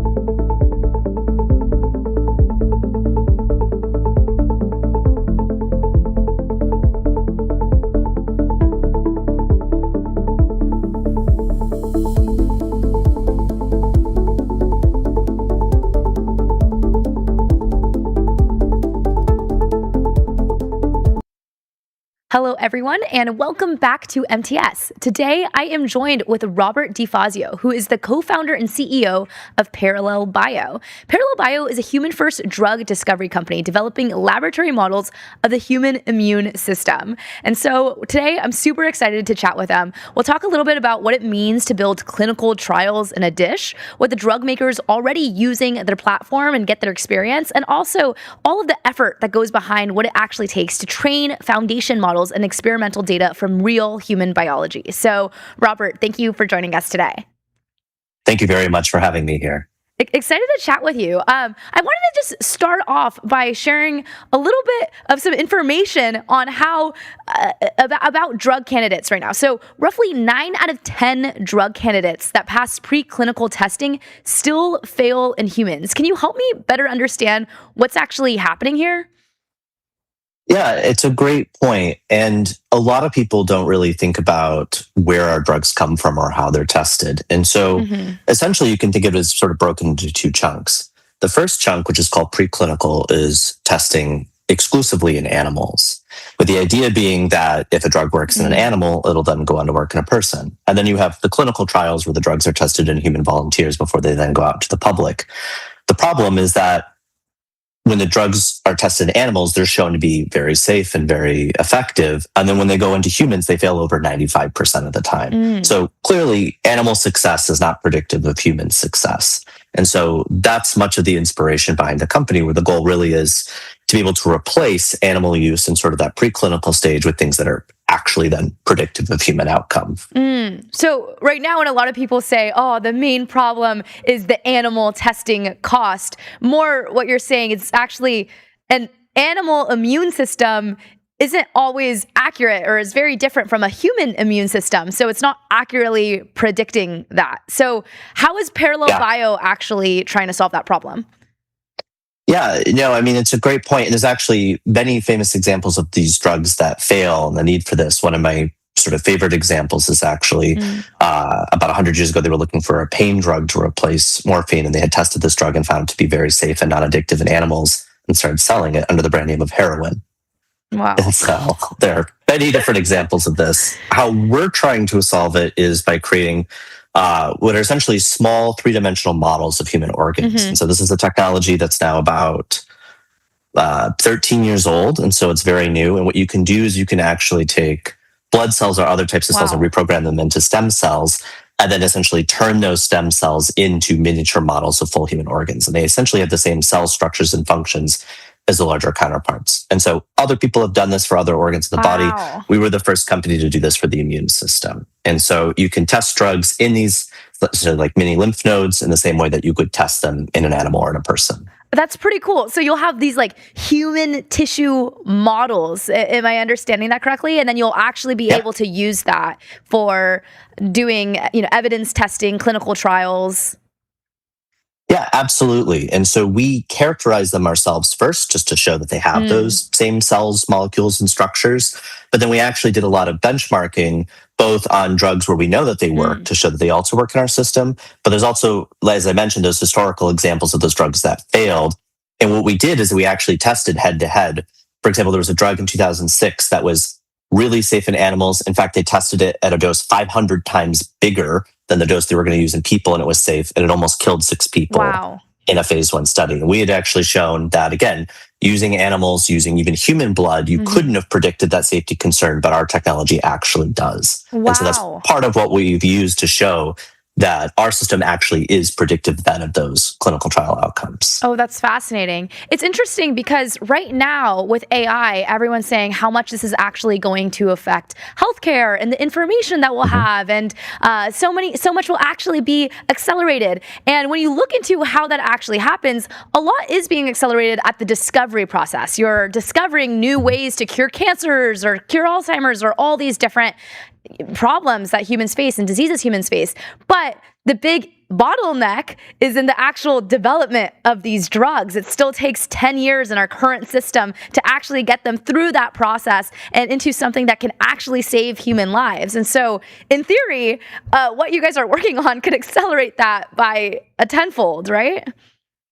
Yeah, tenfold faster and over 100-fold cheaper. And I think What's interesting about AI is it's a very one-sided conversation. What I mean by that is everybody's very focused on the frontier models, which I mean, of course, are incredibly exciting and powerful, but people forget the other half, which is data.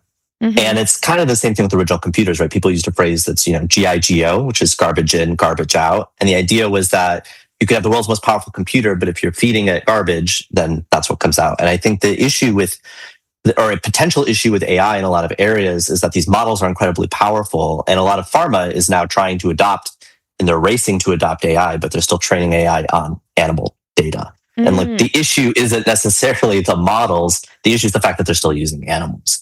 And so I do think in order for AI to deliver on its promise in biology of doing all the things that you described, which I think is very much possible, we have to have better data. And that is the main goal of the companies, to be able to produce accurate and diverse human data at like an industrial scale. I like that. Let's unpack that even more. So what exactly does it take for AI to deliver on its promise on biology? And the big problem here right now is a lot of this data is about animals and how these drugs are actually tested on animals. How do we get more of this human data to actually go into the models so it's not trained on a poor sample?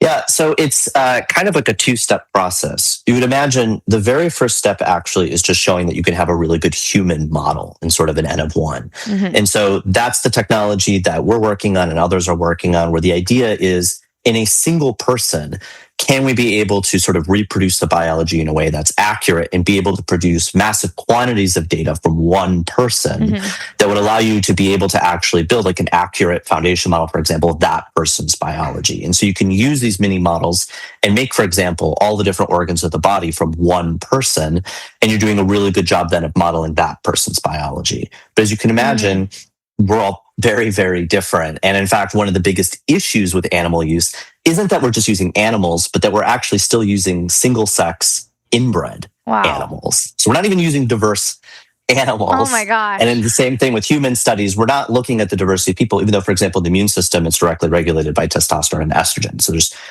men are more likely to die of an infectious disease, women are more likely to have an autoimmune disease, and we're completely ignoring this by not having these people sort of together in the study. And so then the next whole step is, can we produce these organoids at, like, for example, an industrial scale? And so then the goal is to really be able to make these from as many different people as possible. And then allows you to sort of then sift through those data and be able to create a clear picture of what health actually looks like, and then disease from there. Yeah, it's fascinating because so many of these trials, just in general, even when they are conducted on humans, are typically conducted on men. And so even just women's health, there's so little information actually for women's health. And then if you go one step further, okay, is it only being conducted on animals? And not just animals, it's only conducted by a self-created, like not even a real male animals. Male animals. Yeah.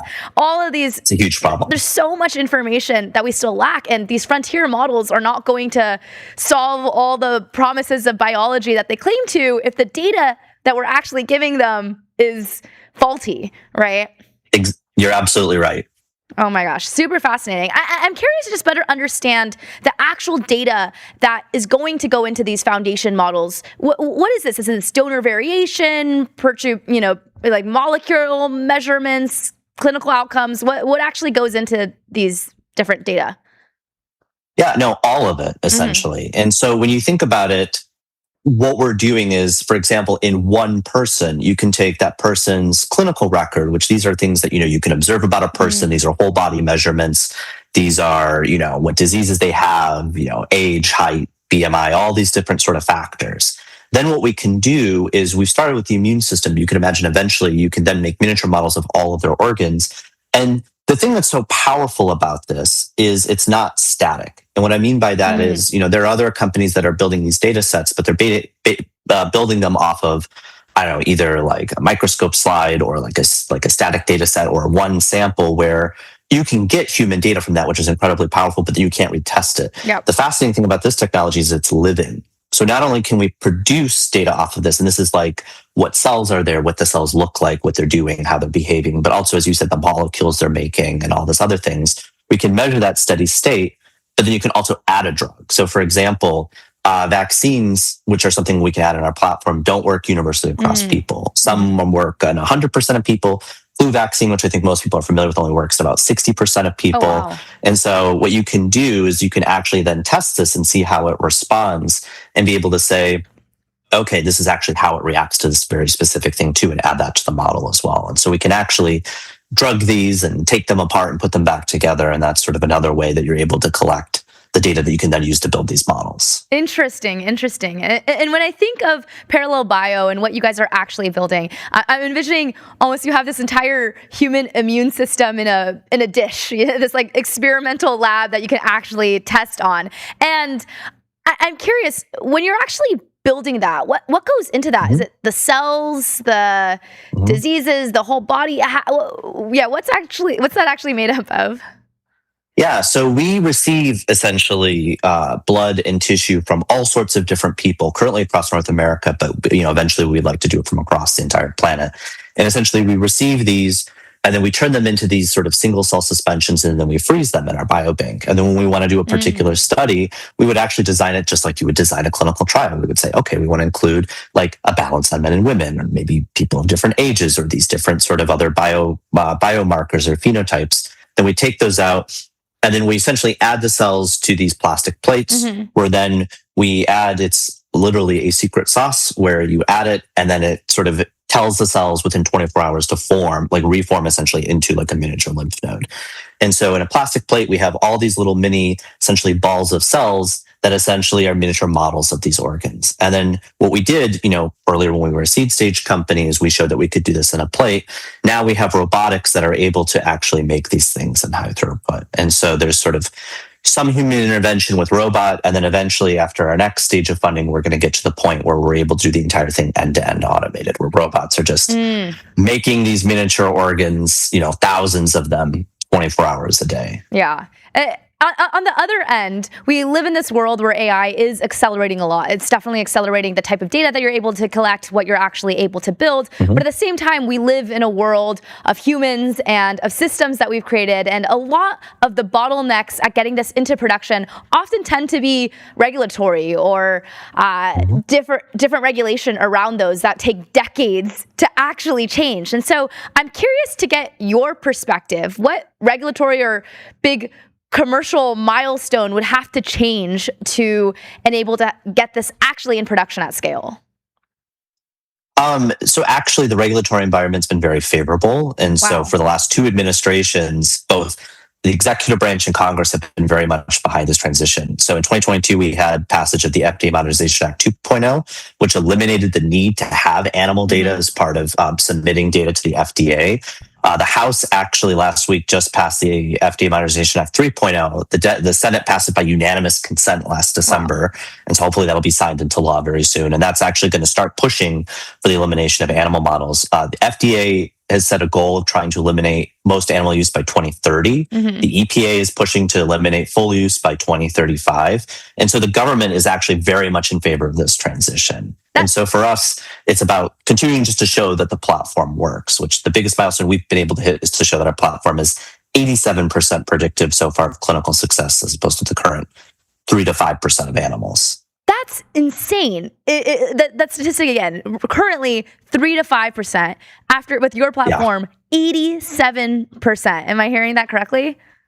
Yeah, that's at least what we're showing currently. And so this is a combination of, again, showing that all the right cell structures and functions that should be there are there. It's showing that the system responds in the ways that we'd expect it to. It's like that study I described to you where we showed that our system is predictive, where the systems that people have used in the past have failed. And so we weigh all of that sort of together, and that's sort of our current estimate of sort of predictive power. That's incredible. Let's just zoom all the way out. So talking about what Parallel Bio does and the grander scheme of where the future of the world is going. And so if everything goes perfectly as planned from like a regulatory standpoint in terms of drug discovery and clinical trials, how does the world look like in 10 years? What is the world you're trying to build?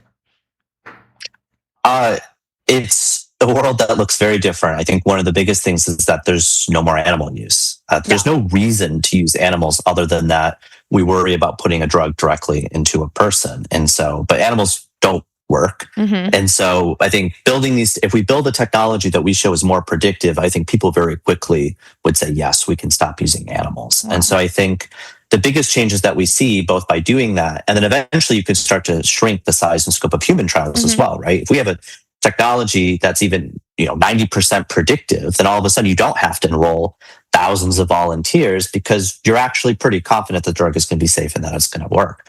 And so in 10 years, what this means is the drug prices should collapse. We should have drugs that are infinitely cheaper because it costs less to actually make those drugs. We have diseases that are actually getting cured because we're able to develop the drugs more quickly.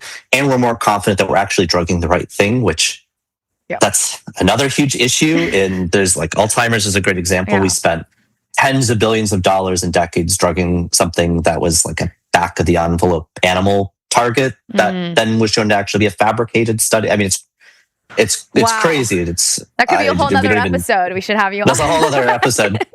The biggest and most interesting thing to do is, to your own point, is there's so little we know about human biology. And I think like one of the biggest advances with AI is once we can build for example, a foundational model of what health actually looks like, you could imagine it's going to be light years ahead of where we are now in terms of our ability just to understand if we're healthy or not. I mean, you go to the doctor now, they sort of run a couple tests, but they're not exactly sure, like, does that actually correlate to health? I mean, other than sort of very obvious things like, if you have really high blood pressure or something.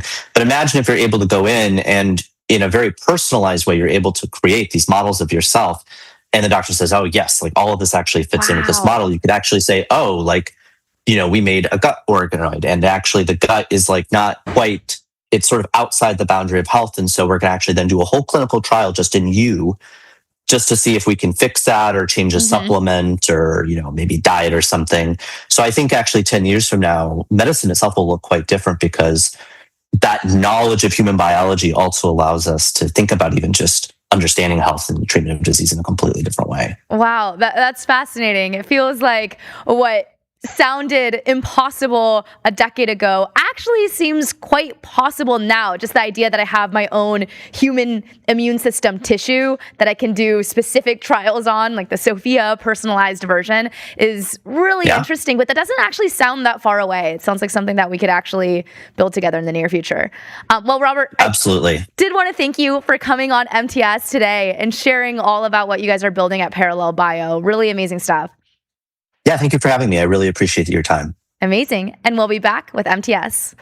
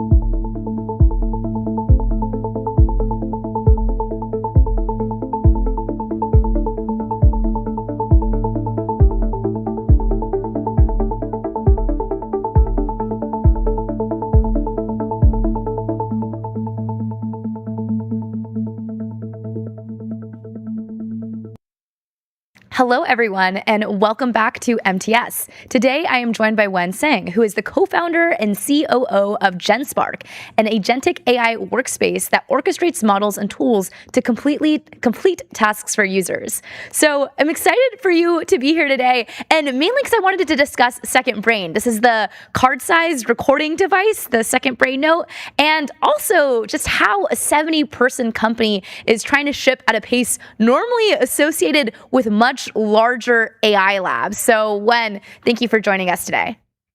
Thank you, Sophia. Super excited to be with you and MTS. Amazing. I guess a good place to start is let's just talk about some of the numbers at GenSpark. So I think you guys recently reported that you reached a $250 million in annual recurring revenue within 12 months, and you're currently valued at $2.6 billion, but you guys are only a 70-person company. So I'm curious, how is all of this possible?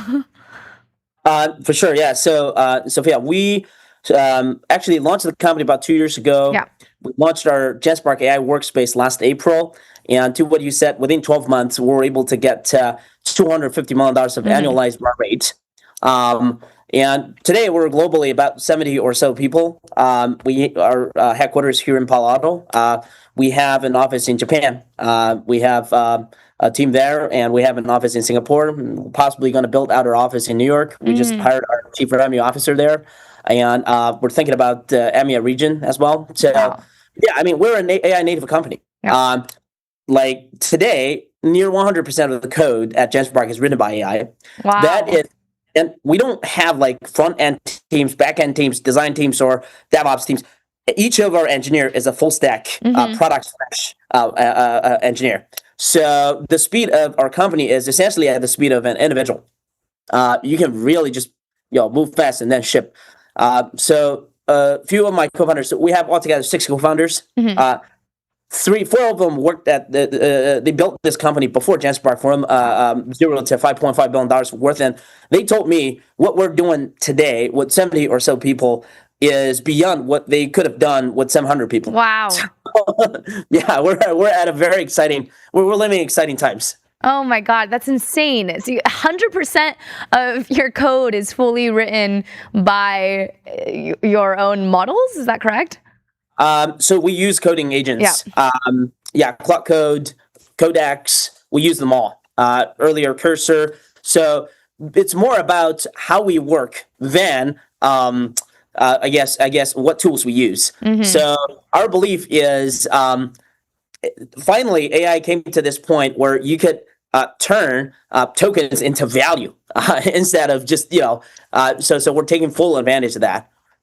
Same goes with our other functions in the company. For our go-to-market teams, for ops teams, we're leveraging GenSpark now. We have 6.0, Second Brain nodes. Our Gen Team, so Gen Team is basically a collaboration space where human beings work among AI agents. Once you use it, there's no way to go back. I mean, you probably heard about the new app Jack Dorsey released, Buzz. I would recommend a side-by-side comparison. You will see it instantly. Like, my view is Buzz was disrupted before it was even launched. Okay? So yeah. Wow. I'm really excited about Second Brain because it's a huge focus on memory. And right now, I feel like so many of the frontier labs, all of their focus is on smarter and smarter and smarter models. And you guys are kind of making a bet that memory is the piece that's more overlooked and the thing that's not really being focused on as much. And so I'm just curious to understand more about that bet. Why memory? 100%, Sophia. So if you look at all the AI applications out there today, all of them feel like a genius with a goldfish memory. So every time it's like task-based. You got prompt to the AI for with so much context, and it's just tedious. It's hard. It's a lot of busy work. So our view is that AI should make that part easy for us instead of harder.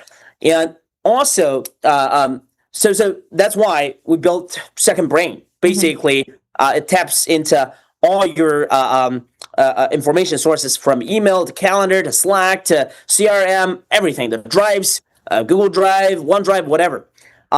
So it's not about information retrieval. Yeah. It is about building out a new layer of understanding of you that is, so it knows you better than yourself. So then when you interact with GenSpark, it feels like you're interacting with a highly competent, tireless, 24/7 fast agent associated from Goldman Sachs or fleet of them. Wow. Who remember who you are, how you work, your preferences, your social network, who you interact with internally, externally, all that. So next time you ask for an email draft, you don't have to lay it all out. Say, oh, this is an email to so and so. This person is working for such and such company, and you don't have to say any of that. It just understands you. So yeah. I guess one of the things I've always been interested in these different memory applications, especially things with Second Brain, is what happens when you have conflicting notes. Say you have a CRM field, a private message, or certain facts that I don't actually want it to remember. I want it to be forgotten. How do you decide? How does it decide which memory is authoritative, or who can actually retrieve it, or who actually gets to delete certain things? That's we think about this sort of stuff a lot. So that's an amazing question. So that happens, right? Like even in the human world, we would have conflicting information sources. So the beautiful part about AI today is they're good enough to come forward and ask the question with the human beings. Hey, you tell me which one is the source of truth? What specific information should I use for this particular case? And it'll help you to fix its own memory by asking these questions proactively. Yeah. I know you guys have a light to tell if it's recording or if it's not recording. And I guess maybe we'll back up for a second. For people who aren't familiar with Second Brain, it is a dedicated recorder. And I'm curious why specifically a dedicated recorder instead of just relying on a phone or desktop. What does a dedicated recorder do uniquely? For sure, Sophia. So one clarification here is that Second Brain by itself is actually a context layer we build across all the GenSpark agents, and our hardware is called Second Brain Notes. Yes, so note. That by itself is a card-sized recorder. Exact to your point, I'll just pull it out here. It's like it's like a credit card, and I could put it at this little button. Once you tap on it, it'll turn the lights on, and then we'll start recording. And if you tap it again, it'll be off. So it's super simple to use. And then I have this wallet. It comes with this wallet. This is free now if you buy Second Brain Note. You can clip it to the back of your phone. It's magnetic. I could use this as a kind of a frame to stand the phone up. If I'm getting a bowl of ramen noodle, I could just watch the YouTube shows, watch the MTS show on my phone. But I have my ID here. I have my credit card here. So it's awesome. So some of our most important meetings in our work, in our lives, are in person. And if I'm busy with dribbling down the notes and looking at the person, it's just too much. Yeah. So this really helps you to focus on the right people and right things versus being busy with notes taking. But then if you were in a board meeting, if you were in a meeting with multiple people, the phone is really optimized for you talk to the device, single thread. It is important to be able to capture the whole room, right? Like which one is who is who and who said what. And there's a lot of noise. You got to cancel a lot of the noise. So dedicated hardware design would solve all of those problems. So that is extremely important. And secondly, a phone, if you use it, the battery dies very quickly. But we designed this Second Brain Note device to last 35 hours. Wow. So for a whole week, let's say normal human beings would have a 40-hour work week, and you would have some buffer, but you could essentially record all your work on charge. So that is the beautiful thing about having a dedicated hardware device. But I would say the Second Brain Note is really a kind of a start point of how GenSpark could serve you. Yeah.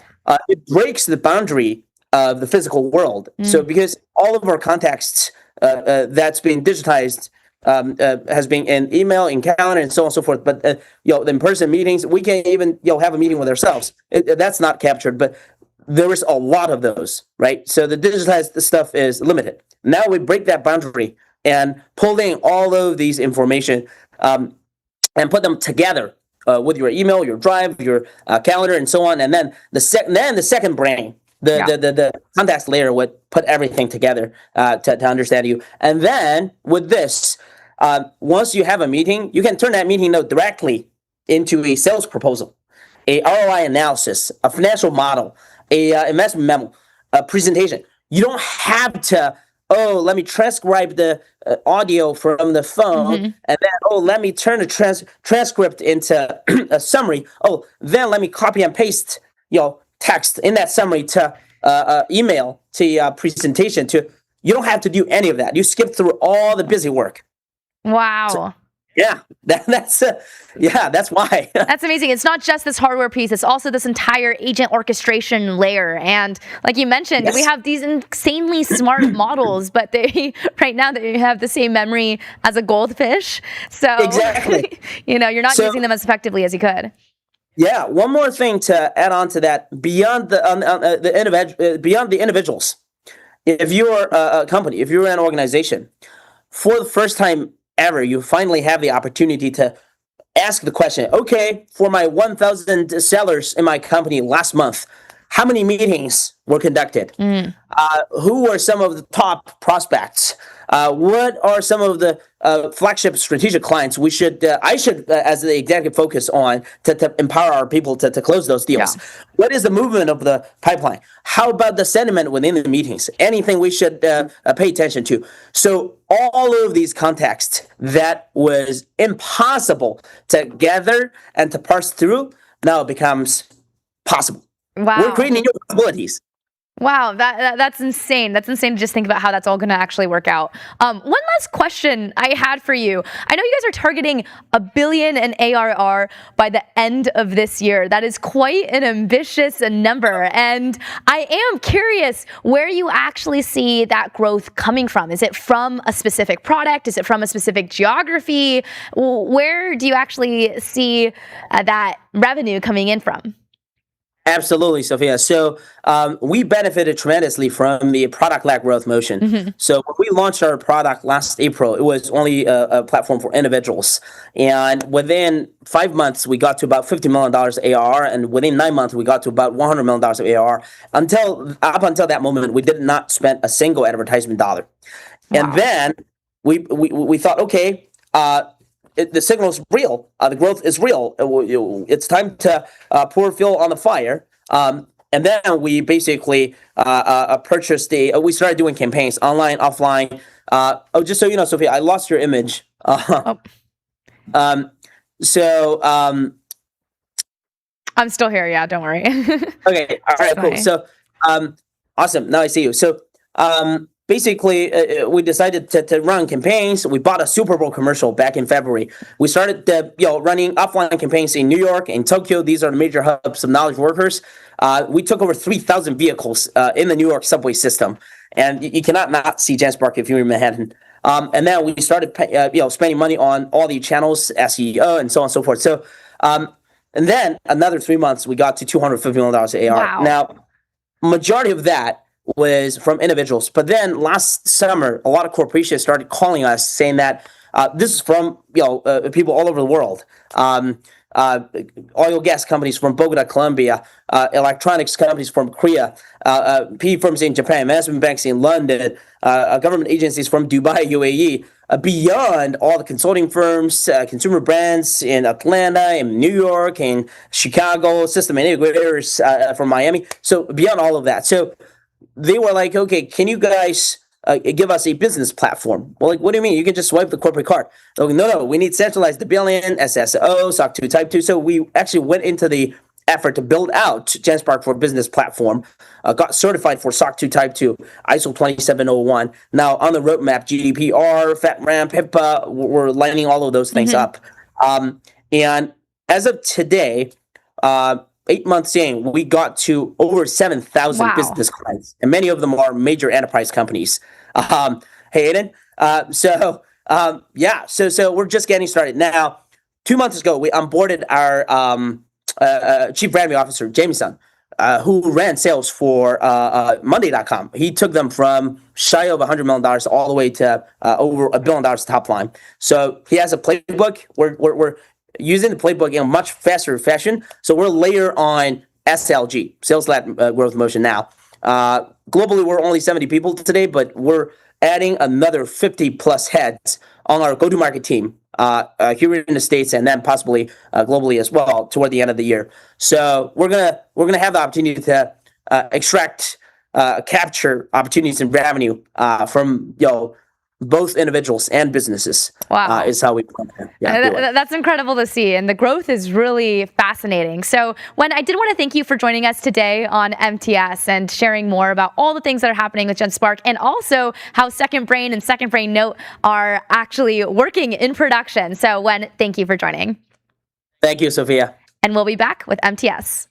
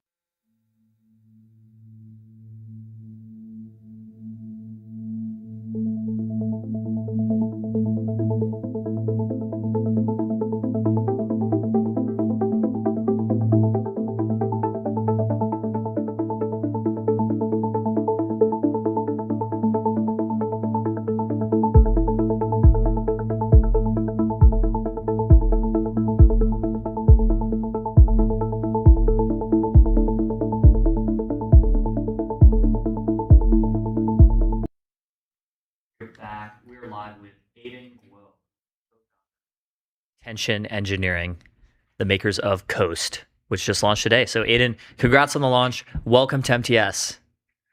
Yeah, thanks. So I love the whiteboard behind you. Yeah, it's great.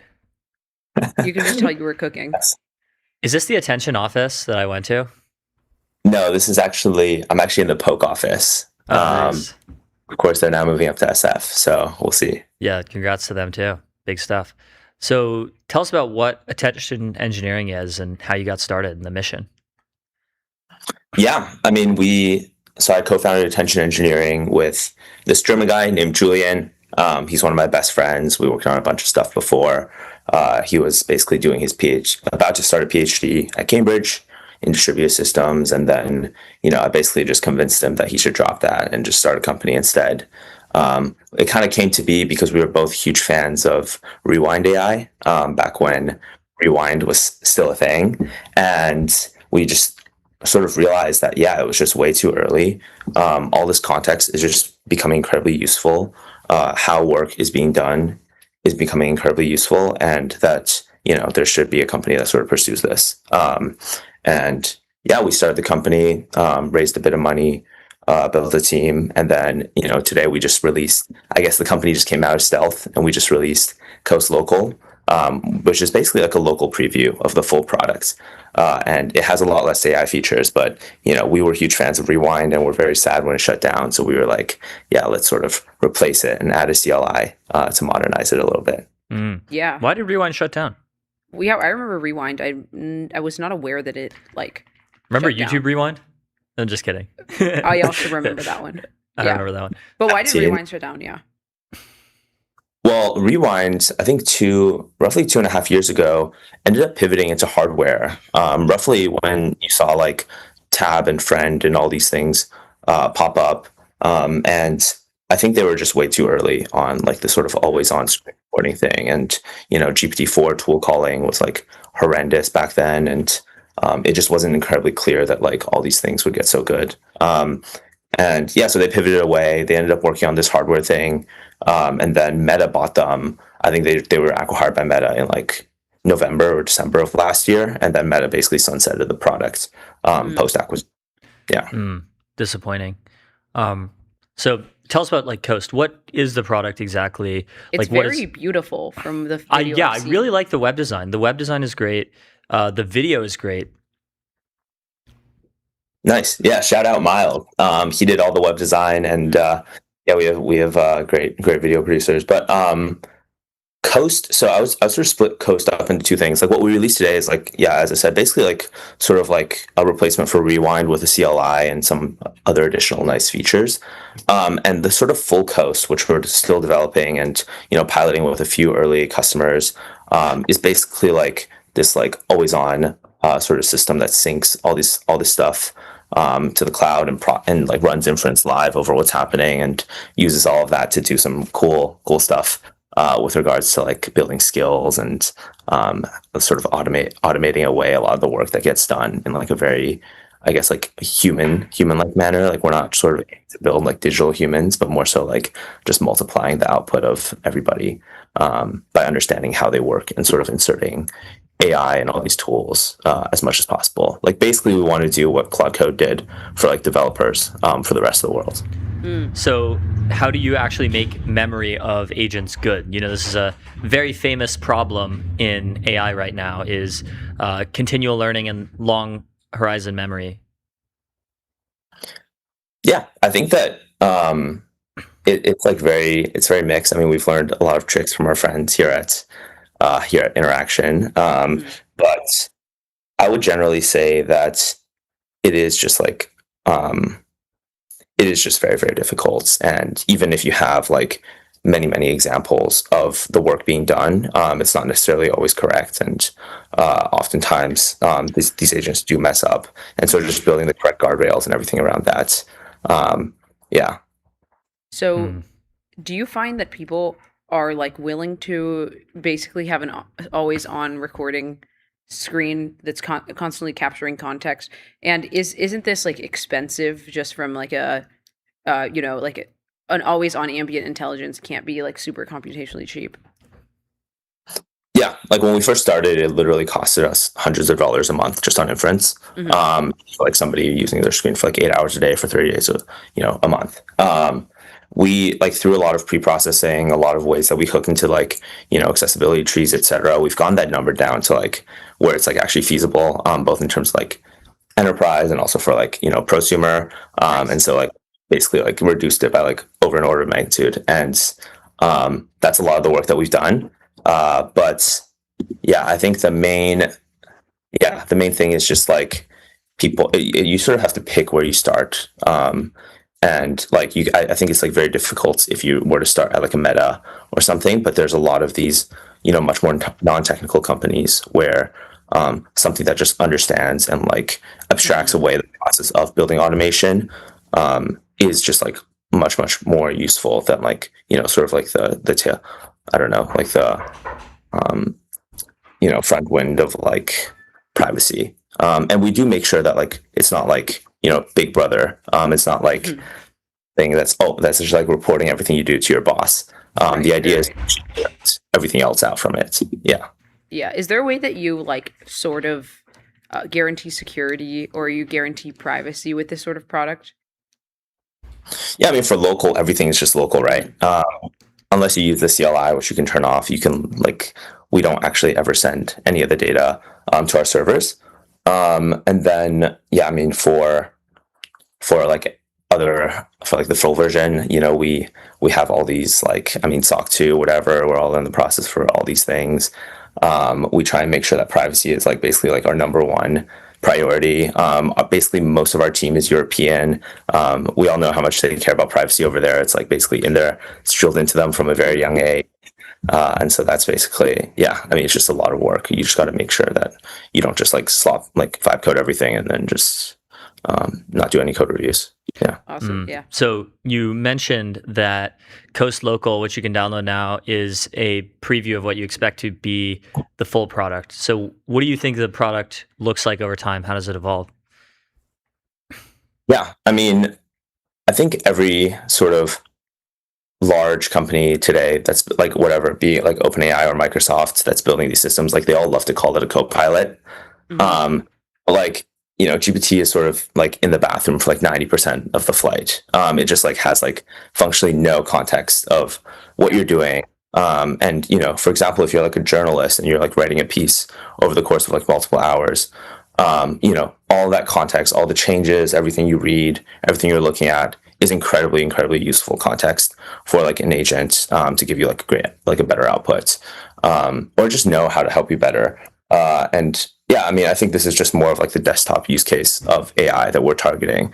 I guess mobile has like this more short form, like triaging emails, one-off questions type of use case for AI. And then like, I think as you sort of like, go to the desktop, it's just like people spending like hours doing like actually meaningful work. And so all that context really does collect and compound. And so we really just want to make use of that as best as possible. And then, of course, like everything I said, like skills, like daily briefings, all these things are sort of on the roadmap.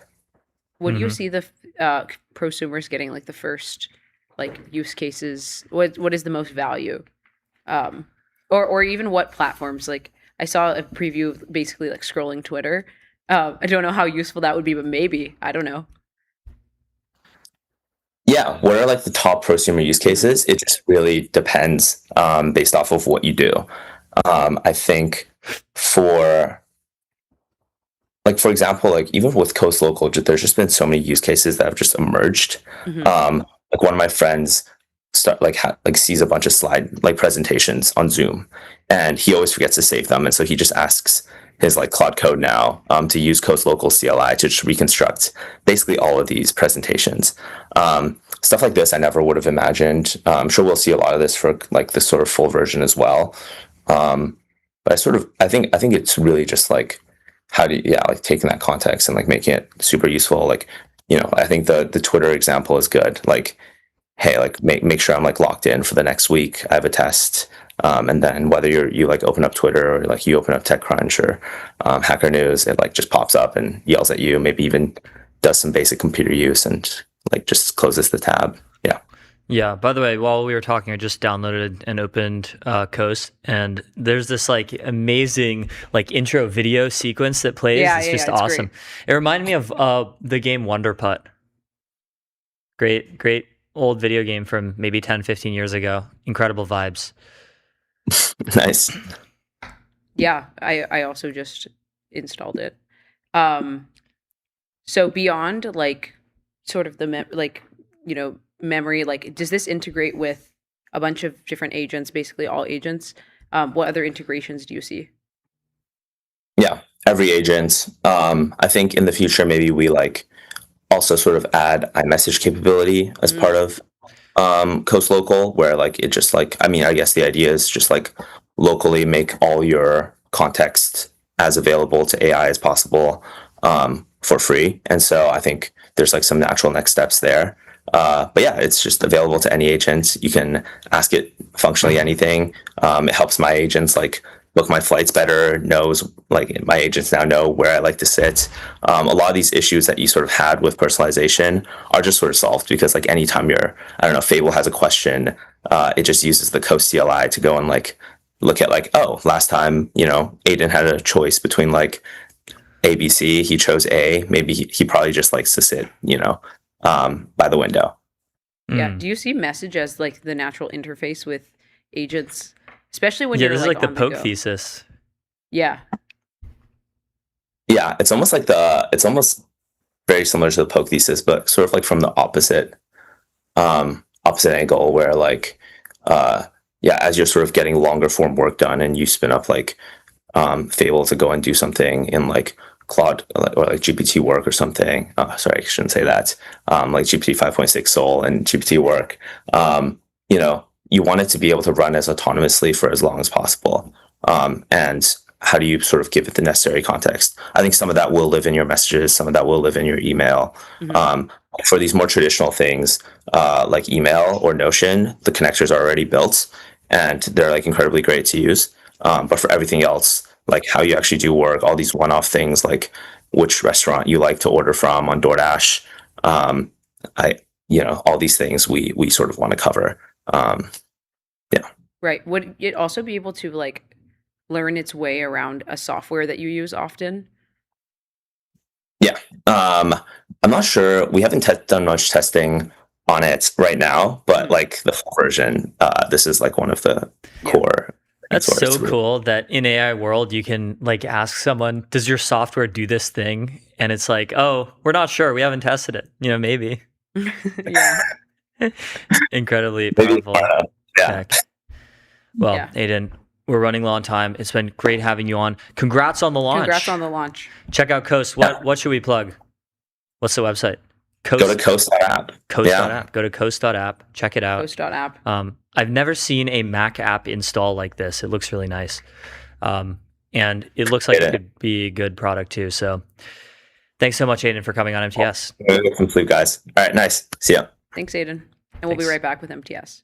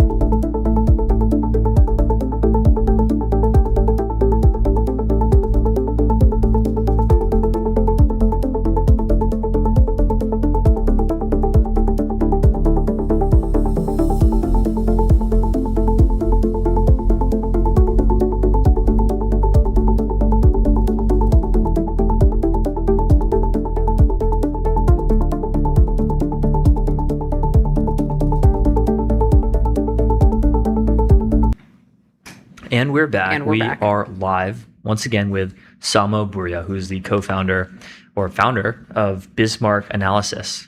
And also he's worked on Palladium magazine. He did the Great Founder Theory. And you can follow him at Samo Buria, SamoBurja on X.com, the Everything app. So Samo, That was a welcome very back. thorough intro. It's a pleasure to be here, and I appreciate the thorough intro. Do you have a Wikipedia article? I assume. I used to have one. It got canceled. I think that the editors are very activisty, and they'll argue about relevance, and then there'll be political changes over the years. You can be nominated for deletion, but Really? once MTS is big enough, you guys just name me, and then I'll be Wikipedia'd up again. Right. Wikipedia You got to run has- for Wikipedia. Wikipedia's kind of re-election. fallen off, to be honest. I feel the AI summaries are getting quite good now. Yeah, Wikipedia has a real problem where they defer far too much to mainstream journalists, which is not, I'm not saying like, the fake news media is terrible, but it's like, the mainstream media does not do a good job covering, for example, AI or internet culture.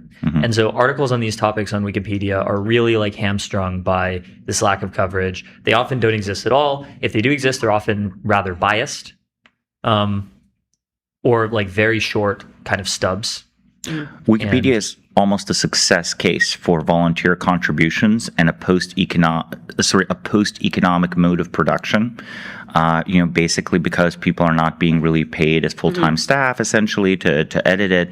But unfortunately, the tyranny of the person with the most time results in some pretty skewed and bizarre phenomena. Anyone who's been in a group chat knows it's never the person you wish posted most in a group chat that posts most in a group chat. It's the person with the most time and the least high-quality takes. Yeah. Yeah.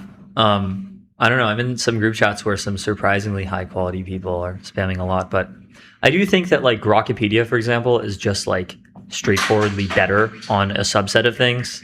Maybe that subset will grow over time. I guess if you're AGI filled, you expect the subset of things that Grokpedia wins on to just become everything. We're going to get like an Anthropicopedia.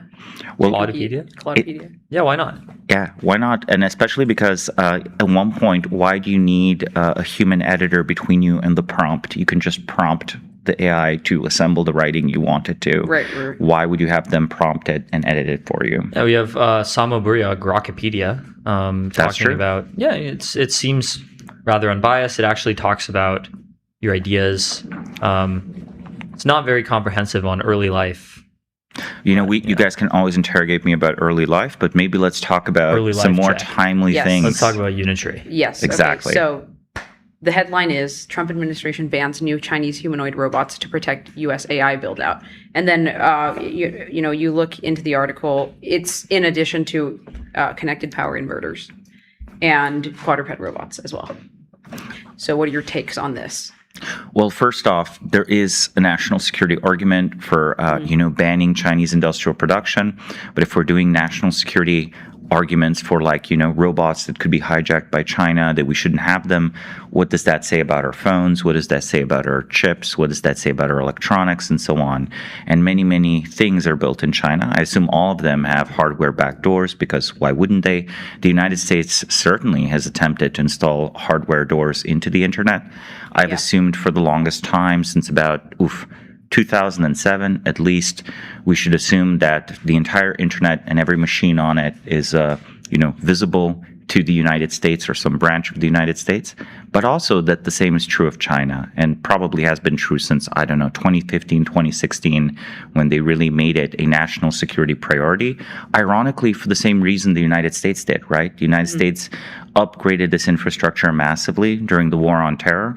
The Chinese perceived themselves, because of the Uyghur terrorist attacks that had happened and the subsequent extreme, I do not endorse it, the internments, the reprisals, all of that. I don't endorse that.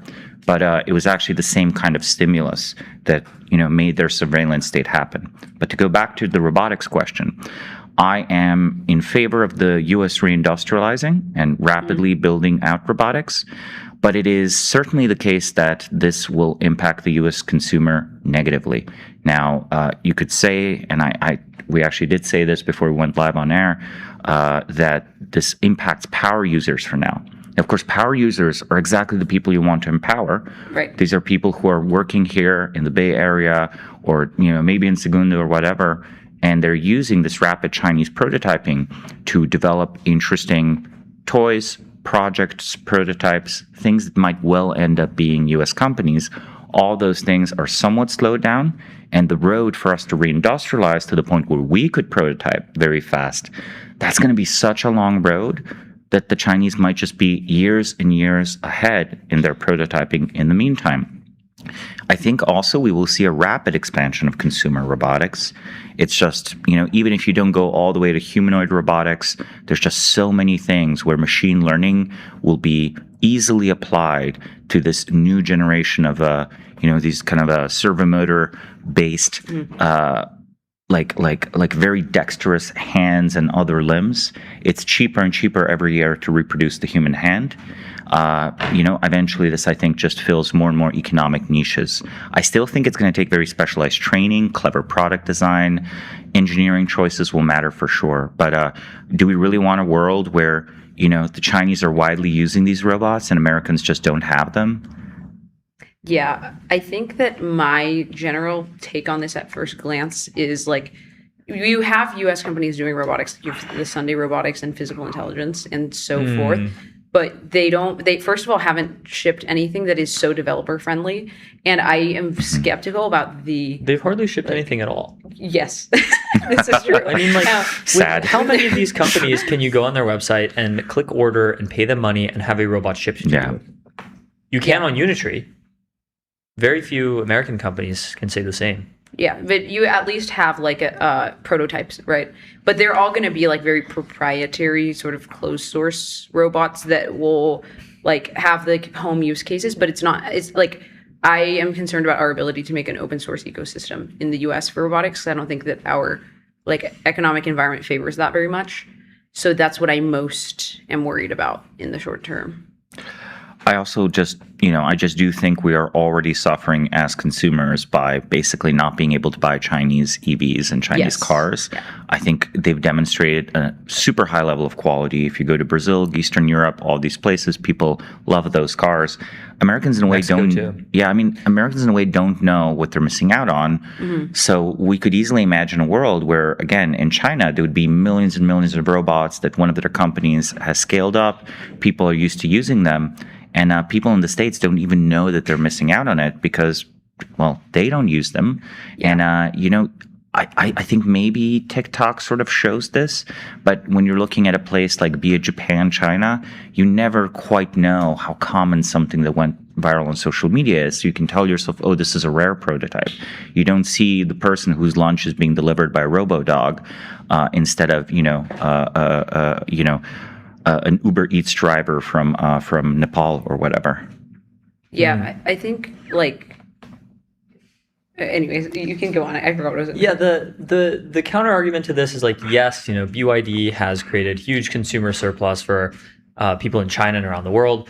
Surely Unitree would do the same, but China is an adversary, and we can't be reliant on them for all of these robots that are going to be hugely important industrially and militarily. Like, for example, what if there are sleeper agents? If we deploy these robots for military purposes, what about that? Or what about much more mundane measures? Like, what if this becomes super critical to our supply chains and then China just stops supplying them or remotely bricks them or all kinds of things? Well, my counter argument would be if China mass weaponized robots and, let's say, honestly, self-driving electric vehicles, right? You can't actually weaponize vehicles at scale. I think we would retaliate with our own cyber offense.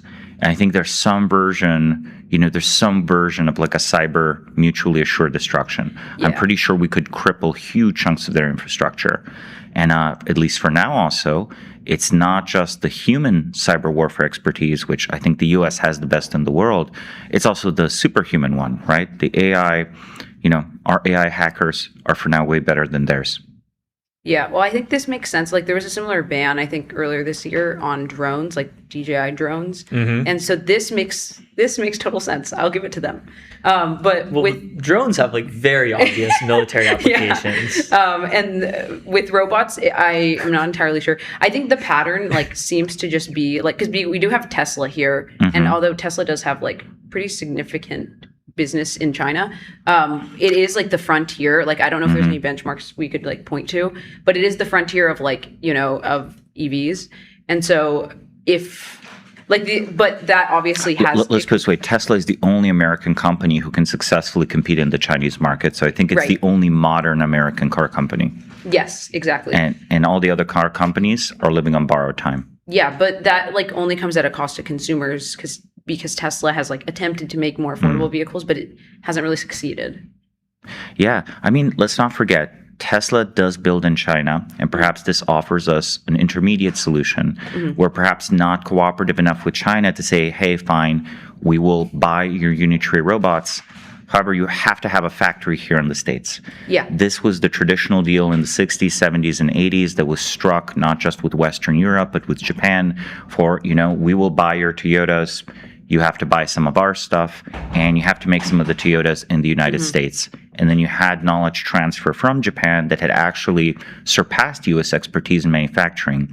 And I think the deeply uncomfortable truth is China has surpassed us in manufacturing expertise for many of these mass high-tech goods, and we need to effect a technology transfer back to us. Whoa, big if true. You're telling me China has surpassed the U.S. in manufacturing mass-produced high-tech goods? People keep forgetting this. People keep pretending as if it's not true. Does anyone really deny this? Like, for some things, yes, like the U.S. still has a lead, advanced semiconductors, for example. But like, you know, on a lot of things like batteries, for example, photovoltaics, like humanoid robotics, EVs, like obviously China's ahead in manufacturing. Well, people will agree with that premise, but they're not going to jump to the conclusion, which is that actually we should just bully these companies to build in the US and then train Americans to do these jobs and then steal their tech. You know, or steal. You know, we can respect our own IP laws. It's whatever. Personnel is policy, right? It's very trivial for like engineers to re-implement things that are patented in a way that's not patented. Usually, not always, usually. I think the concern with robots though is just that all of the supply chain components and all the like minerals refining that that it takes to build the robots is all in China. So this extra feels like a shooting yourself in the foot moment because we don't have the supply, like we just actually don't have it. It's just not present. So I don't know, like, do you think that they would retaliate in any way? I mean, you know, Chinese economic calculus is very tricky, right? Even today, something as simple as oil as a commodity, it's very unclear what the official Chinese strategy is for, say, dealing with the oil shocks coming from the Middle East that, you know, will keep coming for the foreseeable future. And because of that, because they're such a large consumer, it's sort of like, you know, unclear at how exactly oil prices move. And I think the same is true of most of these economic retaliation measures.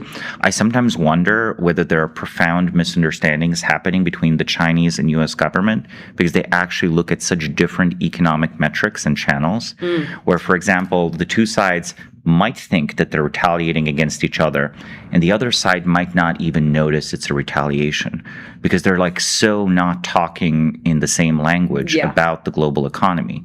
Yeah. Well, one area in which this seems to happen a lot is AI models, where you have people suggesting like basically opposite courses of action in order to achieve the same goal.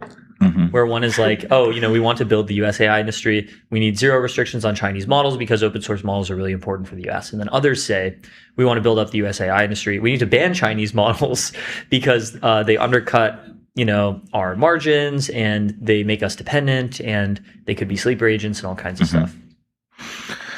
I mean, I think that the sleeper agent attack feels like a one-time attack. And I really wouldn't worry about it until every person has a unitary robot butler in their home. Then I'd be very worried about it. I sort of think that in these early stages, we could afford to continue buying and prototyping these vehicles and then, you know, these robots, and then simply invest very strongly into our own companies once they become fledgling companies. So I would say protect the power user. However, it is also the case that, you know, politics is not a game of perfection. You cannot let the perfect be the enemy of the good. If the United States is thinking at all about developing and protecting the high end of our own industrial base, that is such a positive development. I don't feel like nitpicking it too much. Yeah. Are there any like robotic companies that you think would be able to like deploy robots at scale, like American robotic companies, or maybe like, you know, allied nations? We could like outsource some of the supply chains to like Japan or something. You know, what I would honestly do, and this is politically completely impossible, is I would run Operation Paperclip Maximizer and just give Someone 50. should talk about that. That's a new concept. It's a new concept. 50. Give 50,000 green cards to autistic German engineers and tell them, hey, you can come work here for 150,000 euros, and that's big money in Germany. Right. And extremely cheap here. And then those high precision engineers could actually be employed at U.S. companies that would scale. Because here's the problem, right? It's not going to be in U.S. allied nations because all of those companies are super old. The one exception is South Korea. Japanese companies are dominated by the old. German companies are dominated by the old. CEO of Rheinmetall, mocking drone production in Ukraine as if it's like something housewives assemble in their spare time. That's not the kind of attitude where the young engineers hired by Rheinmetall get to do the cool stuff. And I think if we only let that talent from Europe and frankly Japan an opportunity here in the States, an immigration opportunity that was directly targeted at entire industrial verticals to just take them en masse, bring them here, I think U.S. companies would make very good use of them. Now, we do have some U.S. talent, but I think it takes live players like Elon, and he would have to prioritize, say, I think I'm not running Tesla. He is. But I think Tesla would need a capital injection of some kind and would need to prioritize its humanoid robots over its cars. And then I would totally believe it could do that. But why do that when you can actually still make the cars even better, keep your share in China, and eat up the remainder of the legacy car companies here in the U.S.? Yeah. I think every car in the U.S. basically should be a Tesla based on fundamentals today. I think it should be the iPhone of cars. And I'd be super happy if someone competed, but no one's competing. So we might as well all buy the iPhone of cars. Yeah. Yeah, I agree. Do you think like we just rely too much on this concept of live players in the US because we are such a like an you know who you're talking to? It's almost just like I coined the term. I literally coined the term. I know you coined the term, but like I mean like an over reliance. Like we over bet on these people. I think we take them for granted. Oh, really? And there are actually not that many of them. And if you had to give a number, that we know. If you had to give a how number, many how are there live alive players in the U.S. in the world and in the U.S.? Okay, actually, I think the U.S. disproportionately still produces them and disproportionately still attracts them. So I would say, if I have to give a rough number, I would say, depending on how you define them and depending which sectors and verticals you look at, about 2,000 in the whole world and about 300 in the United States. And actually, the U.S. is probably the single highest number of any country in the world. Yeah. I would say that like second highest number is probably like 60, no more, like 100 or 150 in China, for example. And China is generating more of them per capita right now than other East Asian countries are. I think people don't understand that, if you grow up in a thriving society with many opportunities, people who might over-specialize and over-constrain developmentally and become extremely competent dead players, they are inspired to become live players, right? Silicon Valley generated live players. It didn't just discover them because people knew that it existed. It knew it was there. That's why the sort of Bill Gates generation was sort of followed by like, the Teal Elon era generation was followed by the 2010s like software business generation and now the AI generation. Yeah. Yeah. I can't wait for the Zoomer live players. The Zoomer live I'm players. looking forward to that. It's already started. I already met a few. I would consider Leopold one. I think so, yeah. I actually think so. You heard it on MTS first. We've not done a Bismarck brief on Leopold, but yeah, Leopold is a live player. Yeah. Well, really interesting. Hopefully we get to get good humanoid robotics soon in America. Samo, thanks so much for coming to the Situation Room live in person. Pleasure. And we'll be right back with MTS.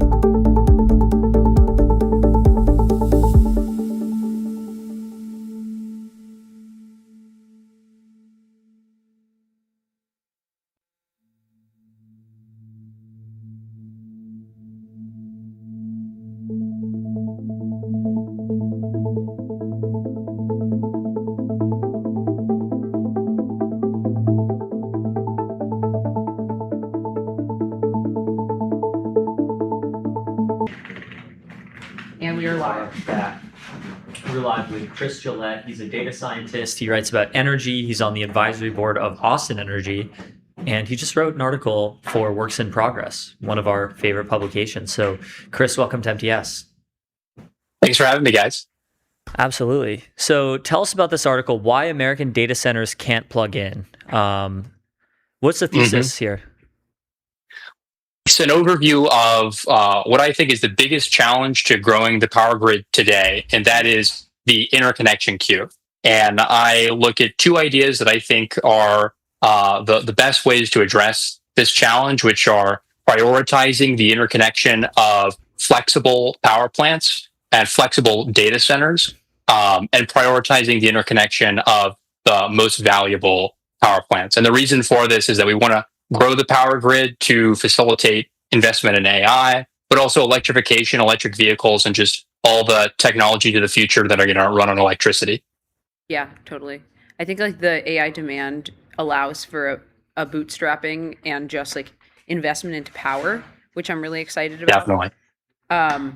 So tell us about sort of your views of how we create an abundant energy future. Like an idea that I love is like a virtual power plant. So similar to what like Tesla's trying to do. I think Base is trying to do this as well.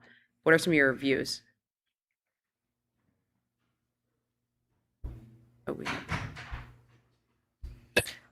New generation technologies, generation adjacent concepts like VPPs, demand response, that kind of thing. But also to develop new market structures that set the grid up for better growth, for like generations to come. And what I talk about in the article is this idea of data center flexibility. So the data centers have to wait in this long queue to be studied for interconnection. And those interconnection studies are engineering studies that simulate how adding a particular data center would change flows of power on the grid under peak conditions. So the hottest hour of the hottest day of the year. And then if any elements on the system are overloaded, those need to be upgraded.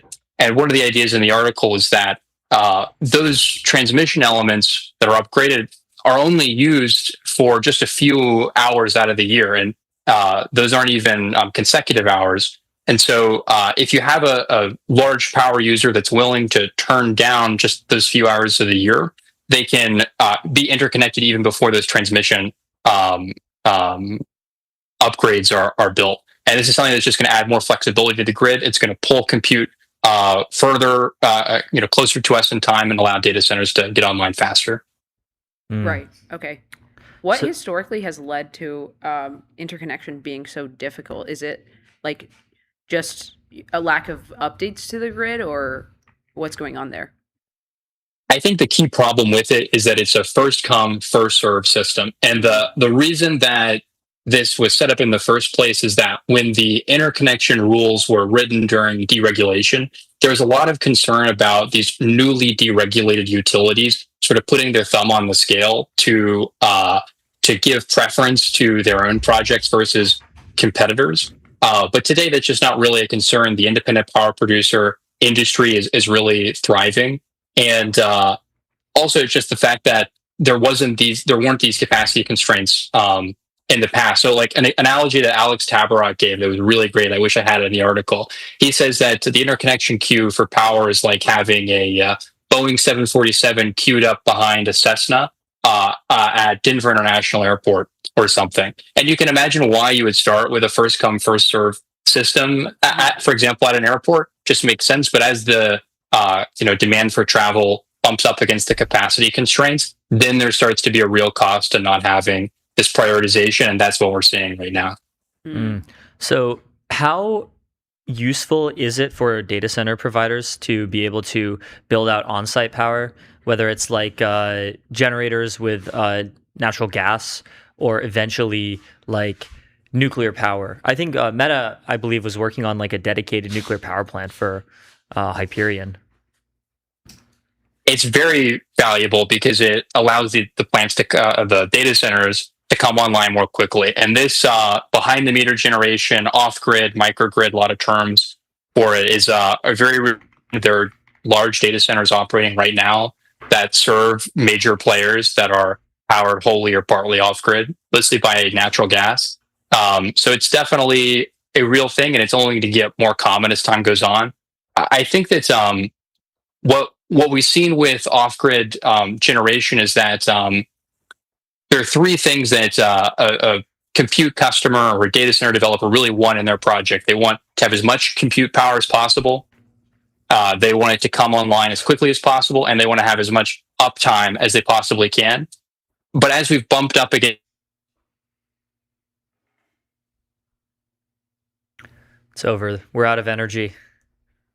The trend towards off-grid generation indicates that the reliability, the uptime, is the area where people are willing to cut back a little bit. But it's a very real trend. So is this the case for all three? I believe we have 3 grids in the U.S. Is that right? Are some easier to work with and integrate new power into than others? Yes, absolutely, and it's even more fragmented than that. There are 3 major physical interconnections, but then within them, the governance is then divided between system operators that have different market rules and different interconnection rules. And then within those, there are different utilities with different ownership structures, very complicated and fun market structure. And the benefit of this is that they have different rules, they do things different ways, and some people do a much better job than others. ERCOT in Texas, where I live, is probably the best designed power market in the world. And that's why they've had the vast, maybe the majority of data center investment is coming to Texas, because one thing that they do is connect and manage for new power plants. So what I was describing with data centers, where you can come online even before the upgrades are all finished, if you are willing to turn down when the system operator tells you to. ERCOT has had that in place for power plants for I think forever. And so they've been able to add much more generation capacity than other grids. And the sort of the fruits of that we've seen this summer, where grids in other parts of the country are having major calls for conservation and concerns about reliability. Whereas in Texas, just the other day, they hit big peak load of 91 gigawatts, something around there. And there were no calls for conservation, no energy emergency alerts. In fact, it wasn't even a high price day. Prices were very low because so much solar has been built. And so I think that the fragmented nature of the market design is a really healthy thing, because investment is just going to go where rules facilitate that. Yeah. So I guess let's talk about like electricity prices for consumers. So part of this article, you highlight that people assume that it's sort of a supply and demand thing, but largely it's actually not. It's generally planned by the grid operator and then passed to consumers after like approval from state, federal agencies. So what would it take to get cheaper electricity? Well, the exact mechanism that turns the cost to produce electricity into what people see on their bill, it takes different shapes in different places. But what it takes to have lower bills is, it has to be like not expensive to produce power. And if more generation comes online, if generation comes online faster than demand, then prices will fall on average. And so that's really the key, is to have more generation, more supply than demand, and that filters through to people's bills in different ways. But ultimately, it does depend on supply and demand. Although there are markets like where there isn't a wholesale market, and the utilities are pure monopoly cost of service utilities, where they do pass those costs on. And there, I think it's important for regulators to be very circumspect about the investments that these utilities are making, and the deals that they're doing with AI companies. One advantage those cost of service utilities have is that it's easier for them to sequester the costs of data center development coming online, to take those off the residential bill. and have just the data center pay for it. But it is difficult to sequester the impact of a new large customer coming into a market. Yeah, on the residential thing, a lot of different AI labs, Anthropic first, but many others have signed voluntary commitments to pay for all of the increase in consumer electricity rates, including paying for all of the grid upgrades that are needed to support big data centers.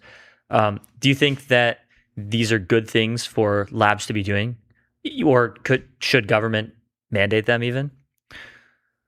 Well, as a residential bill payer, I think it's a very good thing for the labs to be doing. But seriously, it sets a principle that there's this feeling that electricity is a different kind of commodity than other ones, and that if a new big a source of demand comes in, that there needs to be efforts to protect everybody who was here first from those price increases. And I think it's a really good thing that the AI companies seem so willing to do that. Now, how do you achieve it in practice is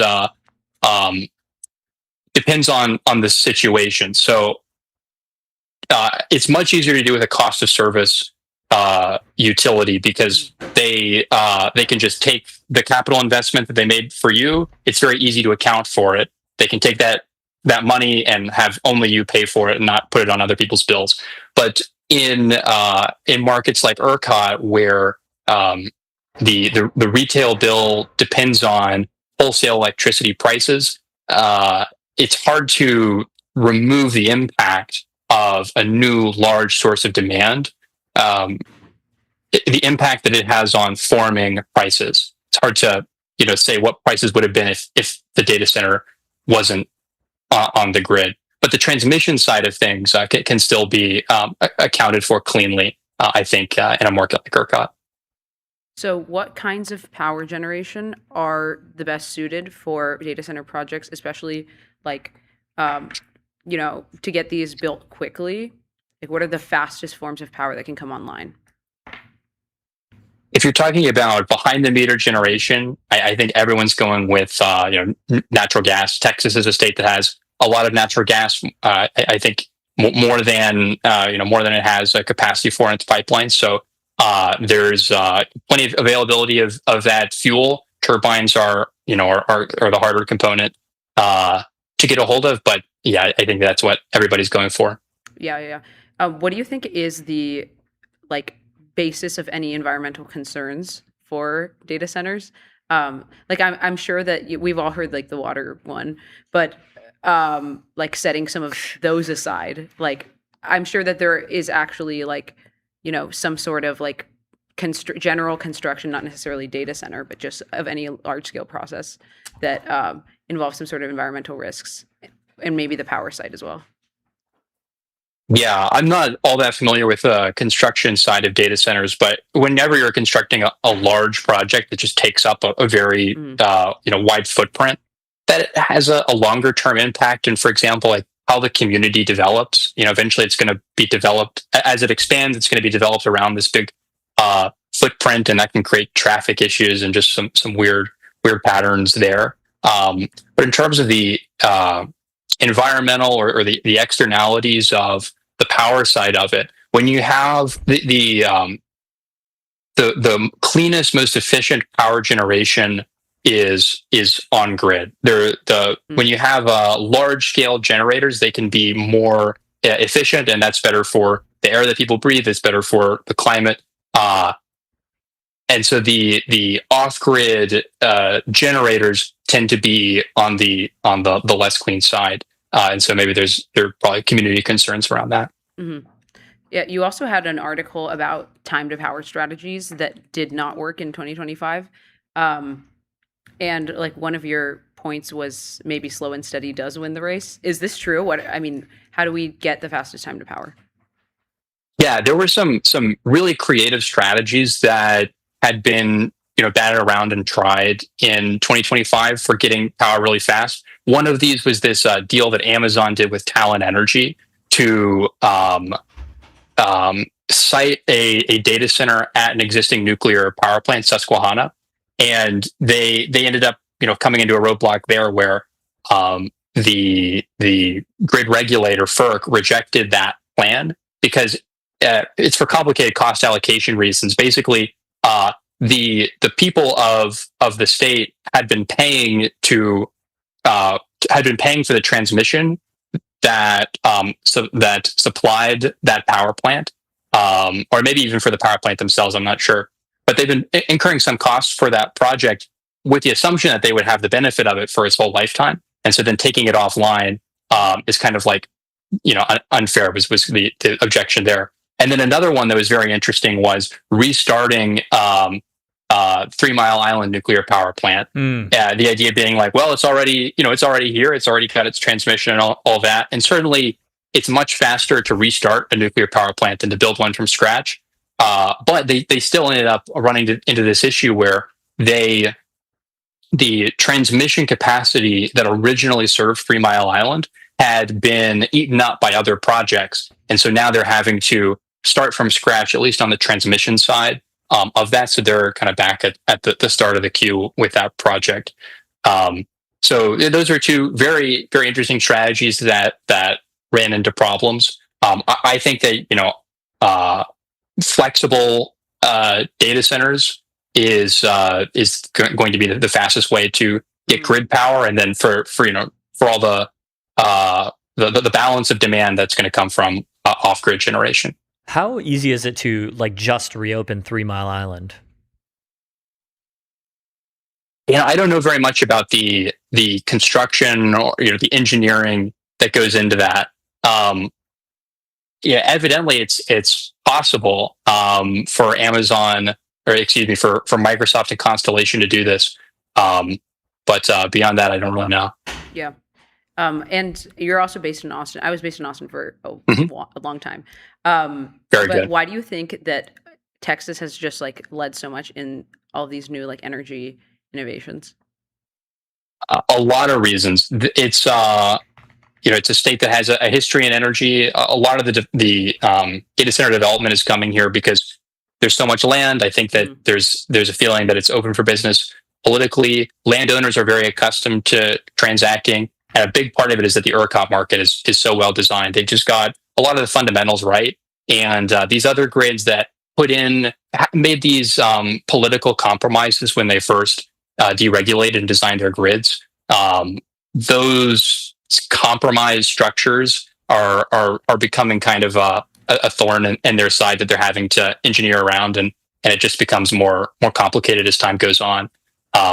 So yeah, it's just it's really the place to be for energy. Yeah. Mm-hmm. Given the sunniness and general availability of land in Texas, do you see a future for solar in Texas? I kind of have been waiting my whole life because I grew up there. It was like, oh, I can't wait for the solar revolution. And then it always kind of felt like I kept waiting. Absolutely. Yeah.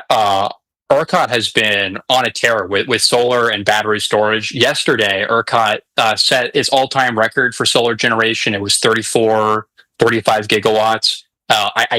I think that's more than California.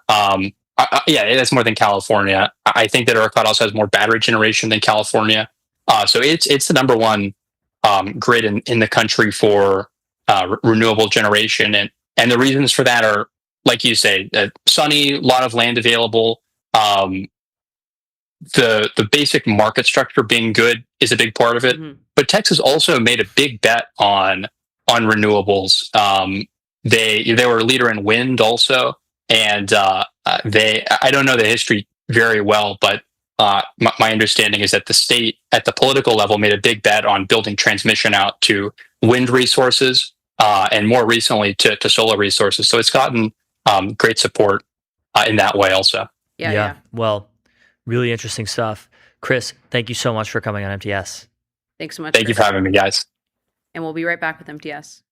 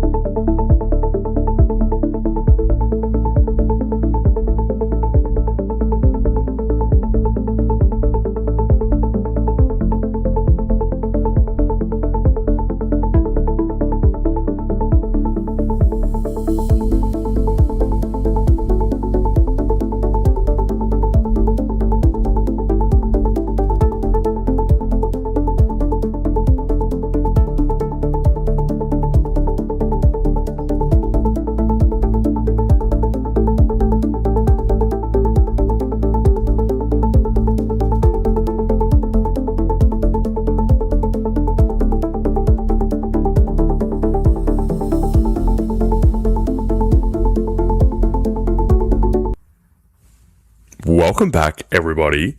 Welcome to MTS. It's great to have you. Another incredible day. Trying to work out what is going on. We have a wonderful guest. We have two wonderful guests for you today. Our first guest today, we have spoken before, of course, the man behind the Twitter account, OSINT Technical. You also have a professional type. This is actually your job. It's not just your hobby. It's also your job, of course, because I'm correct in thinking that you are associated with Hunterbrook. Is that right? Yes, I'm the head of OSINT over at Hunterbrook. Head of OSINT over at Hunterbrook. I was like, as I was halfway through saying it, I was like, wait, is that secret intelligence that I am only privy to and should not be talking about online? No, it's linked on the profile, so. yeah, there you go. Look, it's 8 o'clock in the morning here on the other side of the world. You'll have to forgive the slow grinding of the gears in my head this morning. So now, I think, there are, as we were just saying before we came online, 100 different things we could talk about in the OSINT space right now, which are extremely topical and evolving situations. There is, of course, the war, the Russian invasion of Ukraine, the defensive war that Ukraine is fighting against Russia. There is the conflict in the Middle East between the US and Iran, which I keep expecting to finish. Why isn't it just over already? That has been extremely long-lived. And then, kind of churning away in the background, which we haven't spoken about for many months here on MTS, is the... I'm not sure this is probably less inside your wheelhouse than the other two, but there's a massive Ebola outbreak in Central Africa, which I think is still gaining... There are still new cases associated with that outbreak. So there's a lot to talk about. Maybe where we should start, as we jumped on the call, you said, I think there are missiles flying over Iran. So start. What is happening? I'm always cursed by stuff happening when I need to actually do things. So I think, apt podcast name at this point. But about 15 minutes ago, reports of launches of ballistic missiles from a central Iranian city called Khomeini. Obviously, you probably think about what's that's named after. Really, by process of deduction, as we've kind of waited over the minutes, we haven't had warning sirens in any of the immediate Gulf states. So that starts ticking off some potential targets. And you go further out, and then you start to think, well, what have previous launches been towards? And it starts to make us think Jordan. And there now have been reports of some missile engagements over Jordan, which it's the state adjacent to Israel. Huge number of U.S. bases there. Jordanian bases that are utilized by the U.S. And of course was the site where a ballistic missile hit an airbase, killing multiple U.S. service members a few weeks ago. So obviously, I think a bit of the news today on, negotiations going really well. And I think what was a détente over the weekend seems to have kind of fallen apart a bit. So take us back. I think it would be good to kind of relitigate this, or to kind of return to it. Take us back to the series of events that caused the breakdown in the ceasefire to begin with. Yeah, so I think a lot of us who had seen the ceasefire agreement, in theory, it was actually a really good deal for Iran. Iran got a lot of funds released. They got tacit control, or at least a new situation in the Strait of Hormuz, a lot of sort of political and economic capital. The one thing that they did not get, or was not clearly agreed upon, as we're starting to find out, is complete control over the Strait of Hormuz. And it seems like whether there was some factional infighting, or maybe some sort of attempt to renegotiate terms after the signing, the Iranians began to attack vessels that they were claiming had not proceeded through the strait without getting permission, had proceeded through the strait without getting permission, had, decided to go through the American corridor. And so we saw sort of this steady series of back and forth strikes where Iran would target ships in the Strait. The U.S. would respond by attacking various Iranian assets that were directing those attacks. And that sort of grinded steadily higher and higher until we saw stuff like the U.S. carrying out bomber strikes on Iran again. The Iranians carrying out large-scale ballistic missile attacks into Jordan. And so it really was this sort of slow breakdown of the ceasefire that steadily crested into what we saw, I think, last week with, a real expansion of strikes and sort of threats of bridges and power plants getting bombed again. That's right. There was that whole series of we're going to start destroying kind of infrastructure, which is, maybe, some might argue tangentially involved in the Iranian military effort, but it did seem like there was some bridges that were being used to take missiles or drones or munitions generally from one part of Iran to the coastal part of Iran that was then used to attack the ships. So there was kind of this plausible case to it, but it seems to me, so maybe give us a sense, this is something I don't really have a good grasp of. If we compare the conflict now to the pre-ceasefire conflict, where are we at, out of 100%? Are we back to full resumption of conflict, or it seems like maybe it's a slightly kind of lower cadence now? Oh, just for strike intensity. Take the Israelis off the table. You're probably taking, I don't know, a good 30% of the strikes that were happening in the first place, just because they've been sitting on the sidelines here, and then really divide that by half again for the U.S. So we're really only seeing about maybe 15 to 20% of the intensity of the full-scale war. So this really was limited to coastal areas, western Iran, one or two strikes extending deeper into Iran, into the Tehran capital area, and some other missile launch sites. But it was very controlled. And that arguably gave the Iranians an advantage because they were able to launch medium-range ballistic missiles from some of their bases further inland without being, interdicted, having the freedom to launch without being worried about getting bombed. And I'm keen to come to the Israeli part of the question in a second, but just while we're kind of still talking about the US and Iran and the kind of theater of Iran itself, what are the kind of tactical goals here? It still seems like there is a holding out for a ceasefire, for a peace agreement here. And so it seems like the goal is just to punish Iran enough that it becomes untenable for them to continue to hold out against signing a ceasefire. But I'm not quite clear, what is Iran trying to accomplish here? Yeah, so it seems like, and I will say, there does appear to be some division of sort of Iranian goals in this conflict between different, members of the Iranian government, and especially between different factions. But the main thing Iran seems to want to do is remake a bit of the economic and political pipeline in the region. They would like to control Hormuz because, they believe they do in the first place. Yeah. But also because it gives them an enormous amount of leverage moving into the future. They would like a Strait of Hormuz that is open but under their control. And I think if you look at the way that the U.S. strikes evolved through the breakdown of the ceasefire, it was very clear that the U.S. was trying to, as CENTCOM said, almost every single night, degrade Iran's ability to carry out strikes in the Strait of Hormuz. Yeah, that makes sense.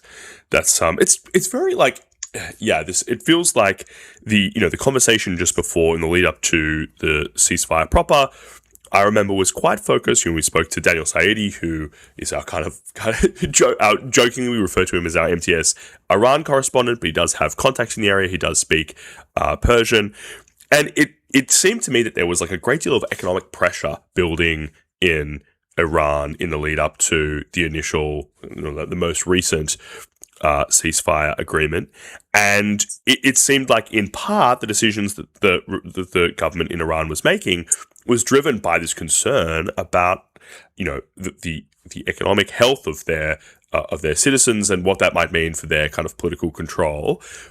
Is this something? Can you tell? It seems like the OSINT community is fairly across this. What do we know about how the Iranian economy is dealing with this latest return to conflict? Well, I mean, the Iranian economy is a bit of a disaster right now for obvious reasons. You've seen enormous amounts of sort of not layoffs, but sort of furloughs and just a general slowdown throughout the work economy.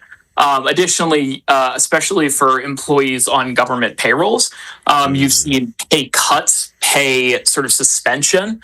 There were just recently protests among workers in the South Pars gas field, which is Iran's enormous natural gas processing plant. They had gotten an enormous amount of their pay basically suspended.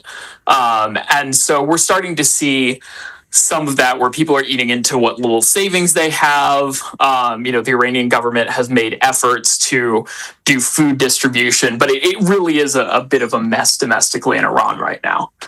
So it seems like the situation really is internally within Iran, they are trying to get control of the people who are in leading positions within the government are trying to get control of this kind of rump state of a kind of faction within Iran, a military faction that doesn't want to see the ceasefire go through, that seem to launch attacks on ships going through the Strait of Hormuz. There seems to be a real, is there an effort, can we tell from the outside, is there an effort underway to kind of like control or repress that faction? Or is there this kind of stalemate internally within the Iranian government? Well, I have to add this. Although there seems to be some degree of factionalization, there is general agreement on stuff like war aims, the fact that Khamenei is actually in charge of things, even though he's kind of sitting in a bunker and sequestered away from the rest of the government, which is inherently causing some of these issues. If it takes you 12 hours to get a text back from your boss, well, that kind of makes it hard to run things at work. And so I think we see some of this natural factionalism, but there still is overwhelmingly collected and then sort of one general war aim, which is to extract major concessions out of the U.S. and sort of regional partners. Yeah. Makes sense. So take us back. There was in the lead up to the ceasefire, one of the big questions that ended up kind of determining the pace of those initial negotiations was the Israeli military effort in Lebanon. What is the state of kind of Israel's various conflicts in flight in the region, and is anything happening over there that we should be thinking about? Yeah, so actually there was some fairly big news on that today. Obviously, Benjamin Netanyahu, the Prime Minister of Israel, went to the White House. And one of the big questions was going to be, will Trump demand that Netanyahu withdraw troops from Lebanon and Syria as well in order to remove one of the big sticking points that was in the ceasefire agreement. And based on some of the reporting, especially from Israeli sources, that did not seem to be an ask at the meeting, or at least it didn't seem to be a huge demand. So we're continuing to see some Israel or continued Israeli presence south of the Litani River in Lebanon. Offensive actions obviously have slowed to a major degree, but we're still seeing airstrikes, occasional engagements, but really the pace of that has slowed, and I think both sides are really waiting to see what happens. Yeah, that makes sense. There was a period there where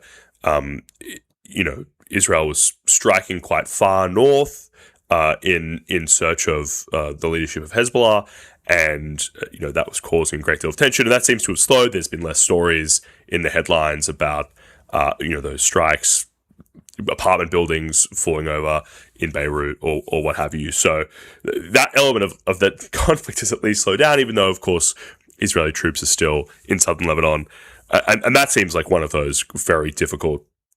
It seems to me, in a very amateur way from the outside, that the US is going to have a hard time convincing Israel to just kind of drop that and walk away. And I'm not sure. It's unclear how critical that is to these broader negotiations going on with Iran. Yeah, I think it highly depends on, obviously Israeli Hezbollah negotiations, U.S. Iranian negotiations. It's it is both its own conflict, but also one that is, inextricably linked to the greater U.S.-Iran conflict in the region. Very difficult, very difficult. So, for the audience, if there's kind of one thing they should take away from this, if we can look forward for the next 2 weeks or a month, what should we be looking for? What kind of moments might we expect? Yeah, I mean, I think the biggest question is if the U.S. and Iran are able to use this temporary, unofficial ceasefire and extend it into a real ceasefire.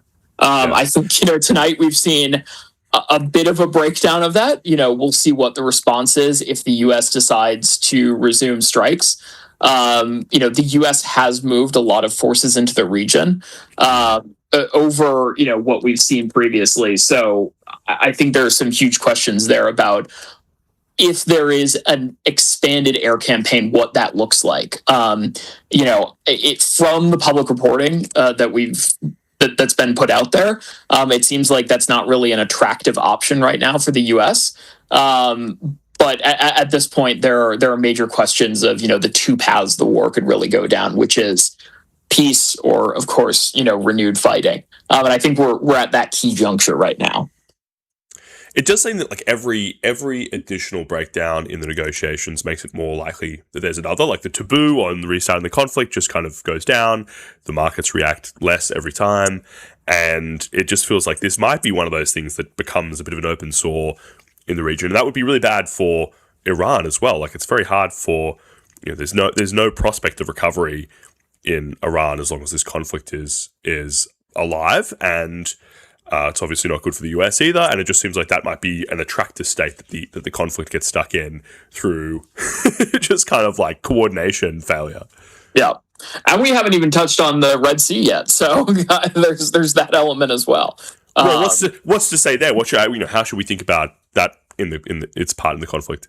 Yeah, so I mean, obviously the Red Sea over the past, or Saudi Arabia, Red Sea, Yemen, and the Houthis really escalated over an incident where the Iranians attempted to land a passenger plane full of dignitaries, military advisors in Houthi-held territory. The Saudis responded by conducting a cruise missile strike on the airport shortly after the plane had departed. And that, of course, devolved into a series of strikes and counterstrikes that ended with has most recently escalated to the Houthis declaring a blockade in the Red Sea only for Saudi shipping. That should be specified, that only Saudi flagged ships appear to have been affected by this blockade, and of course conducting strikes again on Saudi territory. So I think obviously it's another one of these conflicts that is individual between two sides, but also linked into the broader U.S.-Iran war. Just very difficult stuff. Best of luck to whoever's job it is to sort this out. It just seems extremely convoluted, and as the conflict goes on, it's like you get kind of more of these grudges build up between the participants. The region becomes less stable. The trust in the region breaks down.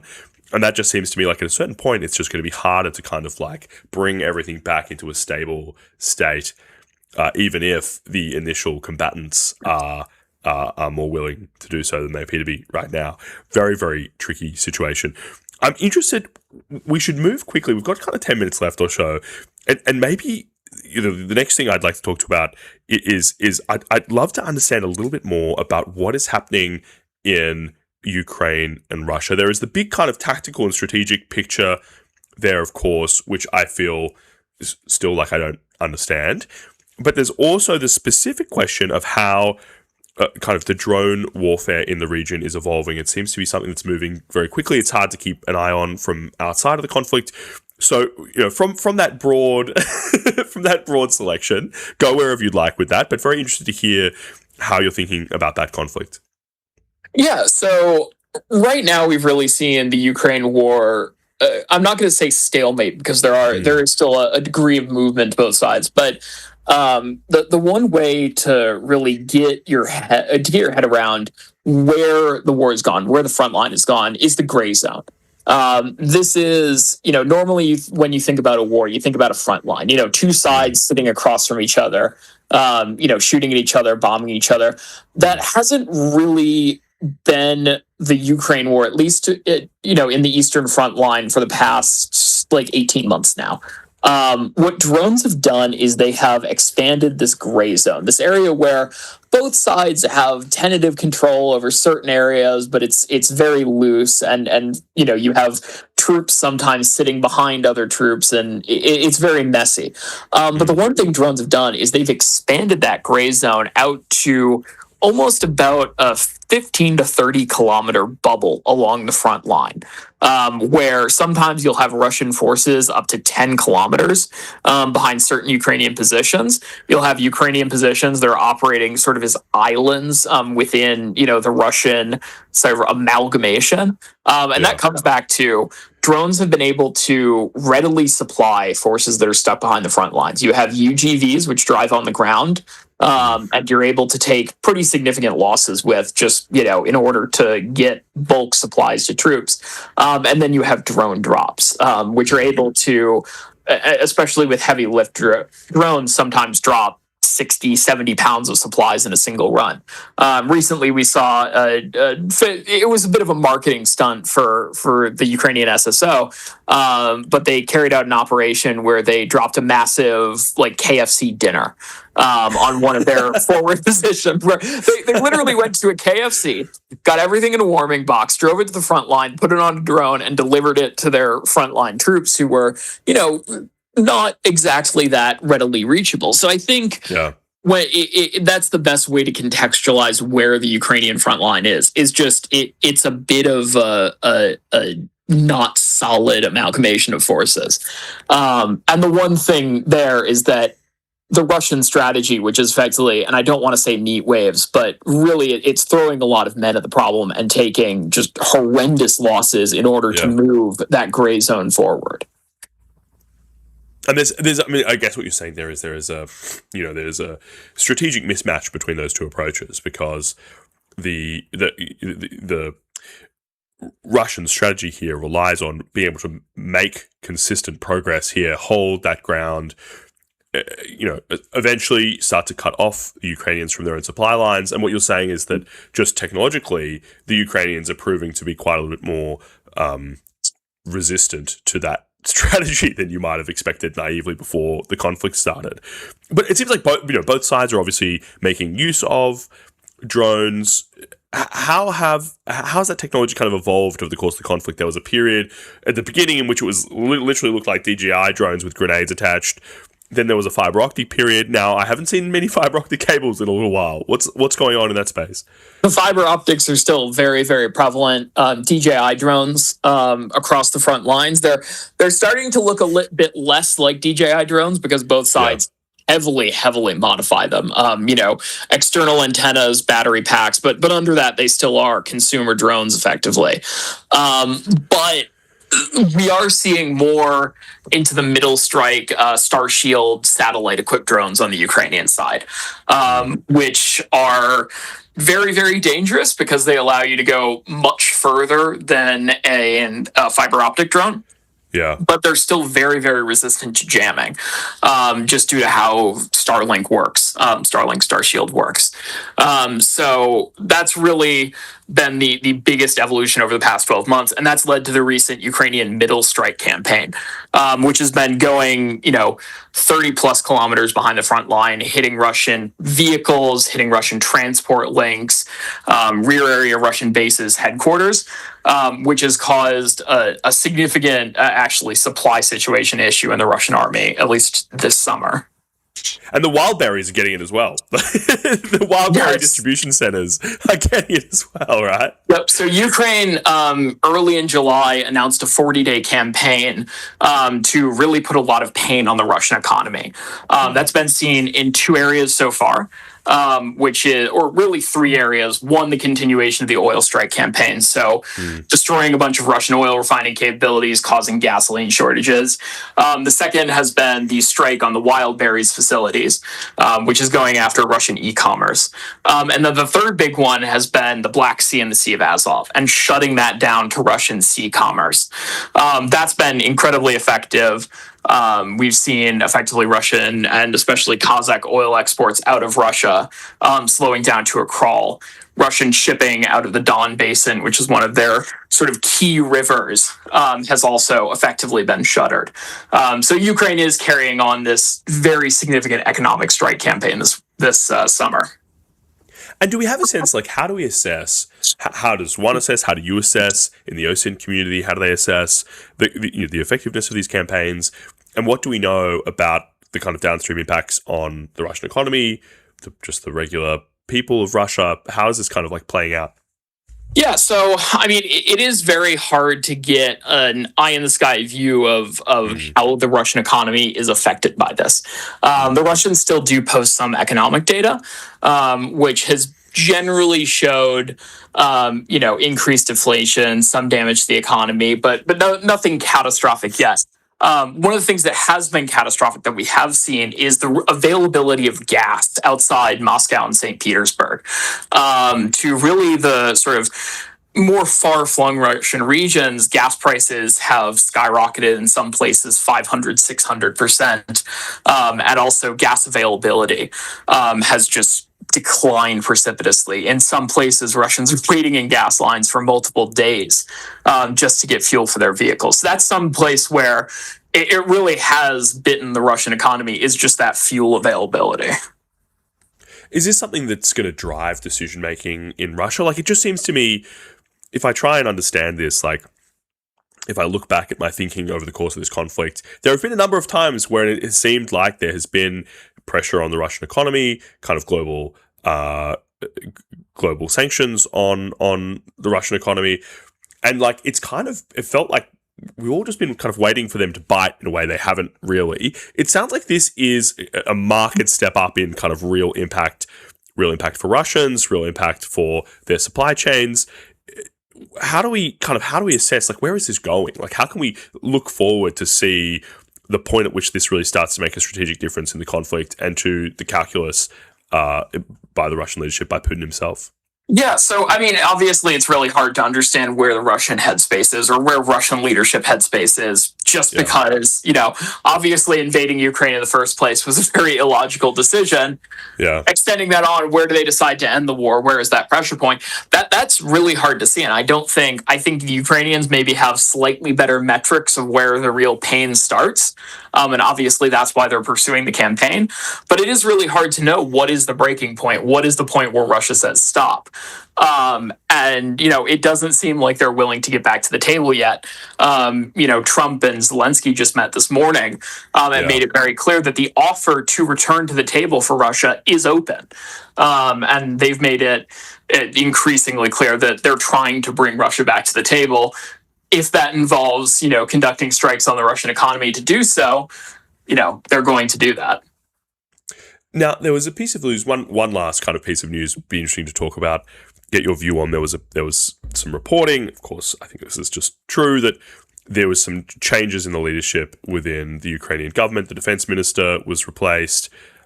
He was offered another position. I think he declined to take it. Can you tell us, like, how should we think about this from the outside? It seemed, again, from the outside, some reporting suggested that the previous defense minister's strategy approach to that role had been very effective, and nonetheless, he was being replaced. Can you kind of give us some insight what's going on here? Is this something that we should be kind of concerned about or trying to understand from the outside? What's driving these decisions within the Ukrainian leadership? Yep. I think the clearest takeaway from this one is after the defense minister was fired, the Ukrainian populace, especially in Kiev, held massive protests. Yeah. And those protests drove the Ukrainian government to actually not so much step back and rehire him, but one of the key figures in his firing, the head of the armed forces, was pushed out and replaced by someone from a different camp who's much more Western focused and younger. effectively. So I think one of the big takeaways there is even though Ukraine hasn't held elections per se, they have this very weird mix of high civil society participation among the populace still. Yeah. It's a very weird situation. It's one that we really haven't seen anywhere in a while. But it's one where the populace repeatedly has been able to hold protests and sort of change what is sometimes seen as or openly corrupt activities. Is it just is it just straight corruption? It's just a question of It's not corruption so much as obviously, like in Iran, there are entrenched camps, and each camp, they have patrons, they have their way of how they think the war should be fought, and there's sort of that constant. I wouldn't call it infighting, but there's a level of friction. That makes perfect sense. Ocean Technical, thank you so much for joining us. Fantastic conversation as always. People should find you on Twitter, of course, if they want to find you on X, if they want a kind of genuine real-time analysis and understanding of what is happening in these conflicts around the world. Any final thoughts from you before we say goodbye this morning or this afternoon in your time? Yeah, feel free to look at some of our longer form work, Hunter Brook Media. If you like really long, really well-researched pieces, it's the place for you. Good, perfect pitch. Perfect pitch. Thank you so much. Wonderful to have you on. Wonderful discussion as always. We'll drop for now. We'll be back in 2 seconds with another guest. Thank you so much.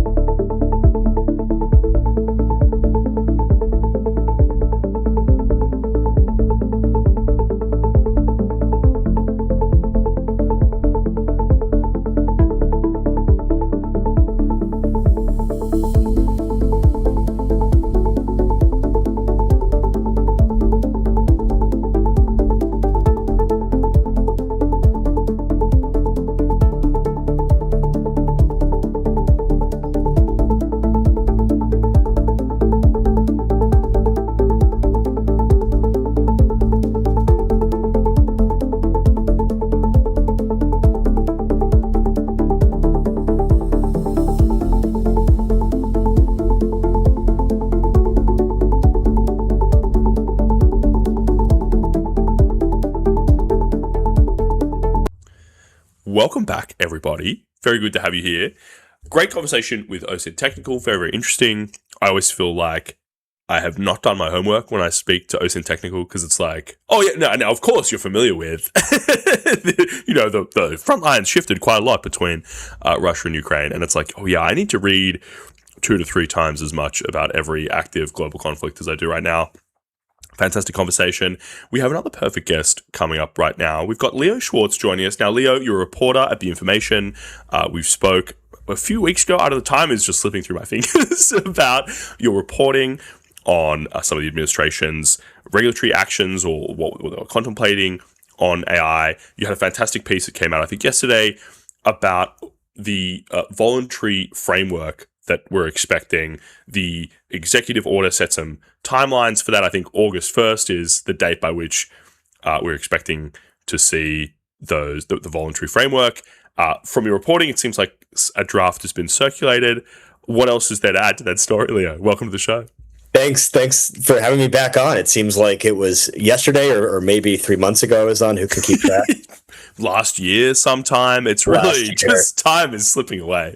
Yeah, but I do remember saying that this was the thing to watch out for, that, amid all the uncertainty, the White House saying we're taking a voluntary approach to AI regulation, but at the same time slapping export controls on Anthropic and ordering OpenAI to do a staggered rollout. What all these companies wanted was a bit of clarity, and the hope, the light at the end of the tunnel, would be this framework that's supposed to come out.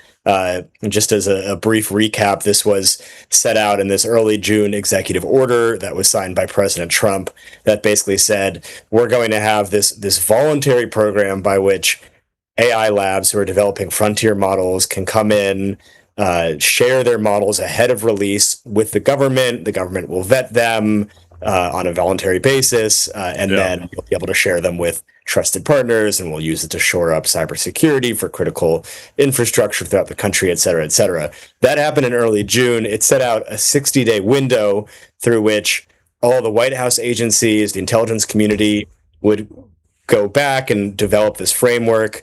It's been a bit of radio silence. We've had some reporting over the past couple months about basically feedback sessions that the White House has held with companies. But there's been an open question as to whether they would meet this deadline. Obviously, there's so much has happened over the past 2 months, including this new debate over open source. But what we had in our reporting yesterday was that the White House had circulated a draft to the top 3 companies, the top 3 labs, I should say, OpenAI, Google, and Anthropic, around 2 weeks ago. The 3 companies, interestingly enough, worked together to submit edits or red lines back to the White House. And it does seem like there's optimism that they're going to meet this August 1st deadline, which is Saturday.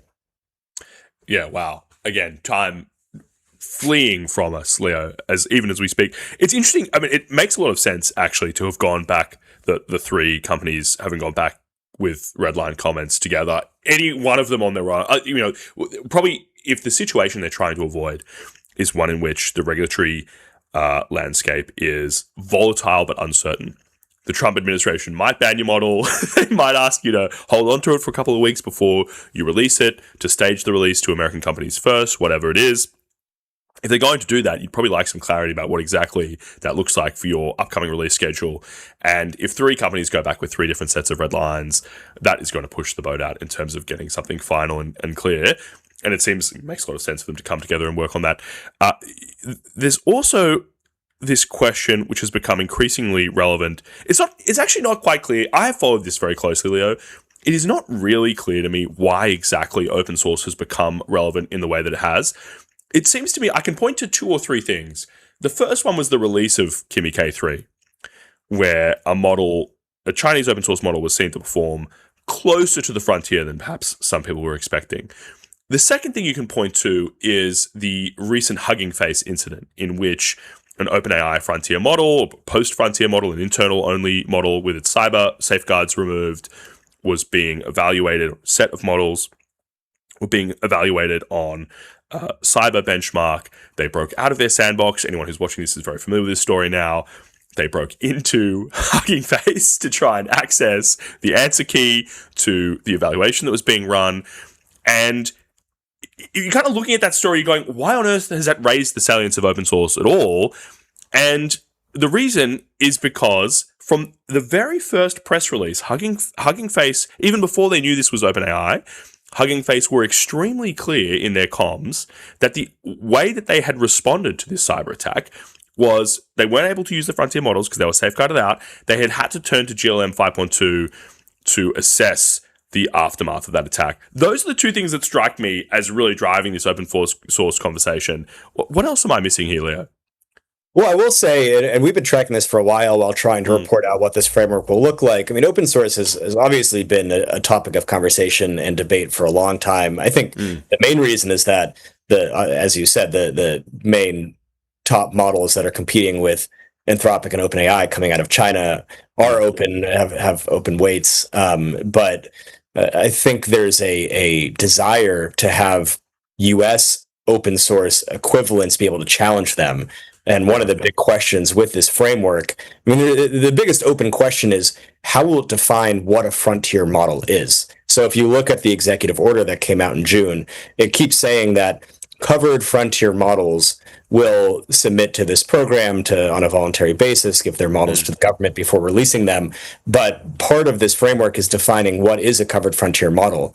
And a big topic of conversation and consternation behind the scenes that we've reported is this question of whether it will treat closed source models and open source models the same, whether it will basically create a moat around the frontier models only from OpenAI and Anthropic, and basically write the definition of frontier models with those in mind, or if there's going to be the opposite, which is essentially creating some sort of exemption for US open source models to say, as you're trying to catch up to your Chinese counterparts, you don't have to go through this regulatory burden of submitting your models.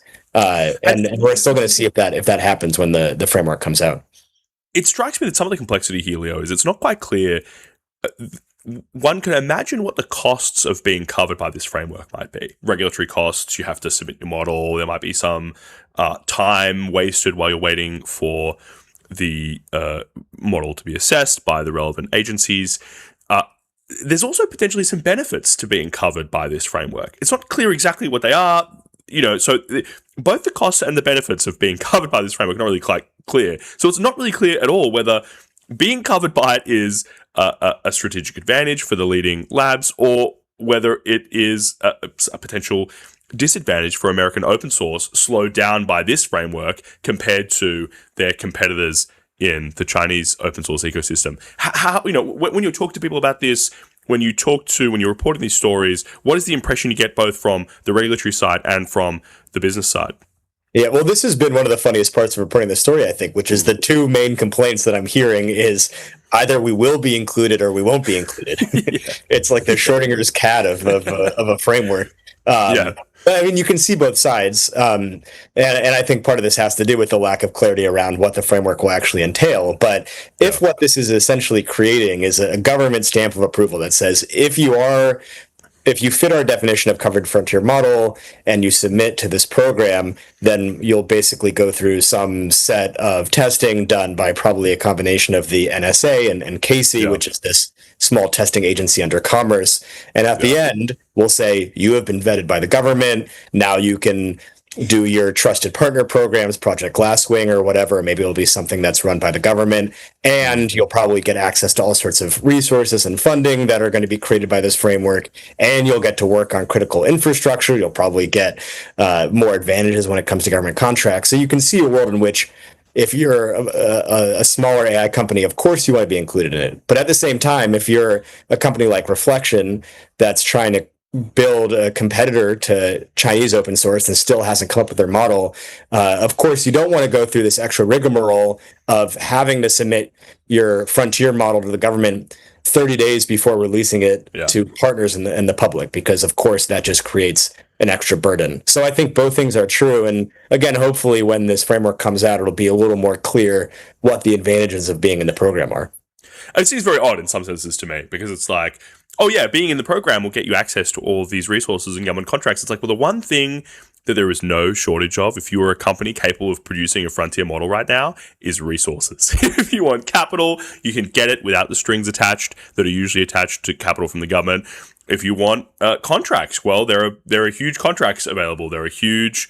The revenue for these companies is growing faster than it has than any other previous wave of technology for any previous generation of new technology companies. So it seems to me the advantages are pretty small in the grand scheme of things, except, if you're a company that maybe can't quite compete in the open market, in which case maybe sure you would like a nice little government piece of the pie. But it just seems like a very strange and confused conversation. You mentioned in some reporting last week when we were talking just before we came online now, Leo, you mentioned there's also some tension within the government, on the government side, on the agency side, about who has carriage over what here.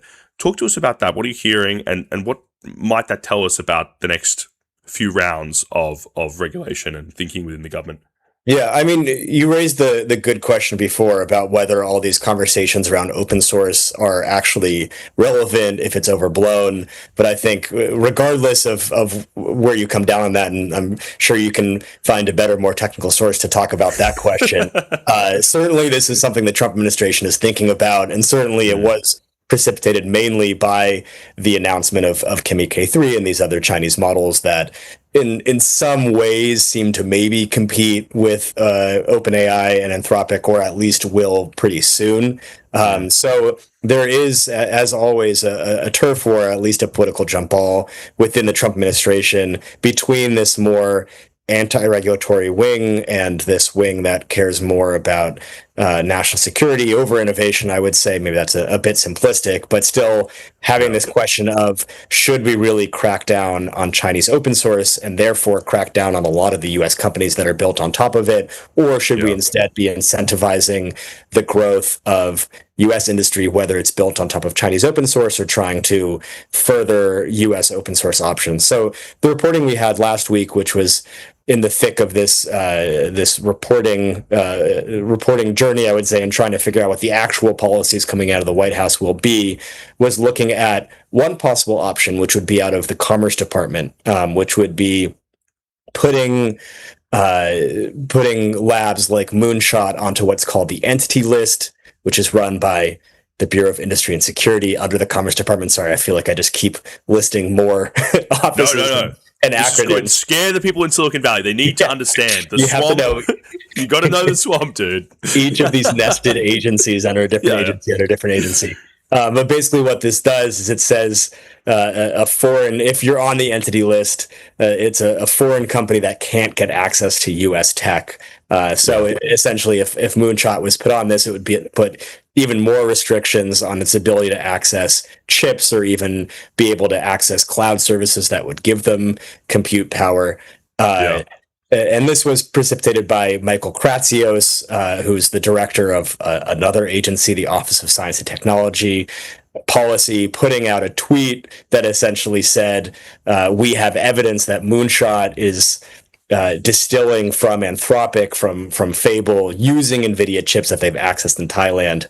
What our reporting and if that were true, it would likely lead to them being included on the entity list. But what our reporting showed is that investigation into whether Chinese labs are accessing U.S. chips improperly is still ongoing. That would be under Commerce. And moreover, Kratsios's post was done without any input from Commerce, without any knowledge of this investigation. And that just sort of shows that there is this tension and disagreement within the Trump administration where some elements like Kratsios are saying, we need to crack down on this, while other elements like Howard Lutnick at Commerce are saying, back off, like we need to actually figure out what's happening, and maybe the right solution instead is to not have more regulation and not put companies immediately on the entity list. So that's just one little flavor at what's happening right now in this debate over Chinese open source. Look, unbelievably complex. And I mean, of course, as soon as you talk to anyone, I mean, you see this. It's been a week for open letters. We had one open letter come out signed by Jensen and just about everyone in the Valley except Anthropic, calling for certain things around the open source ecosystem. The point that is maybe not made directly by that letter, but is implied, is that a bunch of companies in the US, both the inference providers themselves, many companies who provide services, which are, the word in San Francisco is a GPT wrapper. They provide a service which is, dependent on calling a model API to provide a bunch of its functionality to the user. Those kind of companies all benefit from having cheap, capable models available that are priced not much on a thin margin on top of the cost of inference. And that is the open source models right now. The best of them, the most capable of them, are produced by Chinese open source labs. So, there's a bunch of US businesses which use this technology, depend on this technology to offer their services. So it's not at all a surprise that there is a big contingent in favor of open source and even in favor of the Chinese open source ecosystem in Silicon Valley, in the tech world more broadly. There was also this letter that came out this morning from employees of the two big labs and Change, calling for a kind of global, if possible, pushing the US government to work towards a global slowdown in AI capability development. I'm not sure. I know those two open letters, the only thing they have in common is the fact that they're letters signed by people in the sector. But do you have any thoughts on those, Leo? How are you thinking about those? How do you expect those two differing letters to be received by the government in Washington? I will say a colleague in Slack earlier today did write big week for open letters. So I don't huge week for open letters. Huge week for open letters. There's a lot of them going on. I thought they were done, dude. I thought that was the Kamala Harris era. You know what I'm saying? Yeah. I thought that was well behind us. We're just getting started, I think. Dark woke 2.0 is back.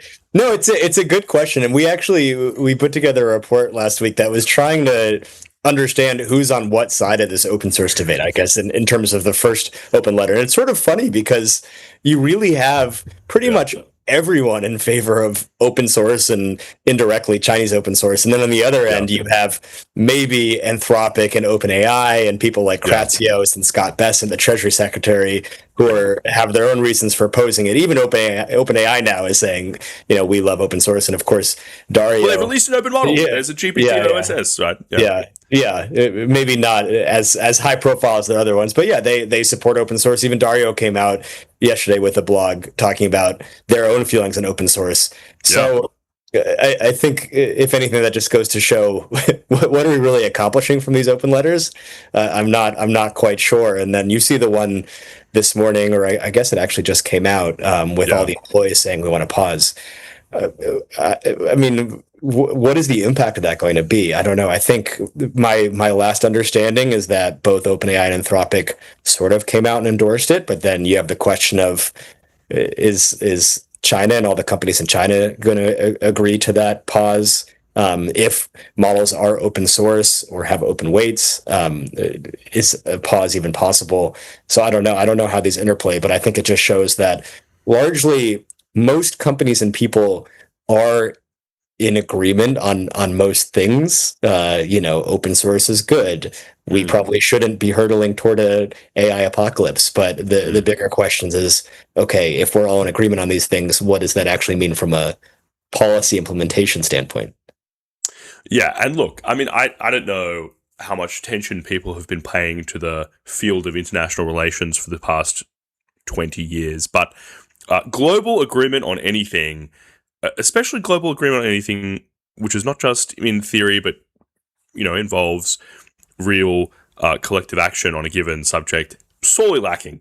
Completely. We couldn't do it for climate change, right? We couldn't even do it to reduce tariffs a little bit globally through the WTO. The chance that we can do it on AI progress seems to be very slim to me personally as an outside observer. To which I would add, it's not even clear, if, and I think there is a very good case for this, if the reason that Chinese models are 6 months behind US closed source models is not just because they are, 6 months behind, it's taking them 6 months to catch up, but because it takes them several months to ingest the capabilities of leading closed source models from labs like OpenAI and Anthropic. You train on, use the outputs of those closed source models to do some of their training. Then it seems to me that if the leading labs in the US could slow down or would slow down, that would effectively slow progress in the rest of the open source ecosystem as well. Now, maybe I'm not confident enough on that to make AI policy on that basis, but it seems to me there are a lot of very confused things going on here. A lot of more uncertainty is being created than certainty through a lot of these public conversations. Is that kind of your impression as well, Leo? Someone who's trying to cover the space. I think that's a good tagline for the era. Yeah, a lot of uncertainty. What are we doing about it all? So now you're following all of these different threads. The key date in the next week is the 1st of August, at which point we're expecting to see either the framework or an announcement about when we can expect the framework for frontier models. What else should we be paying? What else should we have in our calendar, Leo? What else should we be paying attention to? I mean, the other big developments, unfortunately, don't have any nice, easy dates on them. Of course, there's the question of whether we'll see real policy out of the White House, executive policy on open source, on Chinese open source. There's the entity list. There's the possibility of sanctions, which Treasury Secretary Bessent raised.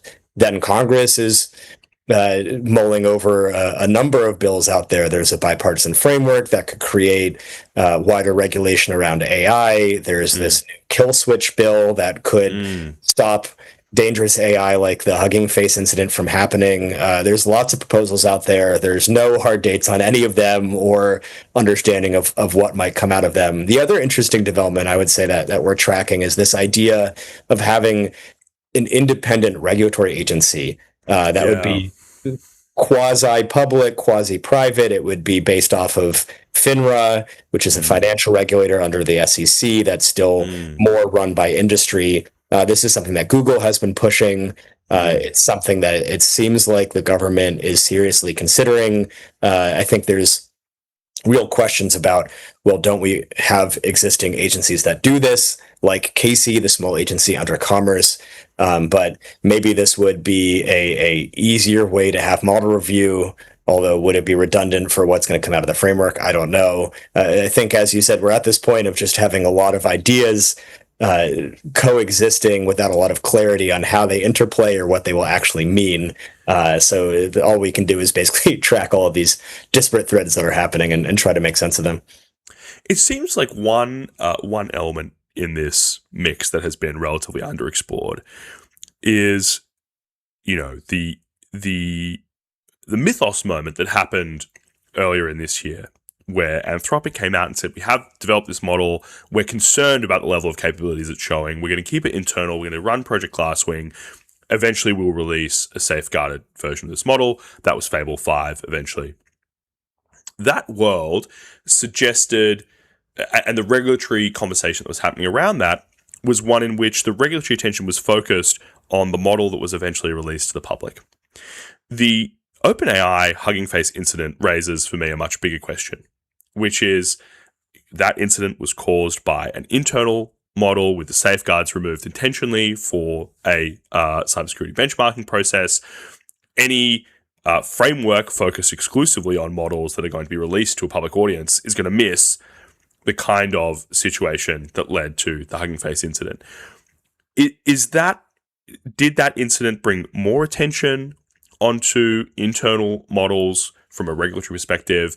Of course, I imagine the leading labs, Anthropic included, are probably hesitant to go down that path for the reason that they see having advanced internal capabilities as being part of their strategic advantage over the open source ecosystem more broadly, and one of the things that allows them to stay a step ahead and therefore in their own kind of moral universe to ensure that critical infrastructure is buttressed against cyber attacks, for example, to kind of do their work of preparedness under the shelter of their own moat in the capability race. So how should we think about this, Leo? How is this being thought about in Washington, if at all?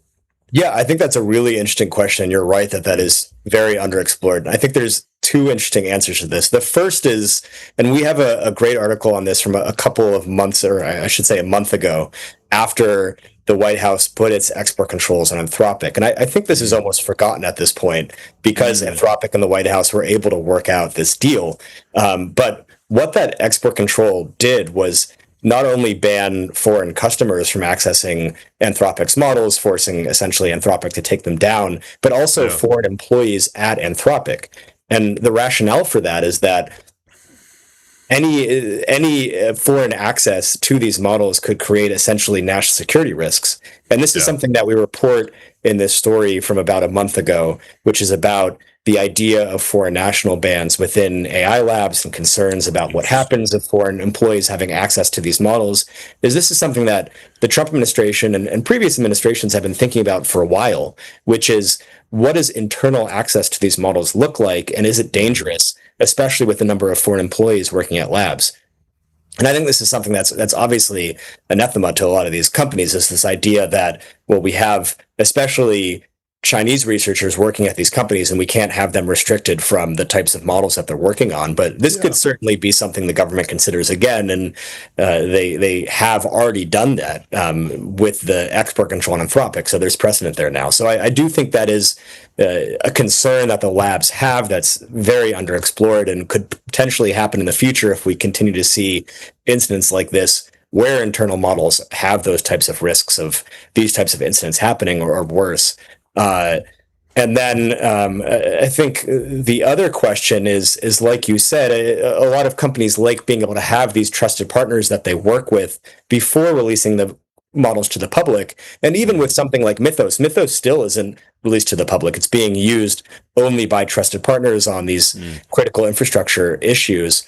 And one of the parts of the framework that's still being litigated is what it says is, if you have a covered frontier model, first you have to give it to the government for a period of up to 30 days. And then once the government's done with it, you can release it to trusted partners. And I think the position for a lot of companies is that that order is reversed. Like, we have to be able to give it to trusted partners first, because they're the ones who help us figure out the vulnerabilities that are happening. And then once that's done, it can go through that government review process. So I think that has to be worked out, is this question of who will have access to these very powerful models at that internal basis, or even if they'll never be launched to the public.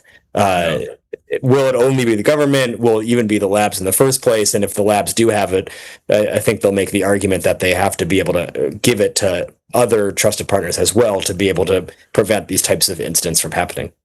I mean, the more pressure you put on labs to internalize, I think the more you're going to see these functions just become wholly internal to the labs. And I think that's probably it probably has some benefits from a security perspective. It probably has big costs from a competition perspective. I mean, if you have an internal model extremely capable at finding cybersecurity vulnerabilities and exploiting those vulnerabilities, you can't share it with trusted partners because it has not yet gone to government review. It's not yet ready in your mind for government review for a range of different purposes. Well, what choice do you have except to use that model internally to find vulnerabilities in public software and responsibly disclose those vulnerabilities to the software vendors themselves? And then you've got this entire sector, which is cybersecurity research, that suddenly becomes internal, co-located to the frontier model labs, because as we've seen, like, there's no competing with a truly frontier model in terms of finding and exploiting cyber vulnerabilities. The fact that the OpenAI model escaped the sandbox by exploiting an unknown 0-day in JFrog, one of the tools used to give it limited internet access, is just kind of like wild. It's like, okay, well, the first thing you should do when you get a new model is run it on all of the different services that we're going to try and use to contain it to make sure that it's not going to just break out of the first sandbox you put it in, right? I mean, the other thing that just comes to mind just as we're talking through it is, it's like when you talk to research employees at the labs, one of the things they say is, frontier model research is increasingly about being able to manage a whole group of agents running internal Frontier Plus models to do ML AI research, to little experiments to push the frontier here and there. And so if you're banning foreign employees from using those kind of models, you're effectively banning them from contributing to frontier research in these labs. And then again, I think that's like not really a world that we want to move towards, where the best and brightest Chinese PhD AI researchers are forced to go back to China and work for Chinese labs because they're not allowed to touch the frontier in US labs. A lot of stuff going on there, Leo. It doesn't really seem like there is a clear path falling out of it all. It just seems like we've uncovered more questions through our conversation than we've answered. It's true. Although I will say, to take a somewhat optimistic tone, I think you're seeing Google, Anthropic, and OpenAI collaborate at a level that they really haven't previously. I think there is growing optimism that the Trump administration is handling this in a more responsible way. If this framework comes out, if they're no longer having the view that we can just be completely hands off, but we actually have to figure out how to get our arms around this, that's probably a net positive thing. Maybe this independent regulator will help thread the needle on how to do it. But I think, as we talked about last time, I mean, having government and policy happen at a speed anywhere close to the development of AI right now seems like a impossible task. So I think there will be fascinating stories to come out of the next few months and years. Maybe this is just part of the nature, right, of living through a period of unusual technological progress. Is sometimes you're just in the messy middle and nothing's sorted out, and it's not going to get sorted out until it does. Leo Schwartz, everyone should follow you on X. They should read your work on The Information. Anything you want to pitch or call people's attention to before we say goodbye today? Just another pitch for our work, my colleagues' work. I think they're doing incredible reporting, really getting Fantastic into the AI race. What's also happening in China, I mean, there's other publications too who are breaking incredible stories on the AI development happening in China and what that means for the US. So just read all the great reporting that's out there. Perfect call to action. Thanks again, Leo. Great to have you on the show. A real pleasure every time.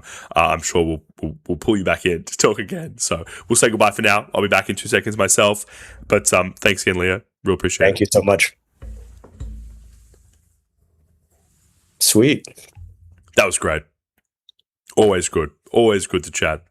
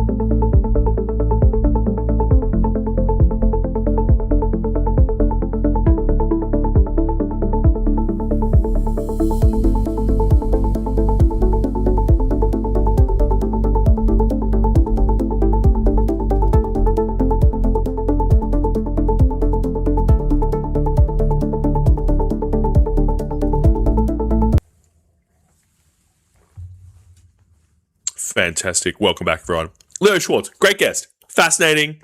Always good to hear. I mean, I think what I like so much about speaking to Leo is we are very blessed on this show to have AI researchers come on the show. We have people at the labs come on the show. We talk to people who are close to the open source world, who are close to the inference providers, who themselves have businesses reliant on access to inference, all these kind of different perspectives and insights into what's going on in AI.